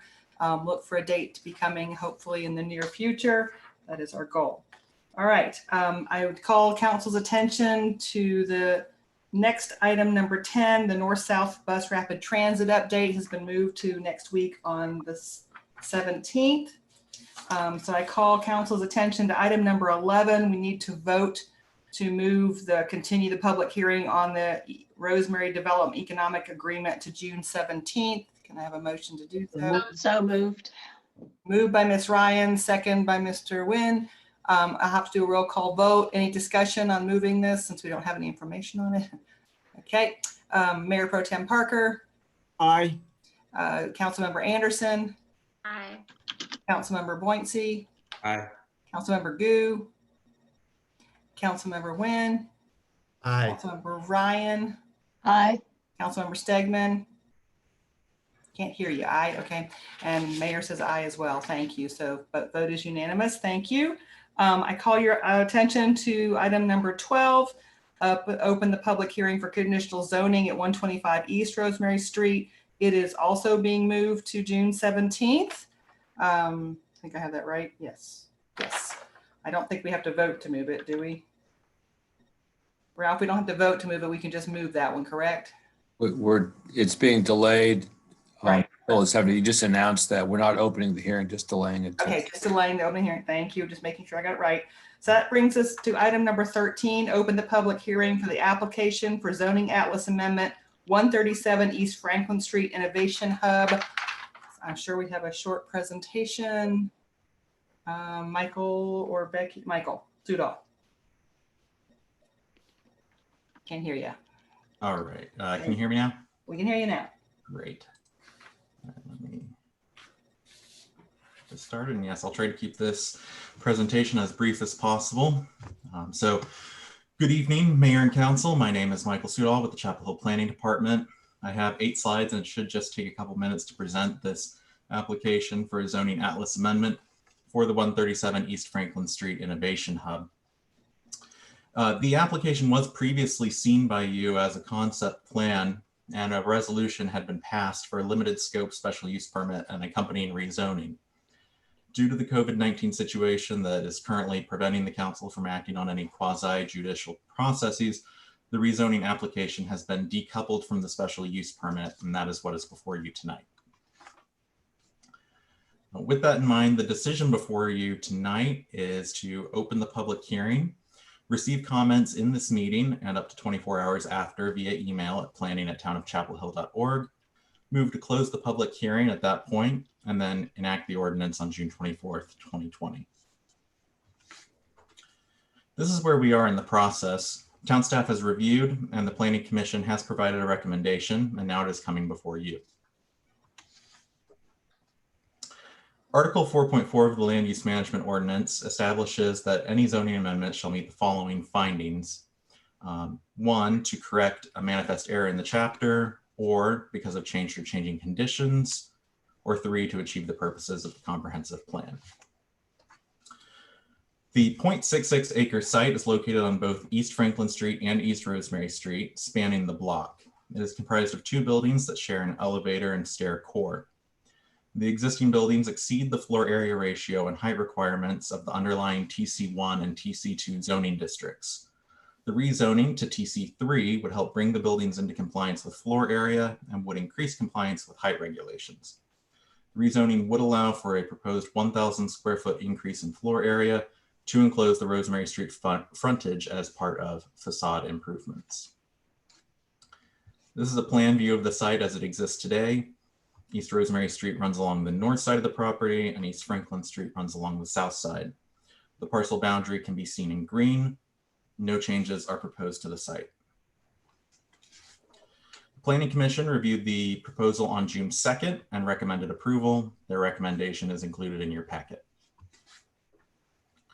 So once again, this is the recommendation before you tonight. The applicant is also here, but I can take any clarifying questions right now. Thank you.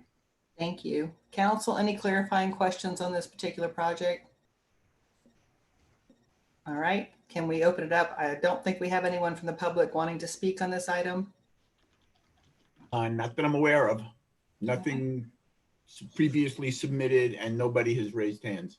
Okay, I bring it back to council then. How do you want to do on this? We can have a motion to close the public hearing if you're so interested, or did you want to have discussion? I move we close the public hearing. Second. Been moved by Ms. Anderson, second by Ms. Stegman. I will have to take a roll call vote again. Thank you. All right, all in favor of the motion, please say aye. Mayor Pro Tem Parker. Aye. Councilmember Anderson. Aye. Councilmember Boyncey. Aye. Councilmember Gu. Councilmember Nguyen. Aye. Councilmember Ryan. Aye. Councilmember Stegman. Aye. And Mayor says yes. Ralph, did I need to do something else? Just to clarify, Mayor, public comment can be received for 24 hours Oh, under sorry. in the Yeah. statute. Okay, but we don't have to do anything else other than close the public hearing at this point in time? That's correct. We'll vote on the ordinance at the June 24th meeting. That's correct. And since the public comment period will be closed in 24 hours, can that item then be put on the consent agenda, or does it need to be put on the full agenda? It's up to you all. You could put it on the consent agenda at that point. Okay, we'll take that under advisement with the staff and get back to the council on that. Thank you all. Okay, that brings us to item number 14. Open the public hearing, land use management ordinance text amendment, proposed changes to section 3.7 and appendix A, permitting flex office in the town center zoning districts and expanding definitions related to types of retail. Good evening, Mayor and Council. I'm Anya Ground with the Planning Department. I'm here tonight to present on a proposed land use management ordinance, or LUMO text amendment, related to flex office and revisions to the general business and associated definitions. And can everybody see the presentation? Yes, yeah? thank you. Okay. So our recommendation tonight is for you to open the public hearing, receive comments in this meeting, and up to 24 hours via email at planning@townofchapelhill.org. Move to close the public hearing and then enact the ordinance on June 24th. So the Planning Commission forwarded a positive recommendation for these text amendments on April 7th, and we're here tonight for the council to open the public hearing. A little bit about the background. On February 19th, the mayor submitted a petition to the town council to expand the existing land use types to include experiential retail. At that time, the town council received the petition and referred it to the town manager. The text amendments would update the use table in LUMO section 3.7 to allow flex office as a permitted use in the town center or TC zoning districts. And it would also amend the definition section in LUMO appendix A. So what you can find in your packet is a copy of the staff memo, a resolution of consistency with the comprehensive plan, ordinance A to enact the text amendments, and resolution B to deny them. So the first amendment being proposed is that the flex office space would be allowed in the town center or TC zoning districts as a permitted use. And this will allow a little bit more flexibility in the types of businesses that are allowed to be located in the TC zoning districts. These districts are intended to be a mix of different business types, including governmental and support functions. And we just want to provide more variety of businesses in the TC district. A little bit of information about this is that the current definitions in the LUMO do not reflect the changing nature of the retail industry. And so with experiential retail would be one of those new types of businesses that has emerged. By allowing this new type of business to be included in a broader definition for general business, we would be permitting a different type of retail experience. And experiential retail tends to be those places like the wine and paint studios and the escape room, something that provides more of an experience rather than a goods or service. By allowing this, we would be allowing it in all the zones that currently allow for general business. So very quickly, we're proposing to revise three existing definitions for general business, indoor recreation, or indoor commercial recreation facility, and personal services. And then we're adding 4 new definitions for health club, personal instruction, retail sales, and retail services. And I'm going to try to go very briefly through these definitions to just highlight what the changes are. So for general business, we're removing specific examples and we're broadening the definition to allow all retail sales and services. Recreation facility is now going to be specific to indoor uses. And then personal services had included a list of definitions, many of which were not reflective of our contemporary needs. And so it's going to be a definition focused on individual services related to personal needs, such as those listed here in this list. We're also providing 4 new definitions. The first is health club. Personal instruction will be places that are everything from exercise and yoga studios to arts and crafts, as well as customs and different activities. And then finally, new definitions for retail sales and retail services. So again, we're asking the town council to open the public hearing, receive comments in this meeting, and for the next 24 hours, move to close the public hearing at that time and enact the ordinance on June 24th. And with that, I can answer any questions you might have. Any clarifying questions from council? All right. I don't think we have any members of the public signed up to speak on this ordinance. Do we have anybody? We do not. Okay. I'll bring it back to council. I, for one, am very excited to see us move forward on this. We've had some people who want to do different kinds of businesses in our community, like a escape room, things like that, and we need to be able to accommodate the changing times. We close the public hearing. Second. So moved by Ms. Anderson, second by Mr. Parker. Any discussion on the item? All right, I need a roll call vote then, and comments will still be accepted for 24 hours, and then this would be put on to the June 24th meeting. Mayor Pro Tem Parker? Aye. Councilmember Anderson? Aye. Councilmember Weinstein? Aye. Councilmember Gu? Aye. Councilmember Nguyen? Aye. Councilmember Ryan? Aye. Councilmember Stegman? Aye. And Mayor votes yes too, so that's unanimous. Thank you very much for bringing this Thank you. with us. We now move to item number 15, open the public hearing, conditional zoning at Weaver's Grove, 7516 Sunrise Road. I know the hour is late. I am sorry to our attendees out there. We had already noticed this meeting, and because of this unusual pandemic experience and the end of our meetings for the month of June coming up, it was not going to be possible to reschedule. So there will be another, we're not voting on this item tonight. There will be another opportunity to speak, and we'll be voting on this item on June 24th. So if you couldn't stay with us to speak tonight, there's going to be other opportunities. And meanwhile, you can also email. We've gotten lots of emails or call. So appreciate that. Becky, you can take us forward. All right.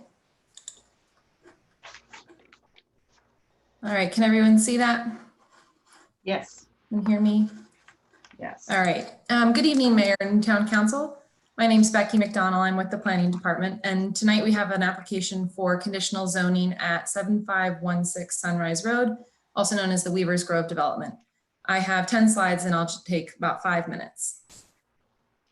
Our recommendation is the same as it was for the last 2 items, so I won't go into too much detail about that, but just a reminder that you can continue to send in comments for up to 24 hours afterwards. So an overview of the process for this application: town staff has already reviewed the application for compliance with the land use management ordinance. We have presented the application to our various advisory boards and commissions and received their recommendations, which I'll summarize in a moment. Tonight, we're opening the public hearing, and then possible action on the application is scheduled for your June 24th meeting. Quick overview of the project. The site is located on Sunrise Road on the northern edge of the town's limits, outlined here in yellow. The property was also recently annexed this past fall. It is north of a single family neighborhood, and across Sunrise Road is a group care facility, and these are zoned residential 2 and then residential 5 respectively.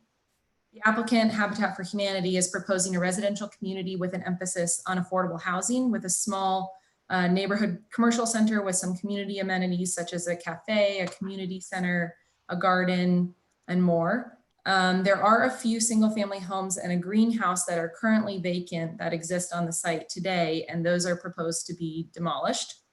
And the applicant is proposing to rezone the site from residential 2 to residential 6 conditional zoning and neighborhood commercial conditional zoning in order to allow these proposed uses.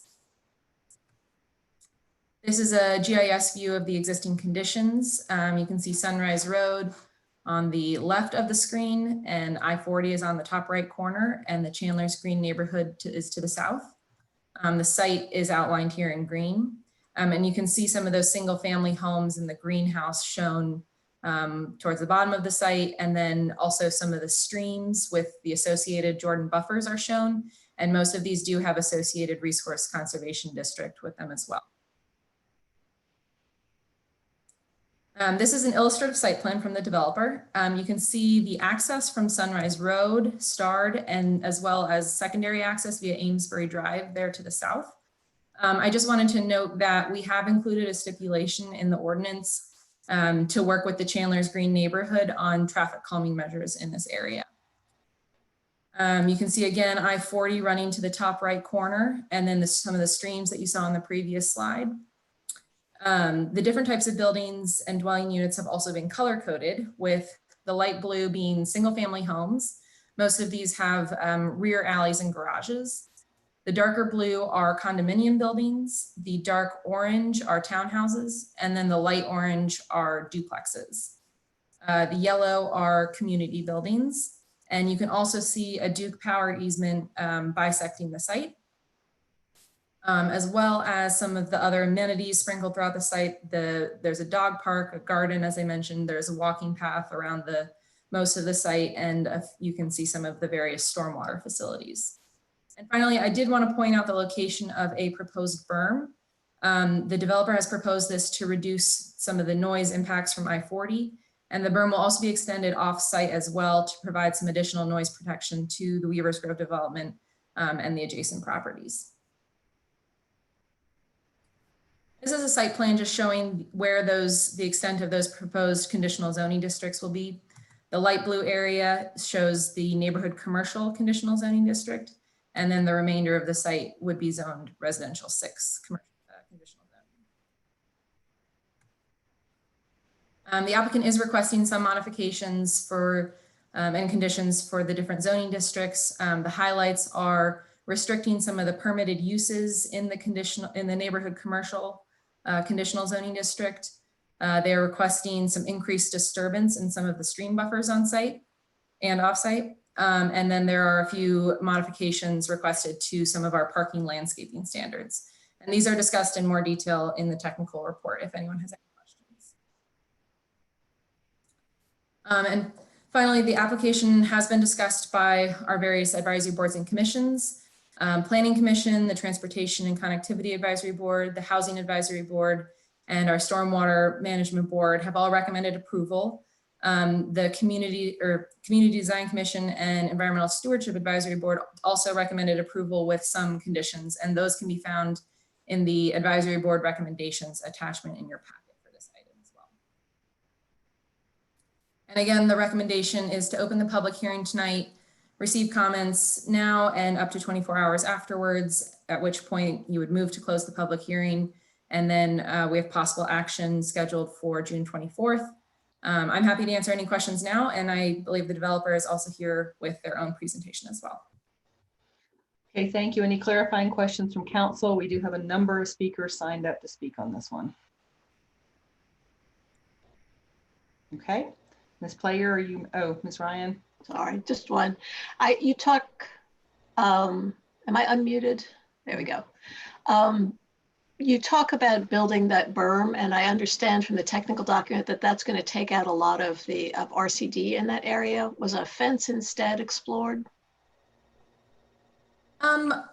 I'm not sure if the developer looked into a fence, but I believe that they proposed the berm as a more effective noise reduction measure.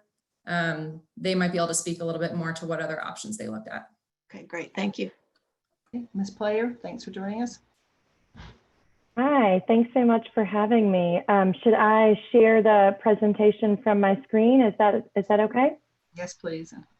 Okay.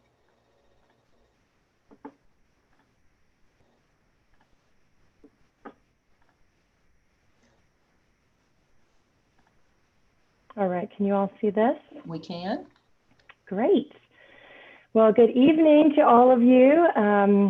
Again, my name is Jennifer Player. I am the President and CEO of Habitat for Humanity of Orange County, and we're thrilled to be in front of you tonight sharing what we think is an exciting new opportunity for Chapel Hill, a mixed income community that offers affordable home ownership to our Habitat families and also to market rate home buyers. I just wanted to mention, you all may remember seeing this during the concept phase as a plan that was in conjunction with Carol Woods. And while our vision for the development with Carol Woods was aligned, ultimately we were on different paths as far as timing. And so I just wanted to mention that we now are seeking to partner with a market rate developer instead. Carol Woods remains supportive of the development. In fact, I got an email from Pat Sprigg today saying she wished she could be here tonight and reiterating her support from Carol Woods as both a landowner and neighbor of this development. Orange Habitat, as many of you know, has been working towards the Weavers Grove project for well over a decade, acquiring a 32-acre parcel of land, working with various stakeholders and our board of directors to align the vision for this development and managing our financial resources. All of those years of careful stewardship have brought us to where we are tonight, which is launching this Weavers Grove development. So quickly, I'm going to just share with you our vision for this development. We will go through existing conditions, which Becky has already gone through a bit. Also the illustrative plan, talk briefly about our new home construction, show you some images of the architectural design, and then we'll talk about stormwater and a couple of frequently asked questions, which have been concerns from the community that we wanted to address up front. So our vision for the Weavers Grove community is we are hoping to strengthen the fabric of our community with this development. That's the slogan for this community. Weavers Grove is really designed to encourage interaction in a diverse, closely knit community, creating what research shows are economic and social benefits, not just for our Habitat homeowners, but also for our entire region. So just briefly wanted to talk to you about what those benefits are.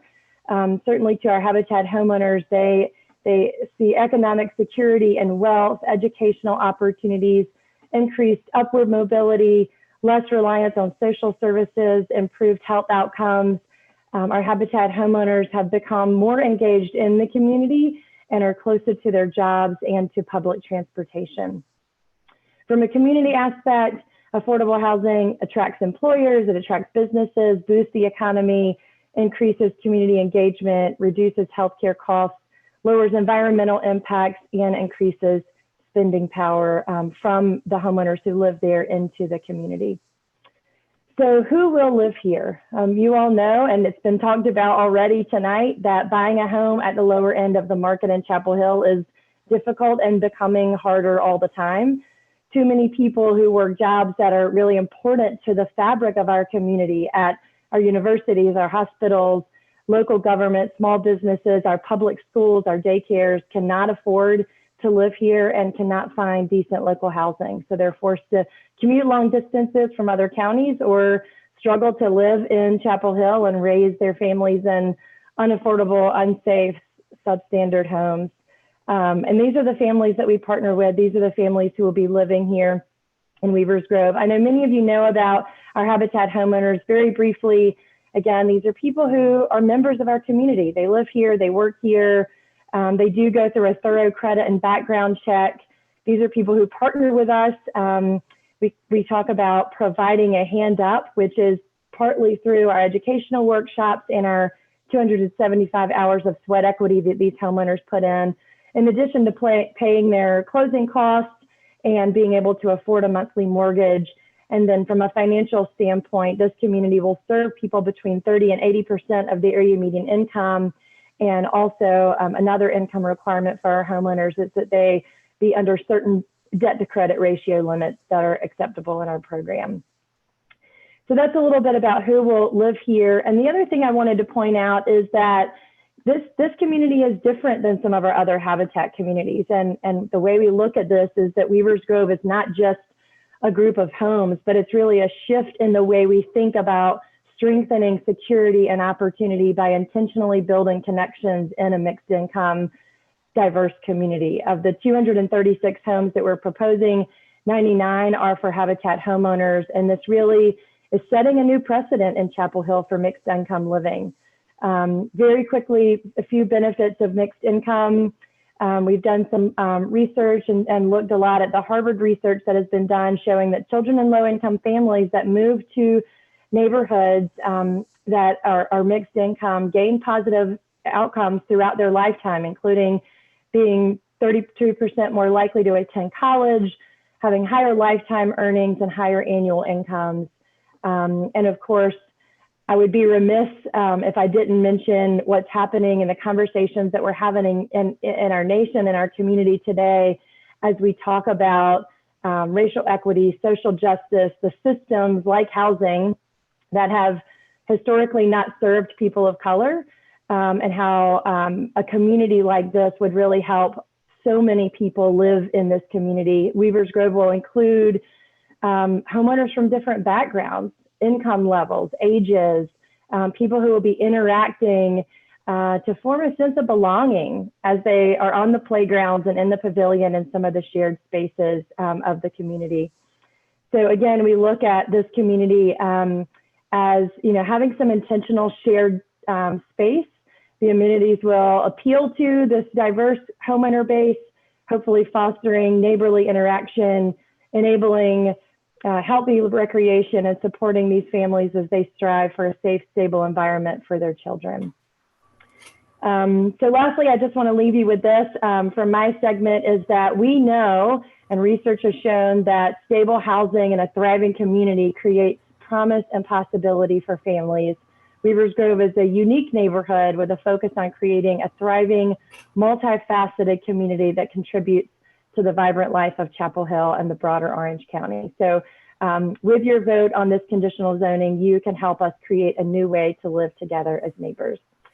And with that, I want to turn it over so we can get into some more technical details of the development. So I'm going to ask Scott Murray if you can join us and walk us through the existing conditions. Again, Becky has already laid some of that out, and then the illustrative and master plan. Thank you. Thank you, Jennifer. Madam Mayor, members of the council, my name is Scott Murray. I'm a landscape architect and planner in the Triangle area. I'm going to walk through very quickly some site analysis and then the illustrative plan while Jennifer tries to put, we're going to play tag team on this as she points out some of the features. Becky, thank you for a complete and pretty thorough orientation. There are a couple things that we'd like to point out. First, the urban services boundary, which you're all fully aware of, I'm sure, that aligns with the southern edge of I-40 right away. So we are wholly within the urban services boundary and the town limits of Chapel Hill. Becky pointed out Chandler's Green that lies to the south of the site, Sweeten Creek Road there that Jennifer's cursor is on, and Amesbury Drive, which stubs into the property from the south. To the west of the property is Carroll Woods, the community of Carroll Woods, and we have access proposed there on Sunrise Road at Ginger Road, which is an existing 60-foot right-of-way, although it is not a road to city standards at this time. It is more of a gravel driveway. The next slide is a site analysis map that we put together. If Jennifer can scroll to the next slide. Yeah. This points out to the lower left corner where Ginger Road accesses Sunrise The orange areas that you see coming in are along that right of way, and the little stub from the south that connects to Amesbury. A community of the size of Weaver Grove requires two means of access, egress and ingress.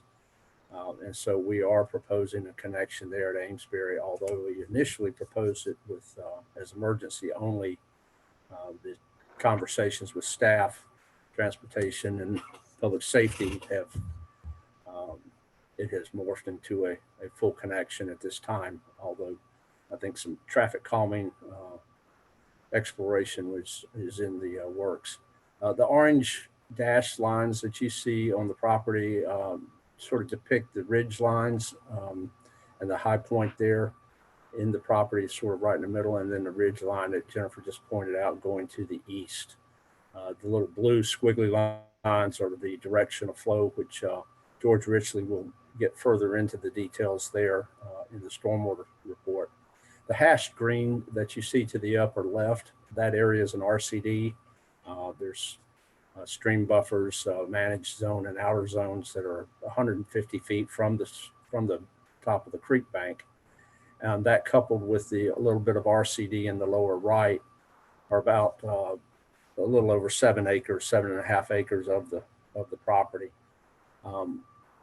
If we go to the next slide, I'll walk through the illustrative plan fairly, try to be complete but brief at the same time. Weaver Grove is designed as a compact, medium density community that's designed in a way that's not dissimilar from a lot of the older neighborhoods in Chapel Hill. By that, I mean there are tree-lined streets with on-street parking and sidewalks on both sides. The homes all have front porches and stoops that are pulled fairly close to the street. So there is a lot of interactivity and connection to the streetscape. There are community parks and open spaces throughout the community, and all within walking distance of all of the homes. And there are a variety of housing types. Becky pointed out some. We have detached single-family homes, duplexes, townhomes, and some condominium units proposed.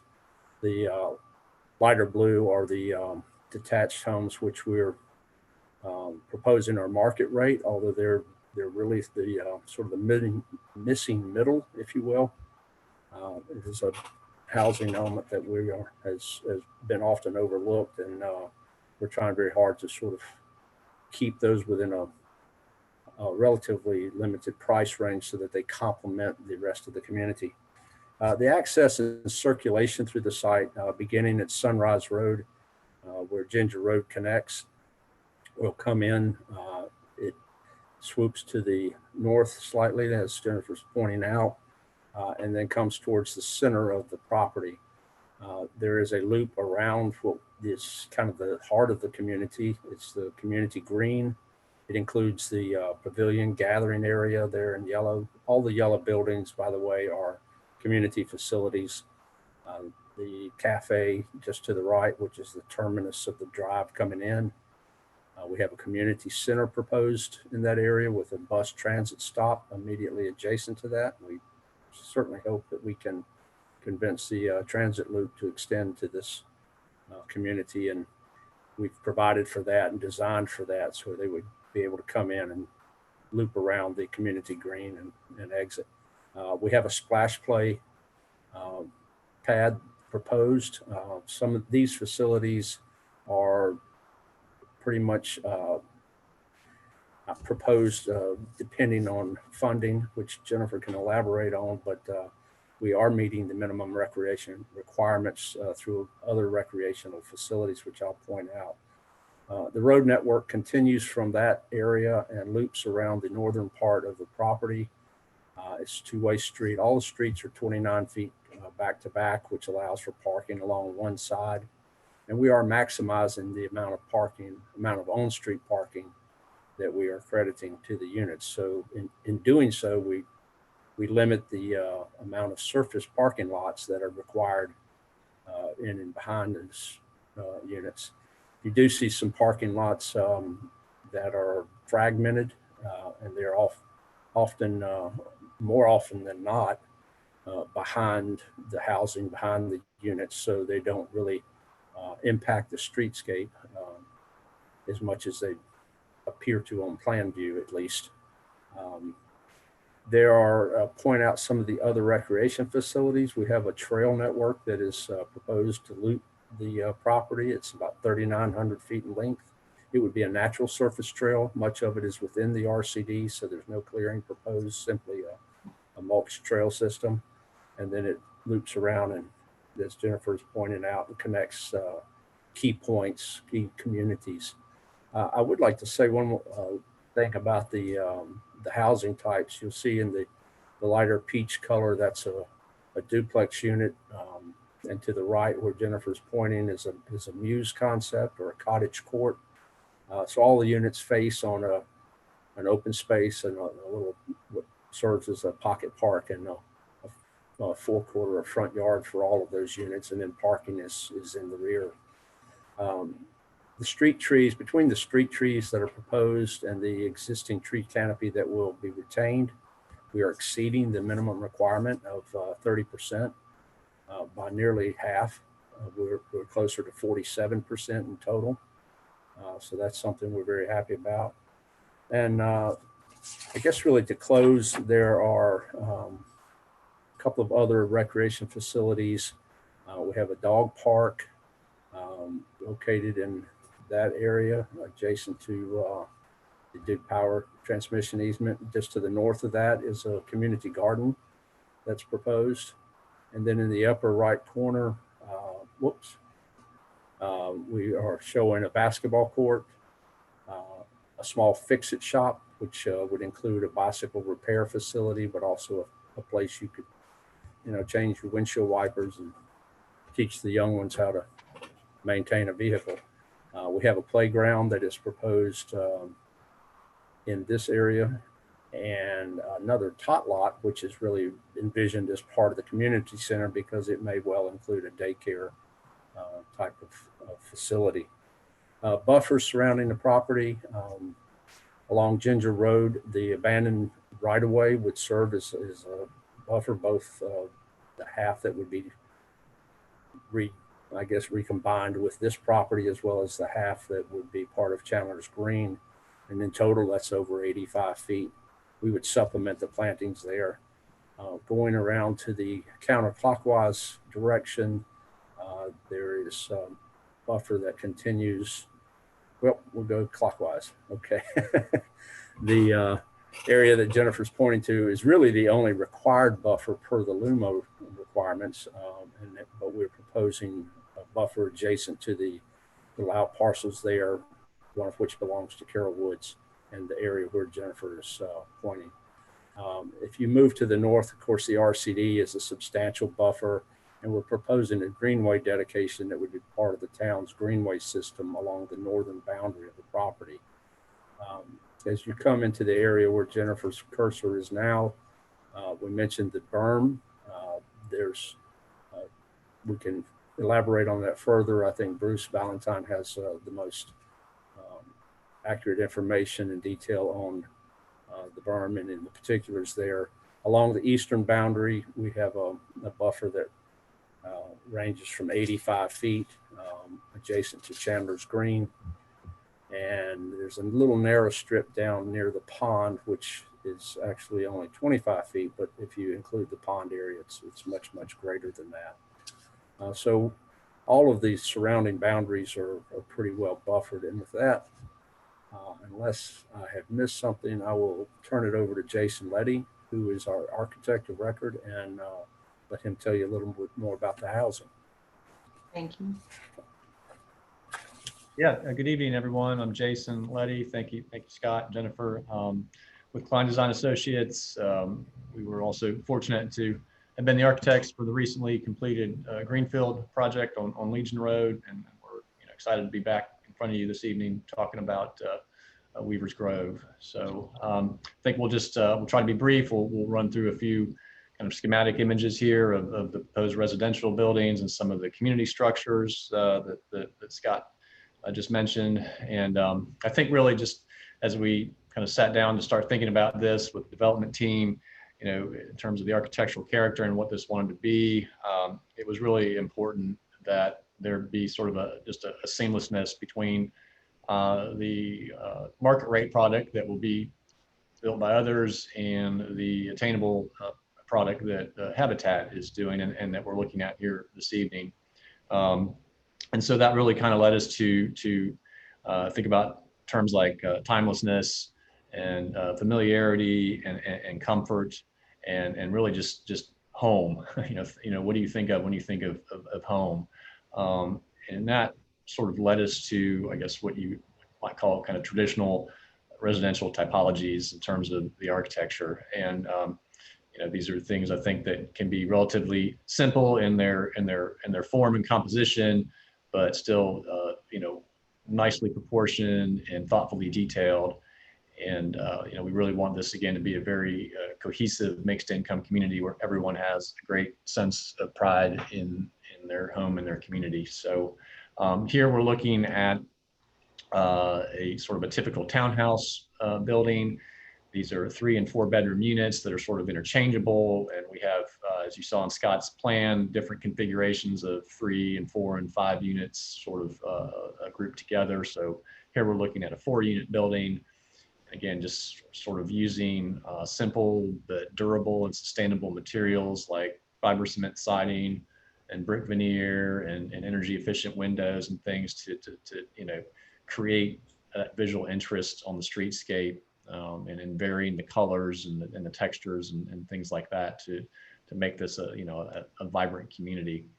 I think the next slide we'll see is just sort of a 3-dimensional view, right, of the townhouses. So here we're seeing a 3-unit building, but again, just that same notion of the variation in material and color. And as Scott mentioned, the building sort of pulled up to the street for that more kind of neo-traditional town, streetscape with the parking in the back. Lots of nice street trees for shading and sidewalks and things, with your front entrances and stoops into the units.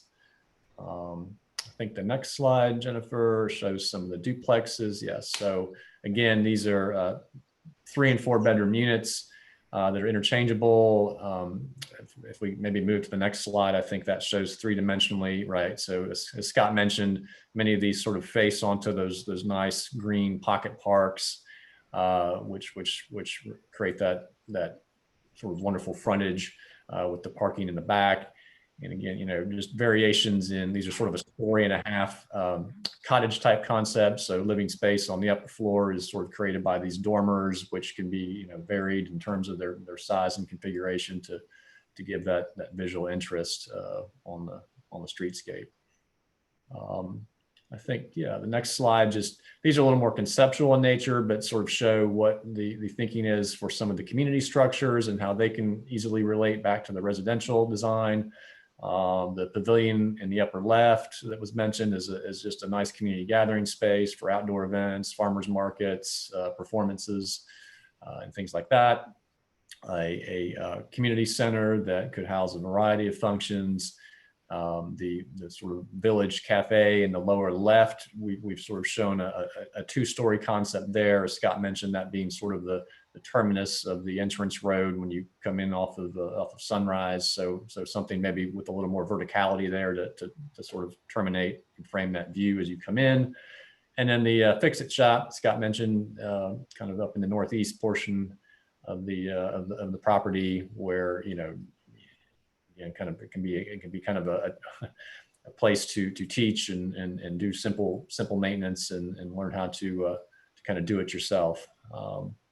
And then finally, I think the last couple slides show some proposed designs for the condominium buildings that would be developed as market rate units. But again, even though these are a little larger scale, tying back into that sort of timeless look of the duplexes and townhouses that we just saw. We're showing both a 3-story version here as well as a 4-story version, just for a little bit of flexibility. I think 4 is the maximum we would look to build, 3 the minimum, but really just sort of adding another level vertically onto that to create the 4-story. So again, a combination of brick and fiber cement and things that are simple, durable, long-lasting, economical to build, but still, gives a nice variety with the streetscape and composition. And I know it's late. I'm excited, but I'll leave it at that. If there are questions or comments, I'm happy to respond. Thank you. Thank you. Let's keep this moving along, please. Yes. Hello, I'm Richard Turlington, Vice President of Construction at Habitat for Humanity of Orange County. Can y'all hear me? Yes. Okay. I just want to talk very briefly about Habitat Construction. As Jason pointed out with their beautiful designs, we're going to be building the townhomes and the duplexes. They'll all be 2-story. They'll all be 3 to 4 bedrooms selected by our family size. So they'll be chosen with the family to fit their needs. They'll have 2 to 3 bathrooms, be 1,150 to 1,400 square feet. Though these will all be 2-story buildings, Habitat and Klein Design are both committed towards trying to make sure that we keep 1 bedroom for some, if not all of the units on the ground floor, to work with the universal designs that Habitat has been doing for the last 10 years to make sure that, people, our families or homeowners or families of our homeowners can age in place in these homes and without expensive renovations to be done. So that is a commitment that we have had for a long time, and we see it being very helpful to our families as time has gone on. The next slide, yes. And Habitat has been committed to green building for about 20 years now. Very committed. And you can see about a bunch of things that we do in every single one of our Habitat homes on this screen. We do these in conjunction with, we are certified with the Home Green Builder Standards Silver certification. And that gives us, that speaks to having green structures and a environmental building method that we incorporate on site to make sure that we keep our waste low and our materials as green as possible. We also participate in the System Vision program through Advanced Energy in Raleigh. And that program speaks more to energy efficiency through really high standards in building tightness, insulation values. We have all Energy Star appliances, the design and efficiency of our HVAC systems, water saving fixtures, and all LED lighting and other electrical energy saving means. And we see that as a 2-pronged issue for Habitat. Is we want to be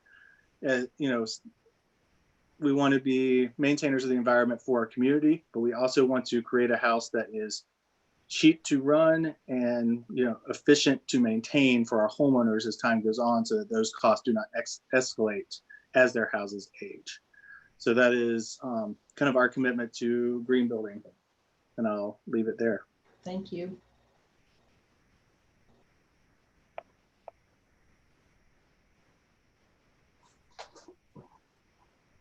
Good evening, Mayor, members of the council. My name is George Richley. I'm the president of Ballantyne Associates.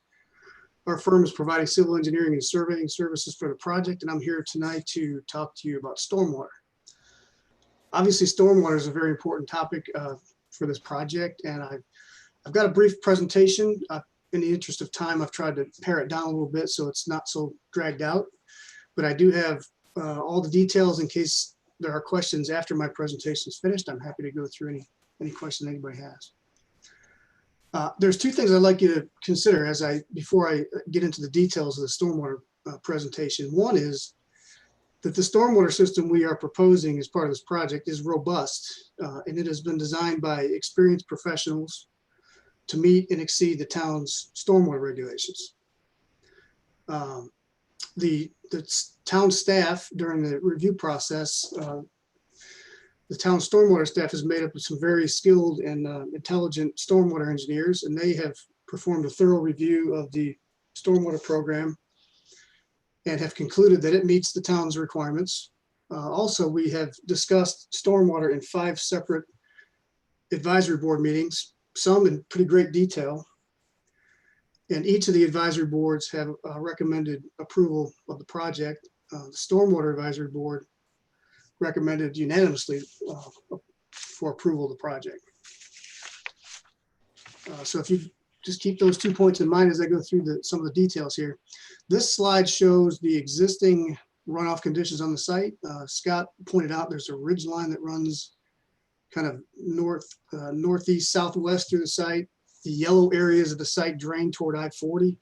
yellow and orange areas. The green area drains back toward Sweeten Creek Road in the Chandler's Green neighborhood. Approximately 26 acres of the site drain north, and approximately 16 acres drain toward the south in Chandler's Green. If you'll note, this exhibit shows that a good amount of drainage, approximately 7 acres of runoff, comes from Chandler's Green into the Weaver's Grove site, and then it drains back out toward Sweeten Creek Road at study point number 3. That is the area where there has been some documented stormwater issues in the past. And we understand those issues are because there's an undersized and under-maintained or not properly maintained pipe under the road at Sweeten Creek Road.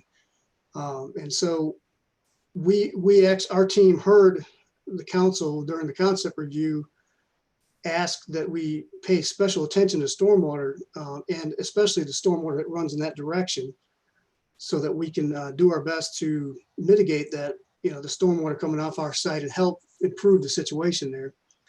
And we have done exactly that. We have designed the system to provide additional detention storage for the runoff that leaves the site heading in that direction toward point number 3. So we have been keenly aware of that situation, and we have done a lot to help mitigate that. The next slide shows the proposed conditions, which same concept where we've got 3 points of runoff. There's 2 points that lead toward the north, the orange and the yellow, and the third drains toward the southeast. This just shows you how the site is kind of broken up within to drain to each of the different stormwater control measures.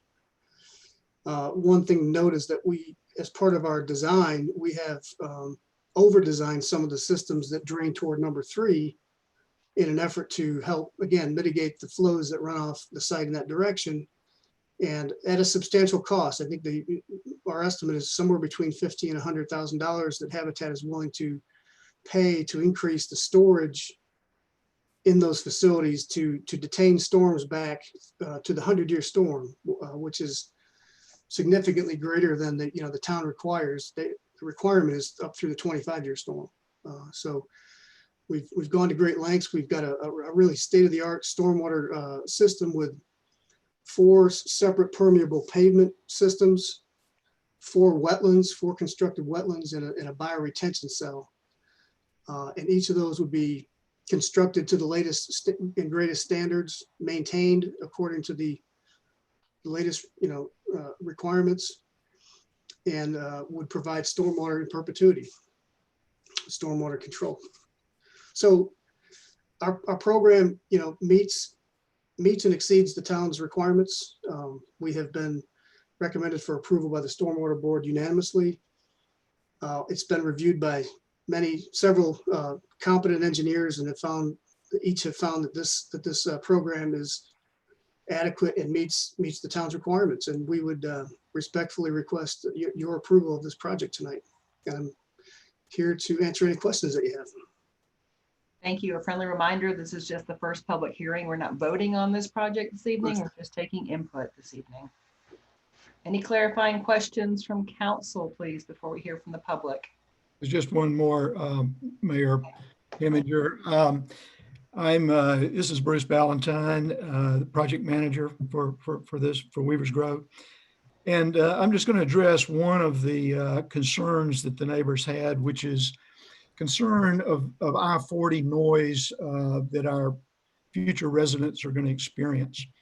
So the first slide that you're going to look at is it shows our property on the eastern edge of this slide, and then to our immediate west is Carroll Woods. Beyond that, Coventry, Weatherstone, and Kensington Trace.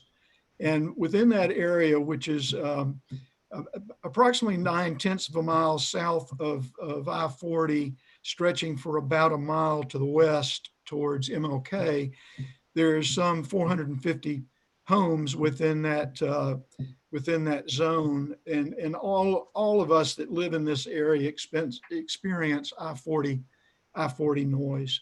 The next slide is going to show you from Weaver's Grove now on the left, which is in green, looking to the east is Chandler's Green with 50 homes, Silver Creek 42, and Spring Crest 44, so another 136. So a total of almost 600 homes that all live in this part of Chapel Hill.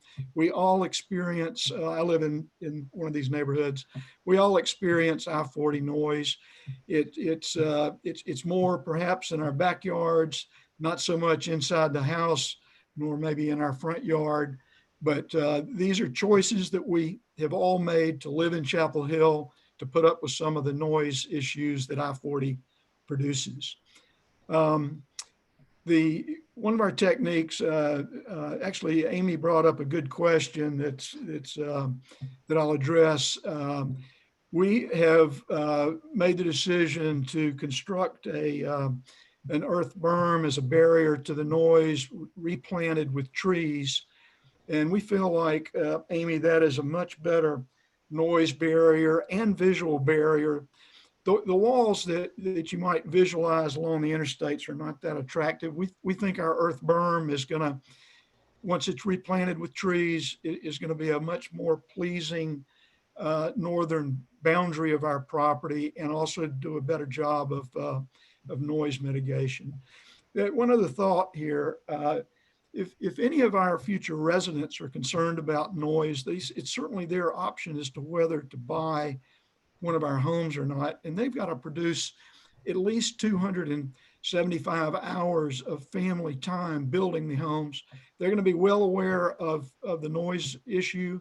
And they're going to be more than likely, there's going to be a waiting list for these homes. They're going to be just like the rest of us that made the decision to put up with some of that I-40 noise for the ability to live in Chapel Hill.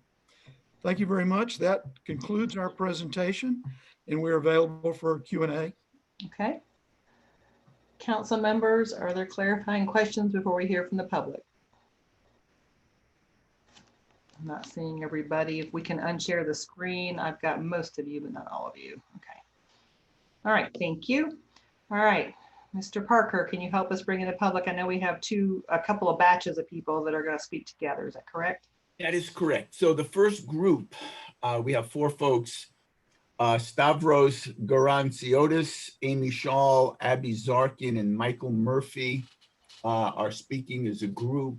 We have about 25 folks from the public who wish to speak to us this evening. So as we did earlier, it'll be 2 minutes. So the group of 4 that I just mentioned will have a total of 8 minutes to speak with us. Thank you. And I believe they have some slides they want to share. And this won't be the only time people can speak with us. They can also send emails. We'll be having a second public hearing on this on June 24th. We know the hour is late. Thank you very much. Can you hear me? I can hear you. Excellent. And I really want to thank Mr. Parker for pronouncing my name correctly. This is the first. So it's outstanding. So thank you for giving me the time. I'm Stavros Garantziotis. I'm an immigrant to this country. I've been in Chapel Hill and in this neighborhood for the last 8 years in Chandler's Green. We have a stake in this development as we're in the neighborhood right next to it, as you've heard. And we've repeatedly expressed support for affordable housing. In fact, in 2003, we with the town and Habitat agreed on guiding principles for affordable housing development. And in 2008, we endorsed a Habitat development plan based on these principles.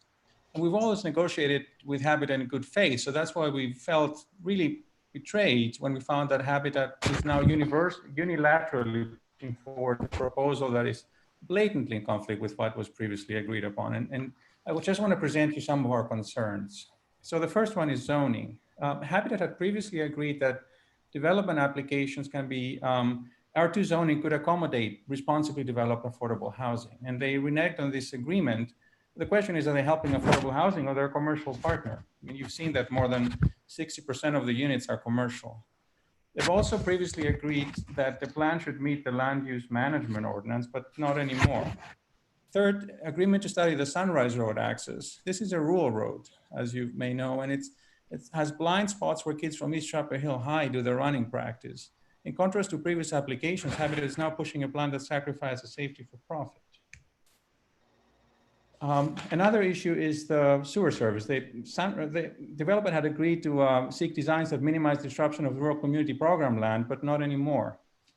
Noise is another concern for us. Habitat own noise expert outlined that buildings so close to I-40 will put new homeowners and our neighborhood at greater increased risk for noise pollution. And the question is the interest of their commercial partner more important than the health of their own future residents? So lastly, the environment. Southern Stream is running through the habitat land and has always been a perennial stream, but suddenly when habitat wants to develop the land as densely as possible, the stream is downgraded to ephemeral. Now, Council, if there's one thing we learned from coronavirus pandemic is nature does not obey politics. So a flooded Southern Stream will plague habitat homeowners and us, but the commercial developer will have made his millions and moved on. And whom are you helping here? So in summary, we've negotiated with Habitat in good faith, but Habitat now is disregarding our valid concerns, endangering not only us, but their own future homeowners. The heart is in the right place, but I think they may be so blinded by the desire to develop this land that they don't really consider what the costs are. So we ask that you bring Habitat back to the negotiating table and require them to follow principles that they themselves have previously agreed upon. So thank you for your time. Thank you. Okay, thank you. It's got 5 minutes back. Next, we have Bill Rowe, followed by Gary Zarkin.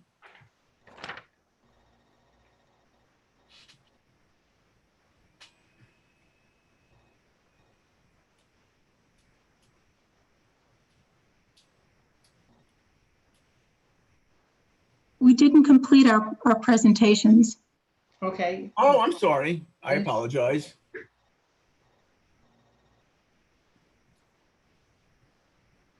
Then I think continue. Ann Shaw is next. Okay, yes, I'm here. Okay. Thank you. All right, well, thank you, Mayor and Council, for allowing me this time to speak. I'm also a member of the Chandler's Green HOA, representing our community's concerns regarding the connectivity from the proposed community to Chandler's Green. It's been made abundantly clear to us that the town's only going to consider full connectivity through the neighborhoods. And I'd like to take a quick moment to give you a summary of the history that we had on the discussions of this connectivity and why it does not make sense here. From the beginning, we were encouraged by Mayor and Council to communicate and work together with Habitat, and Chandler's Green has done that.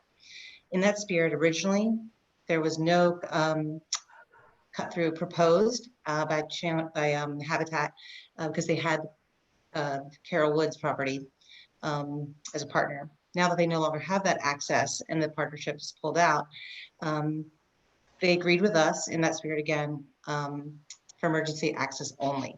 However, the fire marshal will not endorse this option, and even we proposed maybe putting in a less pervious surface to make it look less desirable to drive through. He didn't want to consider that either. They only wanted full connectivity. Our concerns involve the inconsistencies created in connecting the neighborhoods. The first inconsistency, the respective widths of the streets in Weaver's Grove and the potential for speeding coming into Chandler's Green. The Habitat development will not have street widths consistent with Chandler's Green. Sweeten Creek Road is a 60-foot wide right-of-way with 30-foot paved curb to curb and no parking allowed. Amesbury is a width of 26 feet curb to curb with no parking as well. The current proposed plan for New Ginger Road is 28 feet curb to curb, or 29, I believe he said, with parking on one side, which brings it down to the required 20 feet. That's going to be a constrained two-way traffic, which will create congestion and put that burden back into the other neighborhoods. The second inconsistency is the number of units in the proposed plan and how it compares to the previous connectivity among the surrounding neighborhoods.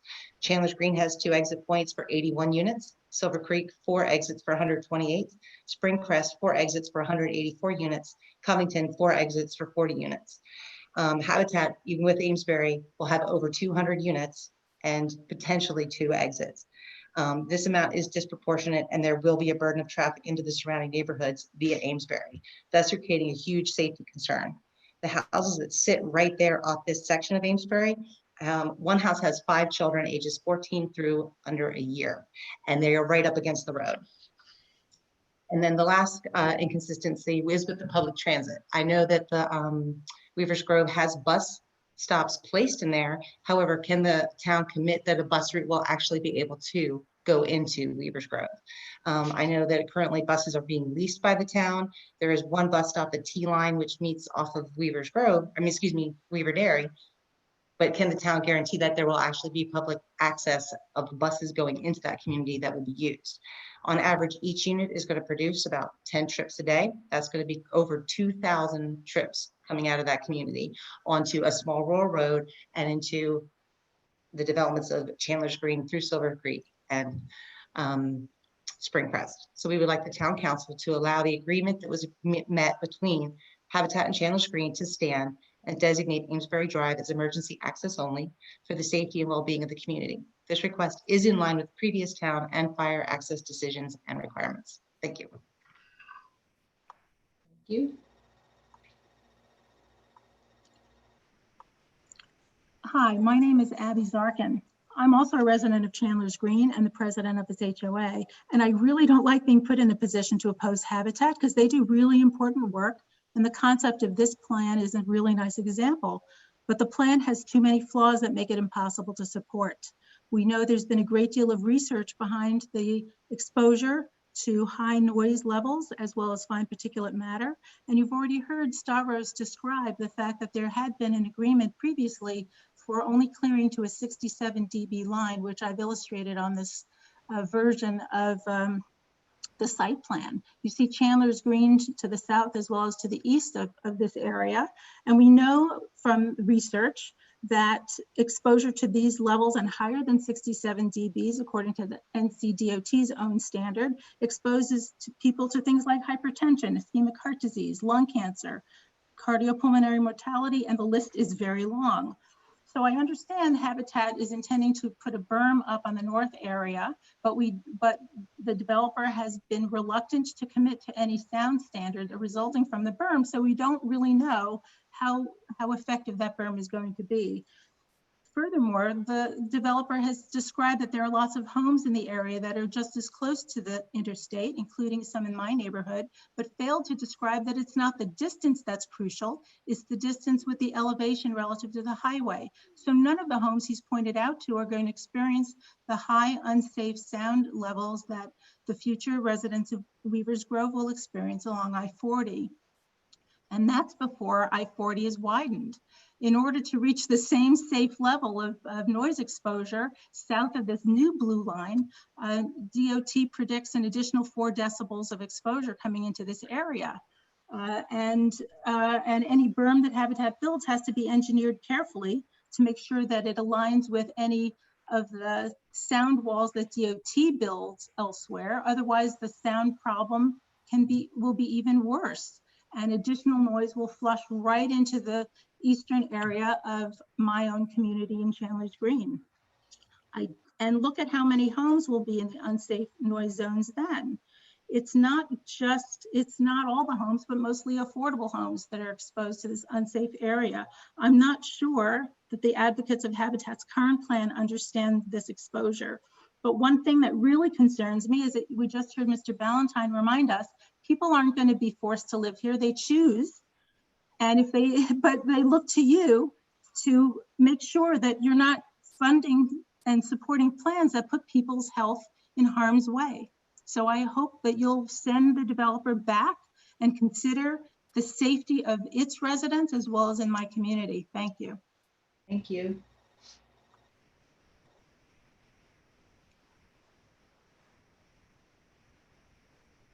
Is there someone else from that batch that wishes? Yeah, it's me, Mike Murphy. I'm trying to go and grab my screen right here. I'll use a similar picture to what was used by Abby really quickly. There are I'm going to address stormwater issues, and I'll try to real quickly hit the 3 major ones, because as you can see, there's a lot of stormwater that was talked about. Ponds like over here in the RCDs and other issues that may or may not make this thing a bad development and other places happen. Here are the things that I think actually are a significant problem. There are 3 major wetland areas. There's a large wetland here.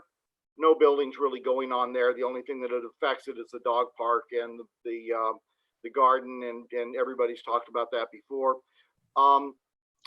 There is a very large wetland also right here going into the neighbors. So it's not simply that the culvert going underneath the street is poorly designed. Water table is extremely high. It's exposed at that level. And so that's a lot of the reason why the homes tend to flood, is when the water table rises, it goes underneath the homes. They have sump pumps on underneath the homes to keep them cleared out. So what we want to do is we want to stop feeding too much water into that particular space. As they point out, they put a very large retention pond here, but what they did was they took the entire north end and diverted into this pond, which it didn't used to drain that way. As you remember from the other chart, there was a ridge right here and it all drained north. Now they're taking everything from the northern end, which is the wettest part of the property, and bringing it down into this pond. So they're basically exporting the wettest part of the property into the pond that then feeds into there. One of the worst pieces is the 3 townhouses right here literally sit on top of the stream. Now I took most of you around here, and when I walked you back there, this stream was actually flowing pretty strong, and it was flowing in this area. As we know, you can bulldoze over a stream and you can build houses on top of it, but nature will replace that stream. That stream will go back there and it will drain into this. This is just not right. You should not build houses on top of a stream. That's a bad idea. Then there's the sewer that runs right here, right through the middle of that wetland. Okay, to put that sewer in, you've got to remove the trees, and the sewer actually goes underneath the stream. That's a bad thing as well. So the 3 things that I think really are not good about this is this wet area here being pumped down into this pond, building on top of the stream, and then the sewer underneath the stream. The rest of the stormwater problems are typical of compromises we've made elsewhere, but these 3 compromises should not be made. Thank you. Thank you. Okay, thank you, folks. And just to clarify, we've been informed by our attorney that for a number of reasons, everybody will have the full 3 minutes to speak this evening. So I just want to clarify that. Next up is Bill Rohe, followed by Gary Zarkin. Bill Rohe is not on. Okay, then Gary Zarkin, followed by Barbara Redmond. Hello, thank you very much. Can you hear me? You can. Great, thank you very much, and thanks for your patience for staying up very late. I'm Gary Zarkin. I've lived in Chandler's Green with Abby for over 30 years. I strongly support the policy of increasing affordable housing in Chapel Hill. That's a very cool plan. In fact, I supported an Habitat in collaboration with our neighborhood in 2008 to build 63 houses on the land that is now proposed without input from us as Weaver's Grove with up to 243 dwellings. So a 4-fold increase in land that is actually, which is I think part of why we're reacting. Mr. Zarkin, why don't we try to come In back spite of to my you? strong We can't support of the hear you. previous plan.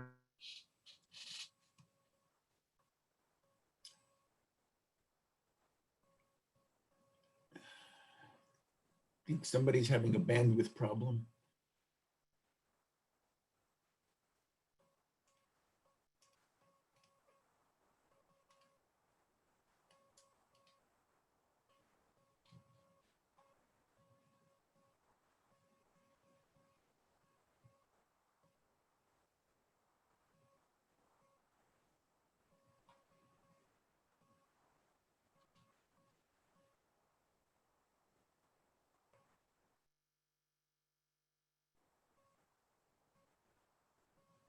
Guess have we lost Mr. Zarkin?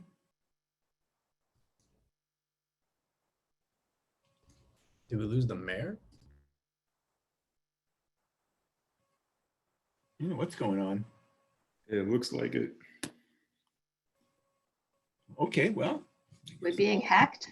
Okay. So, and Is Mr. Zarkin still with us? Michael, just go to the next person Yeah. and then we can always come back to him. Let's keep going. So we have Barb.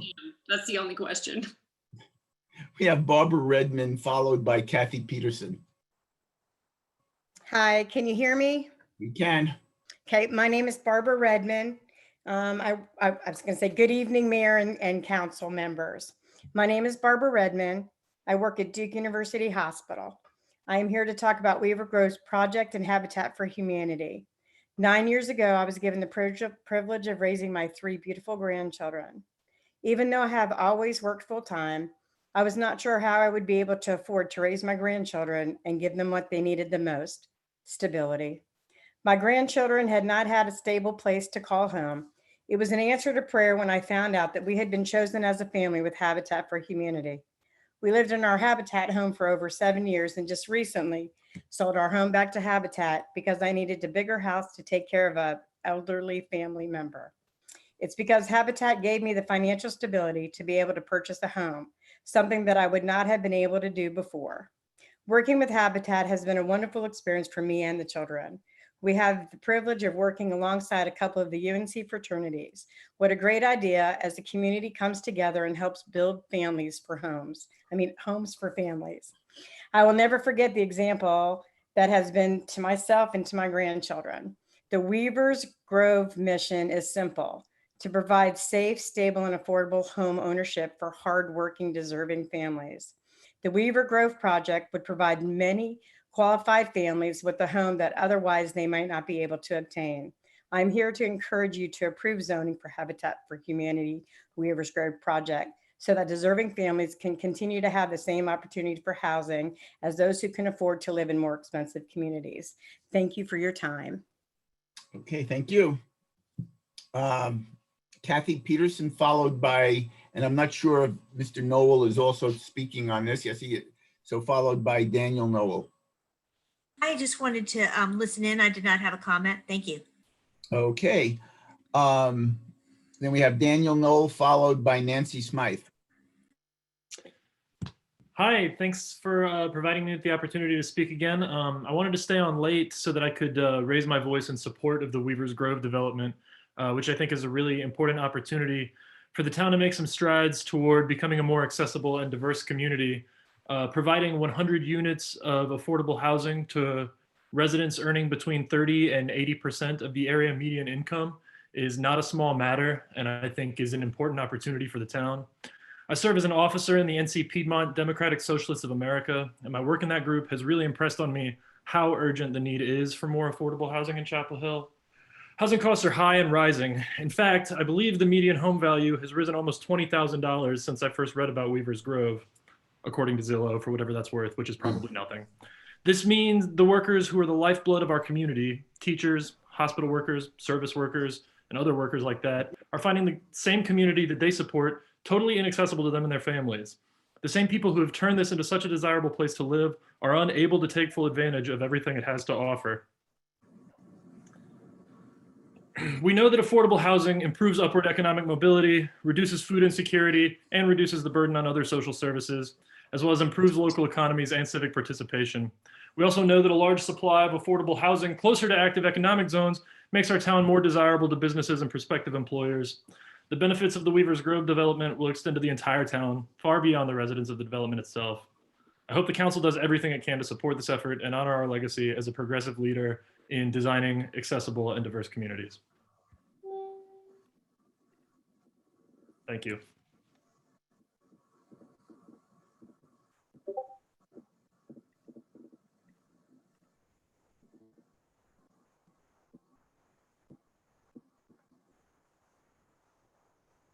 Mr. Parker, I think you might be muted still. Sorry about that. Yes. Miss Nancy Smythe followed by Noah Winstead. And what I said was I just got a message from the mayor. Her internet is down. So I will try to keep things going until she can get her technology straightened out. So Nancy Smythe, please. And if we can, okay. We are viewing Nancy Smythe's screen. So please start.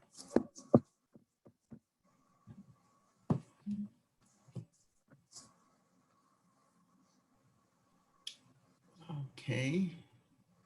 This is not a great night for technology, apparently. Amy, do you know what's going on with Miss Smythe? Says she's on mute, doesn't it? Is she? I can't tell because she's got the thing on full screen. Yeah, sorry. Okay. You will? Okay, I was trying to share my screen. Yeah, you have. So if you get started, please. Yeah. I just wanted to say that I'm pretty disappointed, number one, that you continued to run the meeting tonight with this agenda item, which was put on already a packed agenda, and after moving it from June 17th to not be respectful enough to give us more time and move it to another time. This is not an urgent or emergency situation. We've been going through this for almost 20 years now, and I think this is just a continuation of our voices not being heard.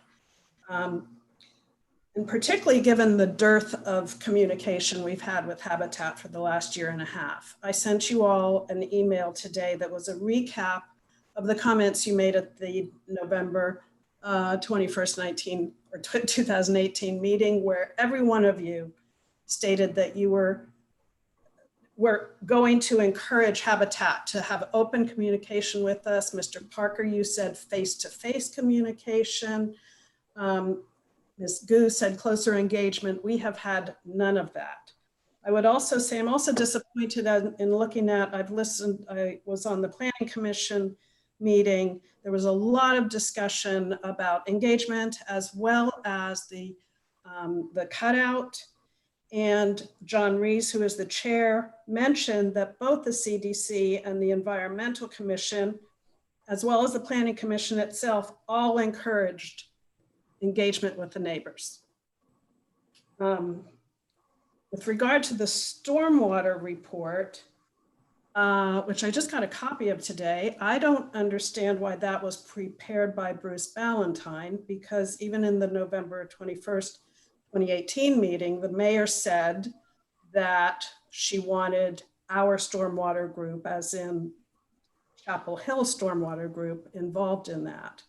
So it seems to me that having Bruce Ballantyne prepare the report and analysis, while I know he's a great guy and I really respect him for volunteering and doing all this work for the project, but again, mine is the house that is in the southeast corner. You've seen pictures of the flooding that I've had. I was trying to share my screen where I could show you that my house about 8 years ago had this beautiful, beautiful green lawn. And I have another picture that shows that it is mostly moss and dirt now because of the stormwater that runs into my front yard. So I just do not trust that the stormwater is going to be addressed well. My crawl space has mold, mildew. My husband is disabled and on a respirator. And I've talked about this a number of times with you, but I need more assurance that that is going to be addressed. And I don't think because of how high the water table is, that one little pond behind our house is going to address the issue adequately. Thank you. Thank you. Okay. Next we have Noah Winstead, followed by Donna Bell. And if we could get the screen unshared, please.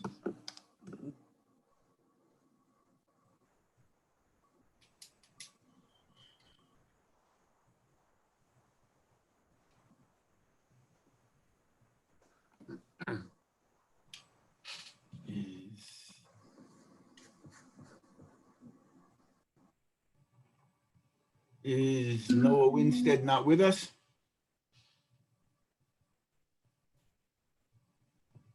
I do not see either of the next two Okay, on the list. then we will continue on. We don't have Noah Winstead. Apparently, we don't have Donna Bell. Next is Anna Richards, followed by Riri Way.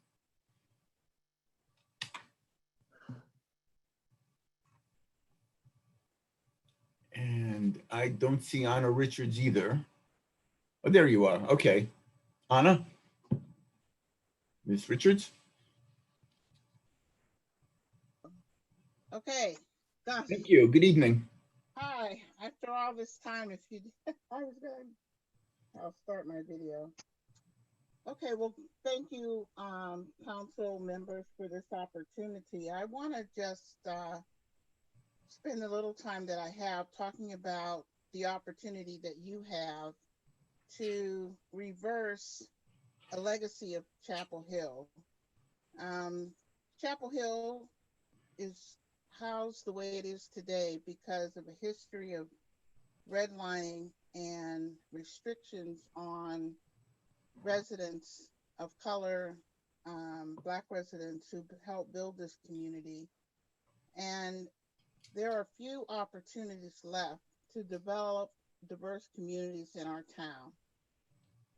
A lot of the things that were talked about tonight, police shootings, police brutality, we can't really say that we've experienced those things directly out front in our community, but we know that we have faced and we have dealt with and we are built on a legacy of housing restriction and discrimination.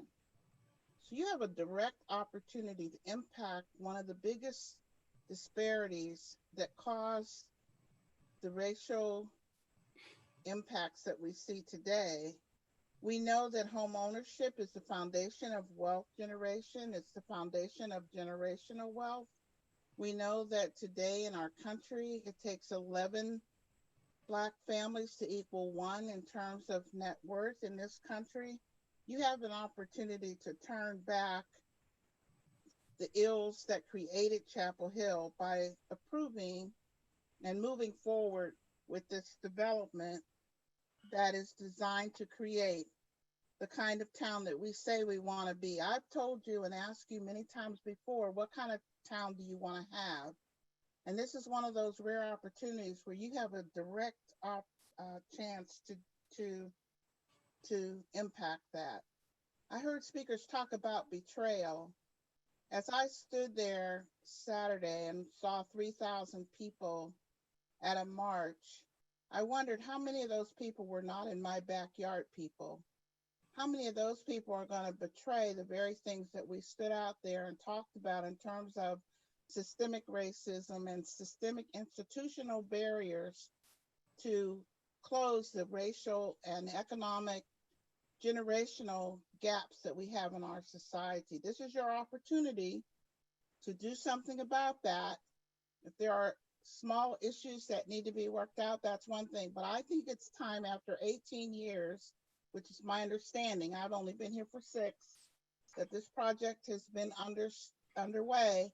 I think it's time in this environment for you as a council to take a stand and say, we want this kind of community in our town and to move forward. So I urge you to do that. We've got to figure out, it's got to be in somebody's backyard, and we don't have that many more opportunities to do it. So I am concerned that we're going to find another way not to do it. And I just urge you to support this opportunity by voting to prove it. Thank you. Thank you, Ms. Richards. Next is Riri Way, followed by Heather Brutz. Hi, all. Good morning. I want to share my experience. Oh, God, yes. I want to share my experience about growing up in the Habitat homes and, like, you know, asking y'all for some things. So growing up in affordable housing has helped me and my siblings to be able to live in a home that's built on the sweat of my parents and the community. And because I'm able to live in a beautiful, diverse community, we never actually have to worry about any suspicious activities. It's very beautiful. And of course, Ty has been into my community, and the diverse and then the energies that it's built by the community is all through because of all of us being able to have a home to live. Surprisingly, I can say that, like, I was able to live comfortably, and because of that, I'm able to do well in school. I have a home to come to after school, a room to go to, a bed to sleep on, and a place for me to be myself as a student. So after I graduated from high school, I took the traditional route after school and went straight to college because I had the educational resources to do so through scholarships. I'm currently enrolled in Guilford College, and I'll be graduating next year. I want y'all to know that the ripple effects of providing affordable housing allow students like me to follow my dream. And like the lady earlier said that, like, you know, building that generational wealth, I'm gonna be able to build that capital for myself and my family in the future. And I'm also aware that as an educated student, affordable housing has been an issue here in Chapel Hill. And serving my community, my refugee community as well, and my other Black, Indigenous, and people of color, I realized that Chapel Hill's mortgage is like really high, and it's a nightmare for any of them to be able to pay their rent. And this is without utilities. I am not your model minority, and my success stories to be able to grow up in affordable housing does not reflect the experience of my Black, Indigenous, and people of color who may be experiencing this other forms of intersectional oppression.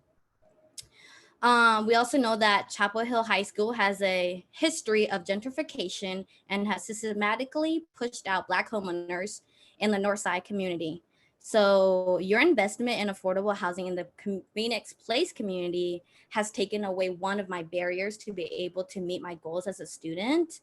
So I'm asking and saying that, like, providing housing is reparations for our Black, Indigenous, and people of color. I ask that you all approve of this item so more low-income Black, Indigenous, and people of color will be able to have a place to call home. So sign on this item and fund the right program.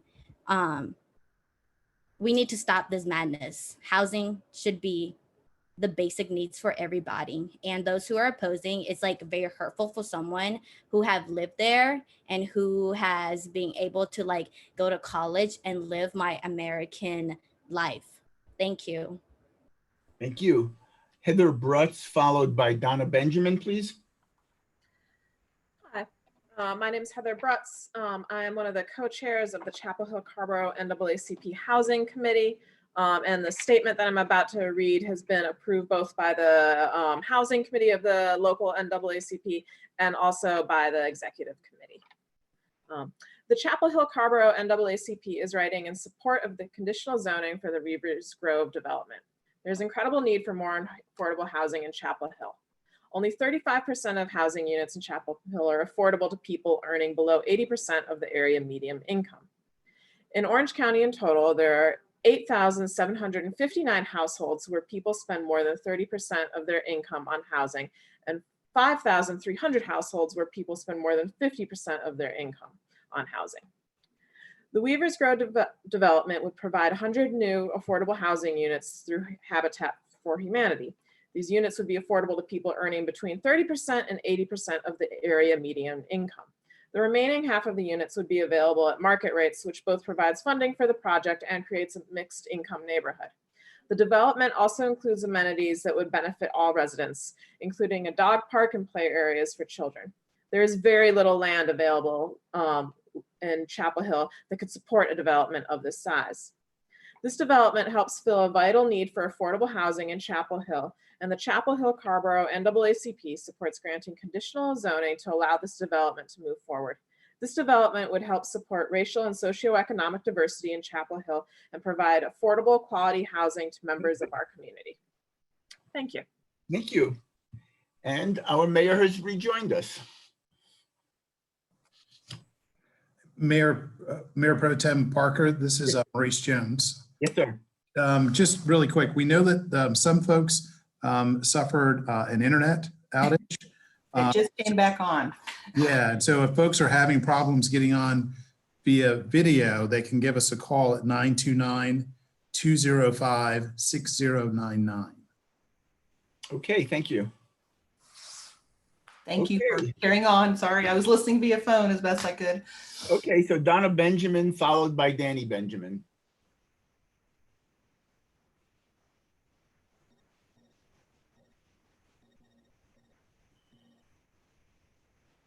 Mr. Parker? Yes.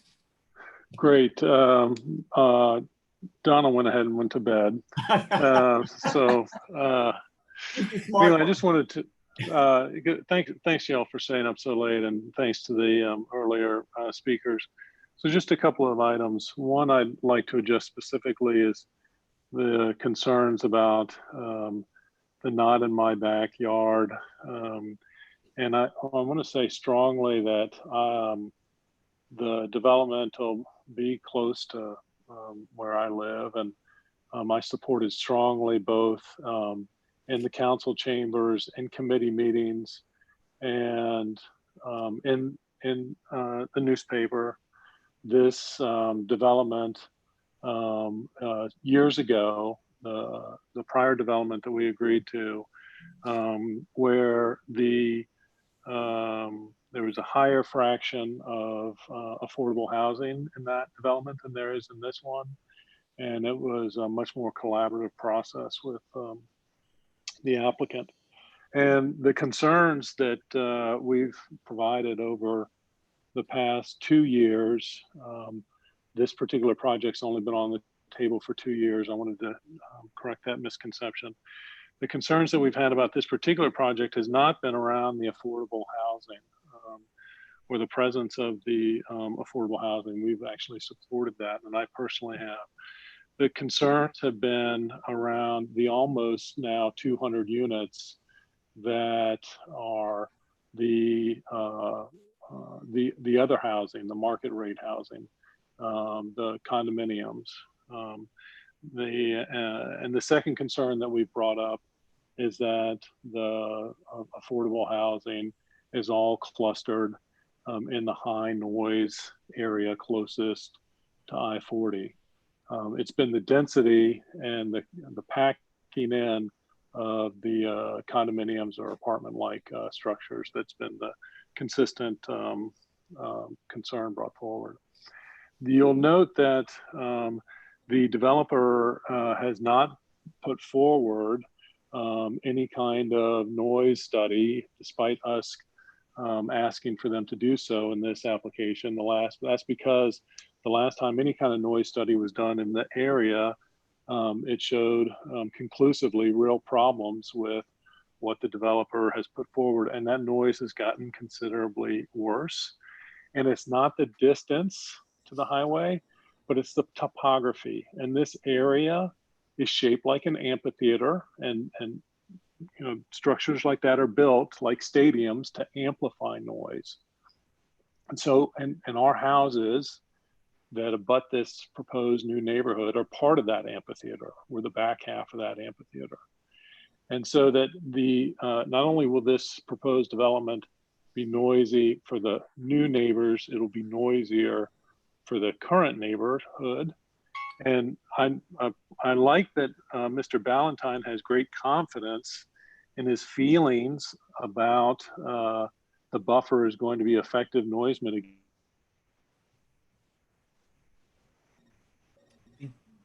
Lost Mr. Benjamin.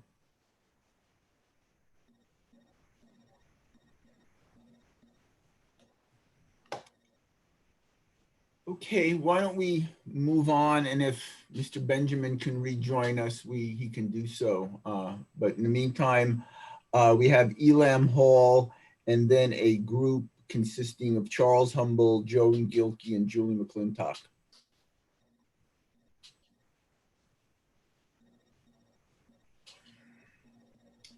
Is Elam with us, Amy? Yes. Okay.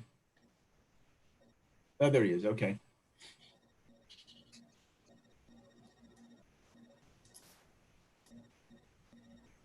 Elam, can you unmute yourself and join us? Thank you. Yes, I apologize. I got kicked off for a second there. Can you hear me? Yeah. I can hear you. Okay, wonderful. Good morning, Mayor and Council. I'm Elam Hall. I'm the current board chair for Orange Habitat and a resident of Chapel Hill. It's been great to hear all the advocacy for affordable housing this evening from many of the earlier public commenters. Council may not recall, but it has stayed with me throughout this process that the night Habitat presented Weaver's Grove for concept plan review was the same night Town Council honored employees from Chapel Hill Transit for their service to our state after Hurricane Florence. Each member of the transit staff spoke and told their individual stories of how they had served. While they were speaking, I found myself wondering how many of these public servants and their families own a home in Chapel Hill. I bet not many, maybe none. A Chapel Hill where the average home resale in 27514 is currently $429,000, up $4,000 from 1 year ago. And how fitting that they are being honored on this night where Weaver's Grove is being presented. It's a constant question for Habitat as we move through a process like this: who will live here? Historically, the majority of Habitat homeowners in Chapel Hill work at the university or UNC Healthcare, serving our community daily in critical roles. If you've volunteered at one of our construction sites, you've worked alongside those that are working on sweat equity hours towards their home. At the end of the day, we're all the same. These families just can't afford to buy a home in Chapel Hill or Orange County. It's an honor and also eye-opening to serve on a board where we get a window into the living situations of the families that apply for the opportunity to own a home. It's illuminating because it's given me a glimpse into real living situations in our community, entirely driven by housing unaffordability. So let me close by letting you know firsthand what your yes vote will mean for the 100 families that have lived in or worked in Orange County for at least a year and will own a home in Weaver's Grove. It means 100 families will have a mortgage that is 30% of their income and will no longer be burdened by annual rent increases. It means 100 families will begin to build wealth, as home ownership is the primary path to building wealth. It means 100 families will have healthy homes without water intrusion issues and mold and mildew, which will reduce instances of children with chronic asthma due to substandard housing. It means 100 families will have children who spend more days in school, increasing their chances of going to college and their related employment prospects, breaking the cycle of poverty. It means 100 families will have shorter commutes and access to public transportation, reducing travel costs and helping to curb climate change. It means 100 families will benefit from their children attending outstanding public schools. It means 100 families will have energy efficient homes, reducing utility costs, allowing them to invest in 401ks. And it means 100 families will live in a mixed income community where outcomes are proven by multiple studies to be better for all involved. Your decision is actually quite simple, and your past actions as a council and ongoing efforts on affordable housing issues are commendable. Vote yes to add Weaver's Grove to the fabric of our community. It will make our community better, stronger, and in this case, change the lives of 100 families with positive outcomes with a generational impact. Thank you. Thank you. Thank you. Okay, now we have a group with apparently 2 Julie McClintocks and Joan Gilkey and I don't know if Charles Humble is still involved. So it would be a total of 9 minutes for the 3 folks. So I guess whoever wants to get started from your group.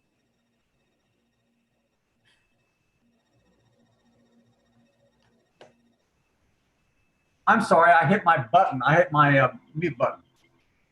Folks, you're earning a ton of respect tonight. Can you hear me? Yeah. Yes, we can hear you, Charles. Okay, great. Good to see you all. And thank you for allowing us to speak. First, let me reassure you that CHALT strongly supports the provision of a wide variety of affordable housing types in Chapel Hill, especially for those who have the greatest need and least ability to get housing. We admire the Habitat model and how it, combines volunteer labor with labor from the people who are going to live in those houses.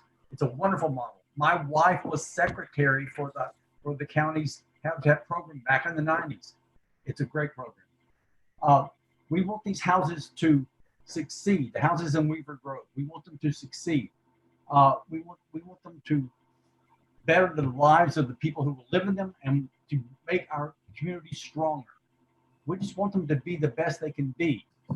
And I think that, there's been a pretty full discussion tonight of a couple of issues that are really,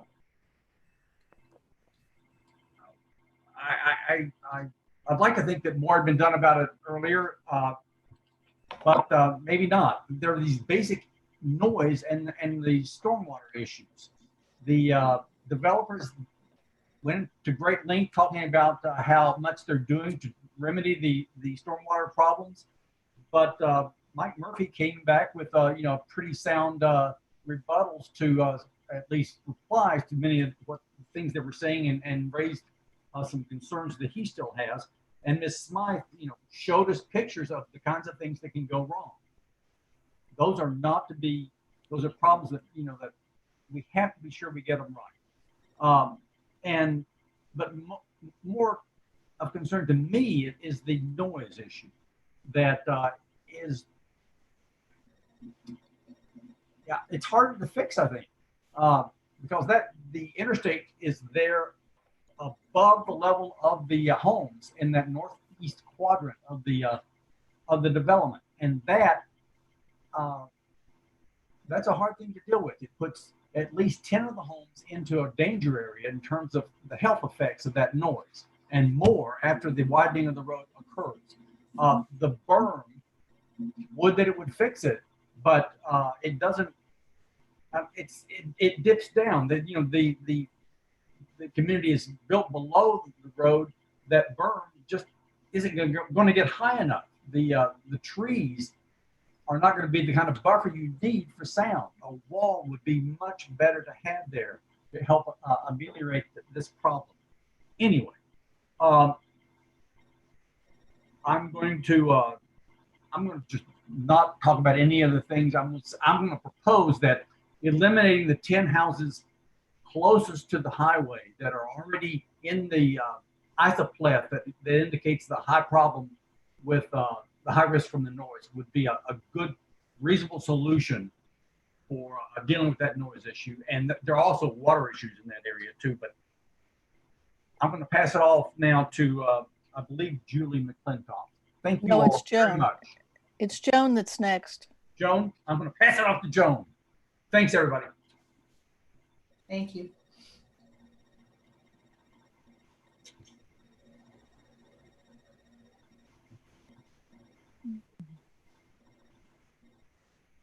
Joan, are you there with us? And made the same mistake I made. See her name listed. Can you hear me now? Yes, we can hear you now. Okay. Well, we've got our wires a little crossed. I'm here as Joan Gilkey representing Chalt, but Charles just said about what I was going to say. Is Amy Harvey still around to put up that slide, the color slide that has all the houses drawn on it? Yes. That shows, Amy, I need the one that's the next one, not that one, but the next one that shows the widening. Yes, thank you very much. Okay. I want to talk about the interstate and the problems with the water a little bit, mainly the interstate. The location where the biggest problem is, if you can see I-40 in the north at the top right corner, you'll see a stand of trees, and then you'll see some lines drawn, 100 foot, and then 67 decibels. That last study that was done and the standards for standards in the US is no more than 67 decibels of noise to be acceptable. Well, this site is now showing up at 71 decibels. And when they widen I-40 to 6 lanes, it's going to increase that even more. We talked about having a berm, but the berm, unfortunately, is going to end right at the bottom of the freeway and not do any blocking of noise from the freeway because it's not tall enough. And then you put trees on top of it, but they won't be grown big enough to do anything for quite a while. And I'm not even sure that's going to work. We don't know whether that berm idea is going to work at all. So that needs to be explored a lot more. DOT has said that it will build a wall to protect the Chandler's Green folks, but they're not saying anything about a wall to protect this development at Weaver's Grove, and maybe something could be worked out. I don't know, that needs to be explored too. We need to find a way to block the noise, because if you look at the drawing, you'll see the red line going across at 67 decibels, and it takes out, you can see the peach colored duplexes. It takes out 1, 2, 3, 4, 5, 6, or really definitely 10 of those, if not 12 of those units, as being beyond the acceptable range in noise. And that's before they widen I-40. So DOT is proposing maybe, or I guess the developer's proposing the berm.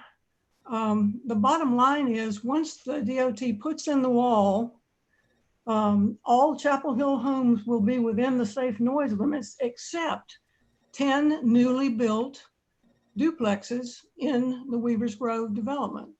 And we have to do something about those poor people, because either you really should remove those 10 duplexes from the project. If you do that, then you can get almost back to where you're acceptable. But with them in there, it's just not. It's going to be so loud. We need a noise study at a minimum, a recent noise study, to see whether the proposed berm is going to work. We need to demonstrate that the residents' health is no longer a concern once it's done. In our zeal to keep this project moving, and we're all trying to keep it moving, we're making exceptions to regulations all over the place, in impervious soil, in noise, in water. We're unintentionally putting future Weaver's Grove residents in harm's way. That really bothers me, that we would condone doing that. We're allowing homes that will flood. There's no doubt they will. And they're so close to I-40 that it will cause hearing loss and other health issues for residents there, young and old, forever.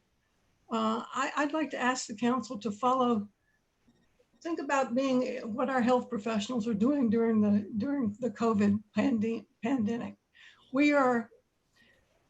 Health professionals are looking at their patients and saying, first, do no harm. And that's what I'd like to say to council in this situation. Let's fix this. First, do no harm. And right now, if this gets approved the way it is currently drawn, we are causing harm. And I'm really worried about that. Thank you. Okay. Julie, you have? Yes, can you hear me? Yes, and just to be, of the 9 minutes, you're down to about 1.5 minutes. It doesn't seem quite fair. It's extremely fair, actually. I don't think it's fair. You know, we've all at midnight and the council's tired and we're tired. And I think that the council should repeat the whole public hearing personally. I'm Julie McClintock. I'm former Stormwater Chair and former council member. CHALT does want Habitat to succeed on this project, but there's some big challenges. The biggest challenge is that the plan puts the affordable units on the wettest and noisiest part of the site. So what can we do at this juncture about stormwater without going back to the drawing boards? We've dug into this issue and come up with a list of design modifications. Number 1, reduce the disturbance of RCD areas. The proposed plan disrupts the RCD by 40% in some places. These exceptions greatly disturb the Stormwater Board, which they discussed at length. And I believe Chair Schultz said this in her transmission to you. 2, follow through on the other recommendation to remove the 10 units subject to the unhealthy noise. These 10 homes are located right next to and below in elevation to I-40. There's standing water in that woods with salamander eggs. This is not a high dry area. This modification would greatly add stormwater benefits by saving trees as a buffer for these new homes. 3, remove the 3 townhouse apartments that are now placed on top of an ephemeral stream, which was previously designated a perennial stream. And we need to get a new stream determination, and I would like you to request that. Number 4, ask the applicant to use alternatives to using pervious pavement. That's a problem. First of all, it needs to be maintained and the HOA would have to do it, but it's in an area that floods. Finally, require a bond for the stormwater basins in case of failure to protect the 5 homes downstream and to ensure the pervious pavement works as intended. And finally, placing the affordable units on the wettest and noisiest part of this site forces those needing housing to choose between health or housing. I don't want to see the council force that choice. So thank you. And again, I just think we need to get a little bit more time on this very important project to Chapel Hill. Thank you. Thank you. Okay, next we have Nancy Oates, and then I believe we have one individual with a hand raise. Was here a minute ago. But we'll find it. But While Ms. Oates is coming in, I was reminded yeah, we have a few now. that this is the last time to speak on public comment on this project.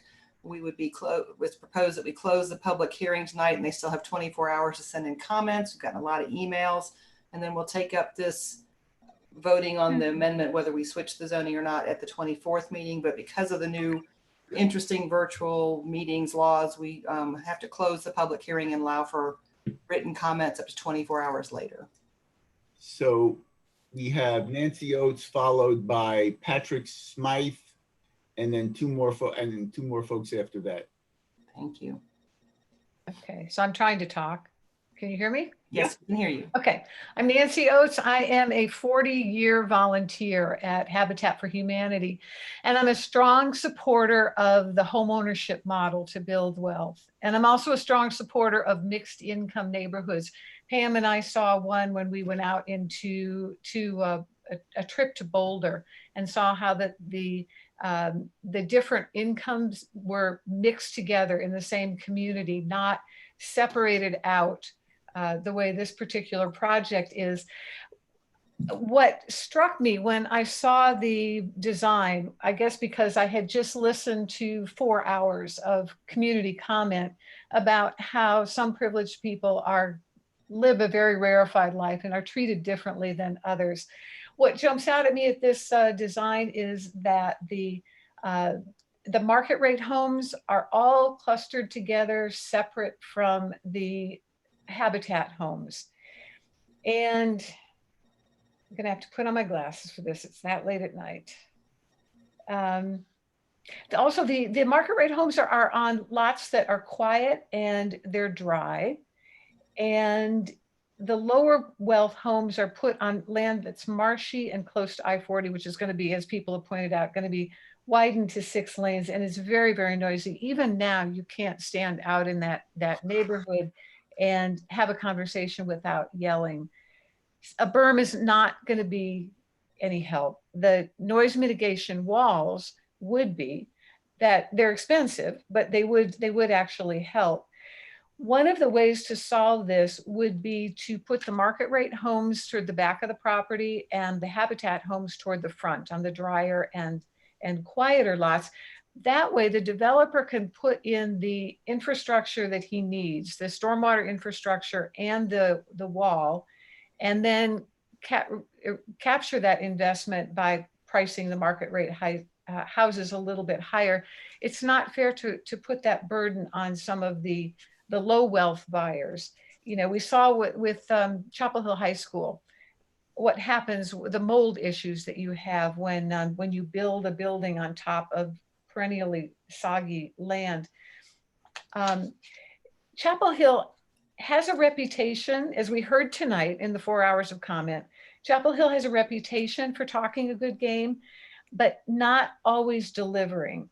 And I think we saw that at a council meeting not too long ago when we were talking about the Trinity Court that will have to be torn down, and perhaps a mixed income development will be put in there. It won't, there's not enough room to expand the number of units because there's not enough room for parking. So we're going to reduce the number of affordable units in that. 2200 Homestead Road, we could have had 80 families living there for 3 years now. And people's motives were good. They wanted to be able to increase the number of housing units, but there's not enough money to do that. So it's going to be, we've had 3 years of that land lying fallow, and it's going to take longer. even longer now to add more units to that. Council has the ability to change the reputation of not being a welcoming community to modestly paid residents. And I would ask that the Habitat homes be resited so that they are closer to the Sunrise Road neighborhood or the Sunrise Road exit. They won't have the drainage problems or the noise problems. And the ones at the market rate ones at the back of the property will be able to overcome those issues through design and construction solutions. And that's it. Okay, thank you. Time's up. We have Patrick Smythe, followed by Martin Johnson, and then also Gary Zarkin appears to have rejoined us. We lost him about halfway through. And Danny Benjamin did too. He's there. Danny, I think, yeah, and Danny looks to be back as well. So who are you calling on first? There we go.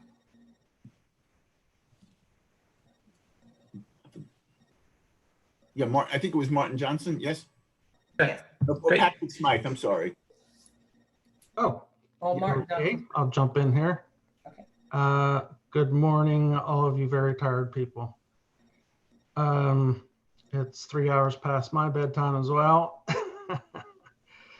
So I'll try to make this as quick as I can. I understand that I'm not permitted to ask questions of you or the developer, so I'll just state some things here and hope that you can question the developer about them.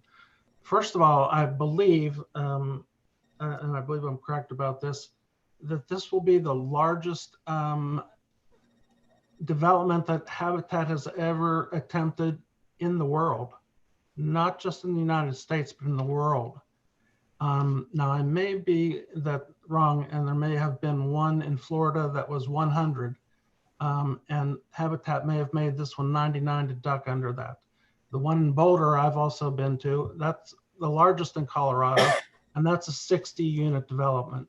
The one in Florida was only approved when the neighbors got a 10-foot brick wall approved. You can also check that. You can check the state of New York and the number of units that are permitted there. Next,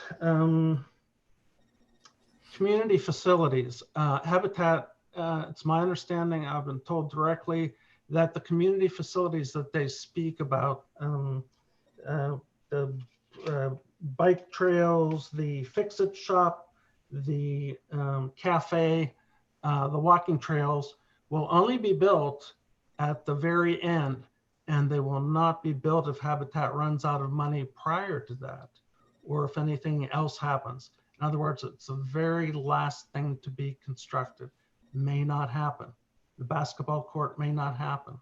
That would certainly be a concern. The next thing, they talk a lot about sweat equity.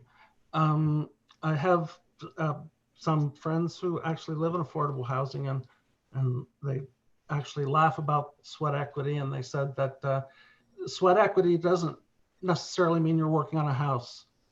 Sweat equity can be, in their case, they did Xeroxing, an old man. They did copying at Habitat's headquarters. I think it was in Alamance County, and a nice air-conditioned place. So they joked about the sweat equity.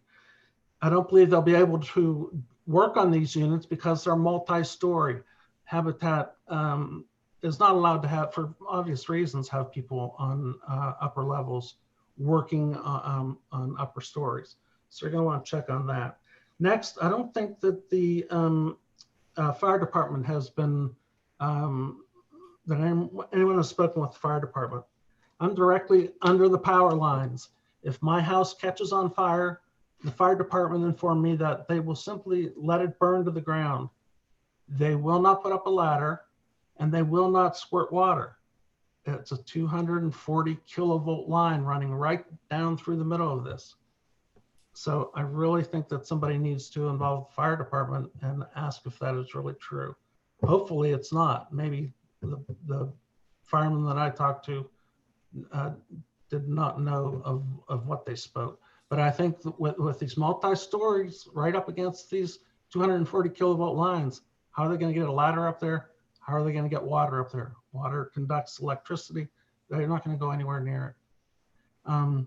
Again, thanks. I know it's late. Thank you for your time. Thank you for all the work you do. Thank you. Mr. Martin Johnson, followed by Danny Benjamin. Great. Thank you for taking time to listen to the public at this late hour. I wanted to just voice my strong support. It's already been through a long process. I feel like a lot of the complaints against it are ones that have already been heard before and have been dealt with. And I wanted to go back to all the amazing young people that spoke at the beginning of this meeting. I listened to all those comments. And I was really struck by a student who went to, I think, East Chapel Hill. And she talked about how she was robbed of the experience to have classmates who are from diverse backgrounds. And I think what this project will do, if it's passed, it will supply East Chapel Hill with a number of young people who will be people from different socioeconomic backgrounds and will be able to access the many opportunities that we provide to all of us. I have 2 kids, one that's 6, one that's 9. I would love it if they were able to go to East Chapel Hill, where they're slotted to go, with students who are living this new project. I think that's a thing that we can do. There aren't many opportunities left to produce affordable housing in Chapel Hill, and just really hope that you look at the big picture. We're in a very different time now, and we need to be building opportunities for future generations, not focused on the minutia that we've heard from a lot of the opponents of this project. Thank you. Thank you. Okay, Mr. Benjamin, and if you could just sort of, you have about 1.5 minutes left of the time. Great, thanks. So just 2 quick items. One is that a berm or any kind of noise ameliorating attempt can actually make noise worse for the residents. This is why a noise study that a prior speaker spoke to is so important. The town really wants to have that information to provide guidance to the developer as to what amelioration can go or should go in place. And then there's been some comments about residents having a choice, and we have largely remained silent over the years about where the affordable housing went within the neighborhood, because we wanted to be as supportive as possible to Habitat and to give them flexibility. But it has been our perspective that that the affordable housing units are most welcome closest to our neighborhood, because they'll be on the highest ground with the best chance for success for those new neighbors. And so to bring the affordable housing closer to us is something that we have talked about as a group. We're supportive of that concept. And given that Mr. Ballantyne has expressed a desire for folks to have a choice, provide some choices, and to integrate these properties together for greater success of this neighborhood is something that we would like to see, and reflects many of the comments that we've heard earlier tonight. And thanks for letting me speak. We really would like to see Habitat succeed in this area. We've said that before, and we've said that over the years, over and over and over again. It's not the affordable housing units that are causing us consternation. It's this high density of market rate homes that causes problem to the land, to traffic, and noise for the new neighbors who deserve high quality affordable housing, and to the current neighbors. Thanks. Thank you. Okay, Mr. Zorkin, welcome back. You had I think you were about 1 minute left. If you unmute yourself. Now? Sort of. Can you hear me? There we go. That's better. Just I'm sorry, getting a little feedback here. Yes, I just want to make a couple comments, just adding on comments of Julie McClintock and Nancy Oates, again, about some of the issues going on with noise. I just want to also add, if you have staff research issues of proximity to freeways, it's not just noise, but it's also fine particulate matter that comes off of roads, okay? Both of those really have increased mortality, morbidity, reduced life expectancy. And I really think that people look to our policymakers to make wise decisions. They don't know otherwise. I wouldn't know in a neighborhood, but you guys now are in a situation where those issues are raised. I think it's very important to look at that and to take that into account. If you go ahead and approve the proposal as is, you're dismissing real equity issues and you're ignoring science. And I hope that you won't approve it as is. The equity issues are, of course, that the affordable homes are all the ones near the noise and the freeway. They're the ones that are exposed to the high risk of all the negative health effects. And basically the ignoring of science is all the literature out there that talks about the health decrements associated with noise and particulate matter. And again, this is just starting to come up, okay, noise and particulate matter. And again, we haven't had a situation, I don't think, in Chapel Hill where we put a very dense kind of neighborhood right on the freeway. I agree with Danny Benjamin. We want this thing to be very successful. And we hope, following the guidance and suggestions of Julie and others, that you'll ask the applicant, you won't accept the plan as is, that you'll ask them to make changes to reduce the negative environmental and stormwater impacts and figure out a way to move the affordable housing units away from the freeway to reduce the negative health impacts. I think that's going to increase the chances of the neighborhood being successful. Thank you very much. Thank you. And that is the last speaker. Okay. Thank you all for your comments. I bring it back to council to either ask questions, make comments. We will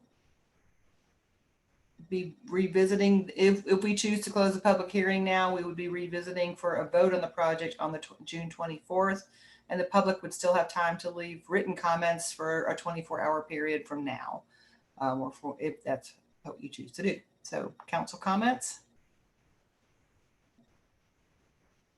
I know it's late. Council motions. Ms. Anderson. I am tired, so I'm going to try my best.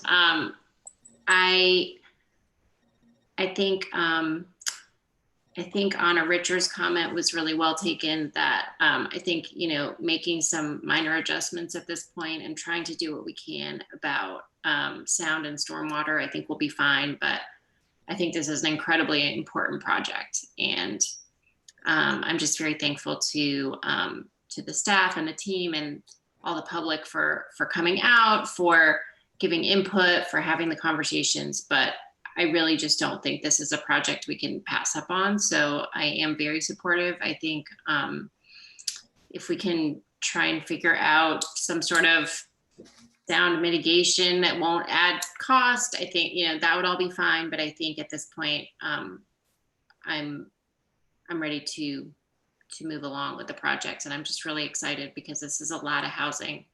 And it's been a long time in the making. So I'm just really excited, and I'm tired. So I will stop. All right, Ms. Gu, unmute yourself.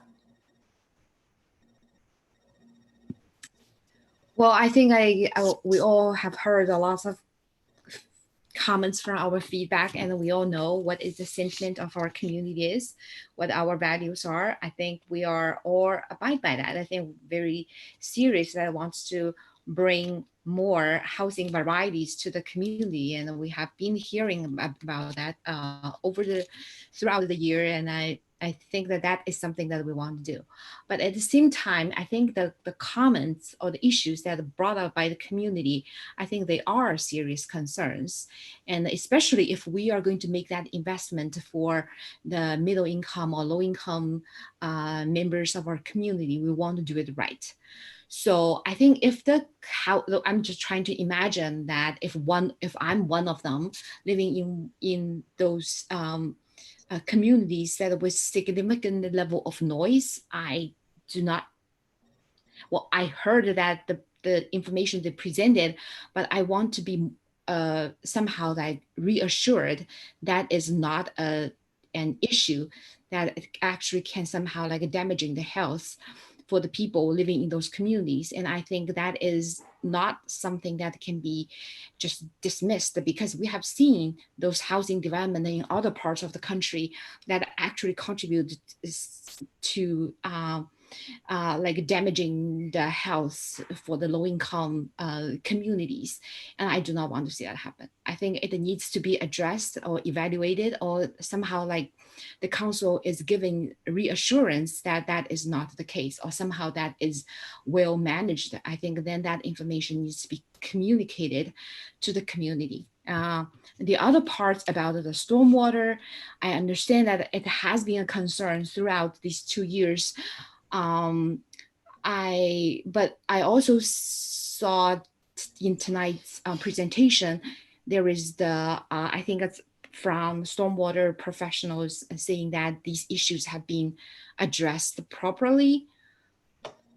I'm not sure that how to make, I don't know that if there is any way that the council can be reassured. I understand that the stormwater committee has been presented with this case, and I don't know if the stormwater committee chair or someone that can be here to give a presentation just to explain that what their considerations are, because if I understand correctly, their final conclusion is that they approve this project. So if that is the case, I think that that needs to be communicated to the neighbors. Overall, I think that the council has been communicated from the early stage that we want the Habitat for Humanity and the neighbors were working closely together. There needs to be clear communication. And I think that, as I have heard, and I believe that it's true, that the members have expressed their commitment to the affordable housing on this site repeatedly. So I think that there is opportunity for both the developer and the community to work together. And I would like to see that happen. I think for the good of the neighbors, for the community, and also for the future residents for this site, I want this project to be a success. Thank you. Any other council comments, Ms. Stegman?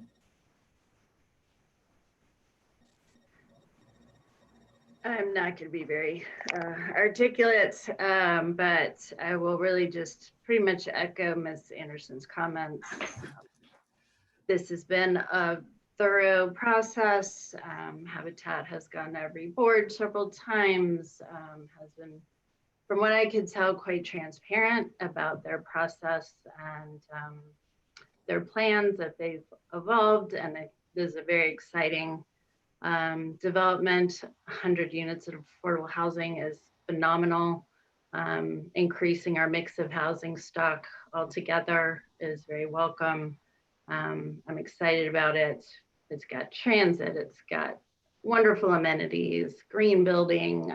Really, they've done everything we've asked, and didn't have to go to the Stormwater Board, but was asked to and went and got the thumbs up there, and are even investing more of their funds to go beyond what's required of stormwater. So I feel like they've been quite responsive, and I'm excited to move forward. Thank you. Mr. Parker, welcome back. I hope I'm not going to be repeating what everybody else just said. My internet chose to take a brief vacation. But yeah, I think it's a fine, better than fine project. I mean, it's got amenities. It provides a high quality of life in terms of stormwater. They've gone above and beyond in terms of meeting the 100-year storm standard rather than 25-year standard. And the Stormwater Utility Board, which, they didn't have to take it there, they did, and they got unanimously approved by the Stormwater Utility Board. They were approved by the Environmental Sustainability Board. I think, I feel like being a little bit Talmudic tonight, there's a saying, if not now, when, and to paraphrase, if not us, then who? So I think we need to move this forward. Thank you. Anyone willing, Mr. Boynton, make a motion to close the public hearing, or do you want to speak? I just wanted to say a couple words that won't be long. As a council and as a community, we have consistently expressed our strong desire to have affordable housing. I know that I'd heard stormwater as a consistent concern, and I was encouraged to see the Stormwater Management Utility Board review the projects, and it sounds like the stormwater mitigation measures exceed town standards and would actually improve the situation for surrounding homes. I hear the concerns about noise, and I'm hoping that if this project moves forward, that the work can continue, to improve and to make the project as great a place for all the residents that would be in it and around it. Okay, thank you. Mr. Nguyen? Well, what was sorry, it was really late. What was the motion? I moved. The motion would be to close the public hearing effective 24 hours from now. And then this item would come back to us on June 24th, but not as a public hearing, as a decision point at that point. So public would still have time to make written comments in the next 24 hours. Thank you. That. Okay, there's a motion on the floor by Mr. Nguyen, second by Ms. Stegman. Any other comments? All right, have to call for a roll call vote, please. Mayor Pro Tem Parker. Aye. Councilmember Anderson. Aye. Councilmember Boynton. Aye. Councilmember Gu. I always get the alphabet wrong. Sorry. Councilmember Nguyen. Aye. Councilmember Ryan. Aye. Councilmember Stegman. Aye. And Mayor says aye as well. So the vote is unanimous to close the public hearing effective 24 hours from now. And this item will be on the June 24th council meeting agenda. Thank you all for your endurance. Thank you all for your listening, your active listening. We will come back to you with some kind of forward plan for a town hall listening session where people can engage. And so we were serious about not losing this energy and this passion to try to figure out how we work together forward. Mr. Jones, do you have anything else to share with us? No, ma'am. Okay. That being said, nothing else in the regular agenda. We call this meeting adjourned, and I think you hit a new record, by the way, of number of speakers. We'll look into that before we get back to you, but good job listening. And thank you all for everything this evening, and we'll be touching base again soon. Good night, everyone. Adjourned. Morning. Good night. Good night. Night.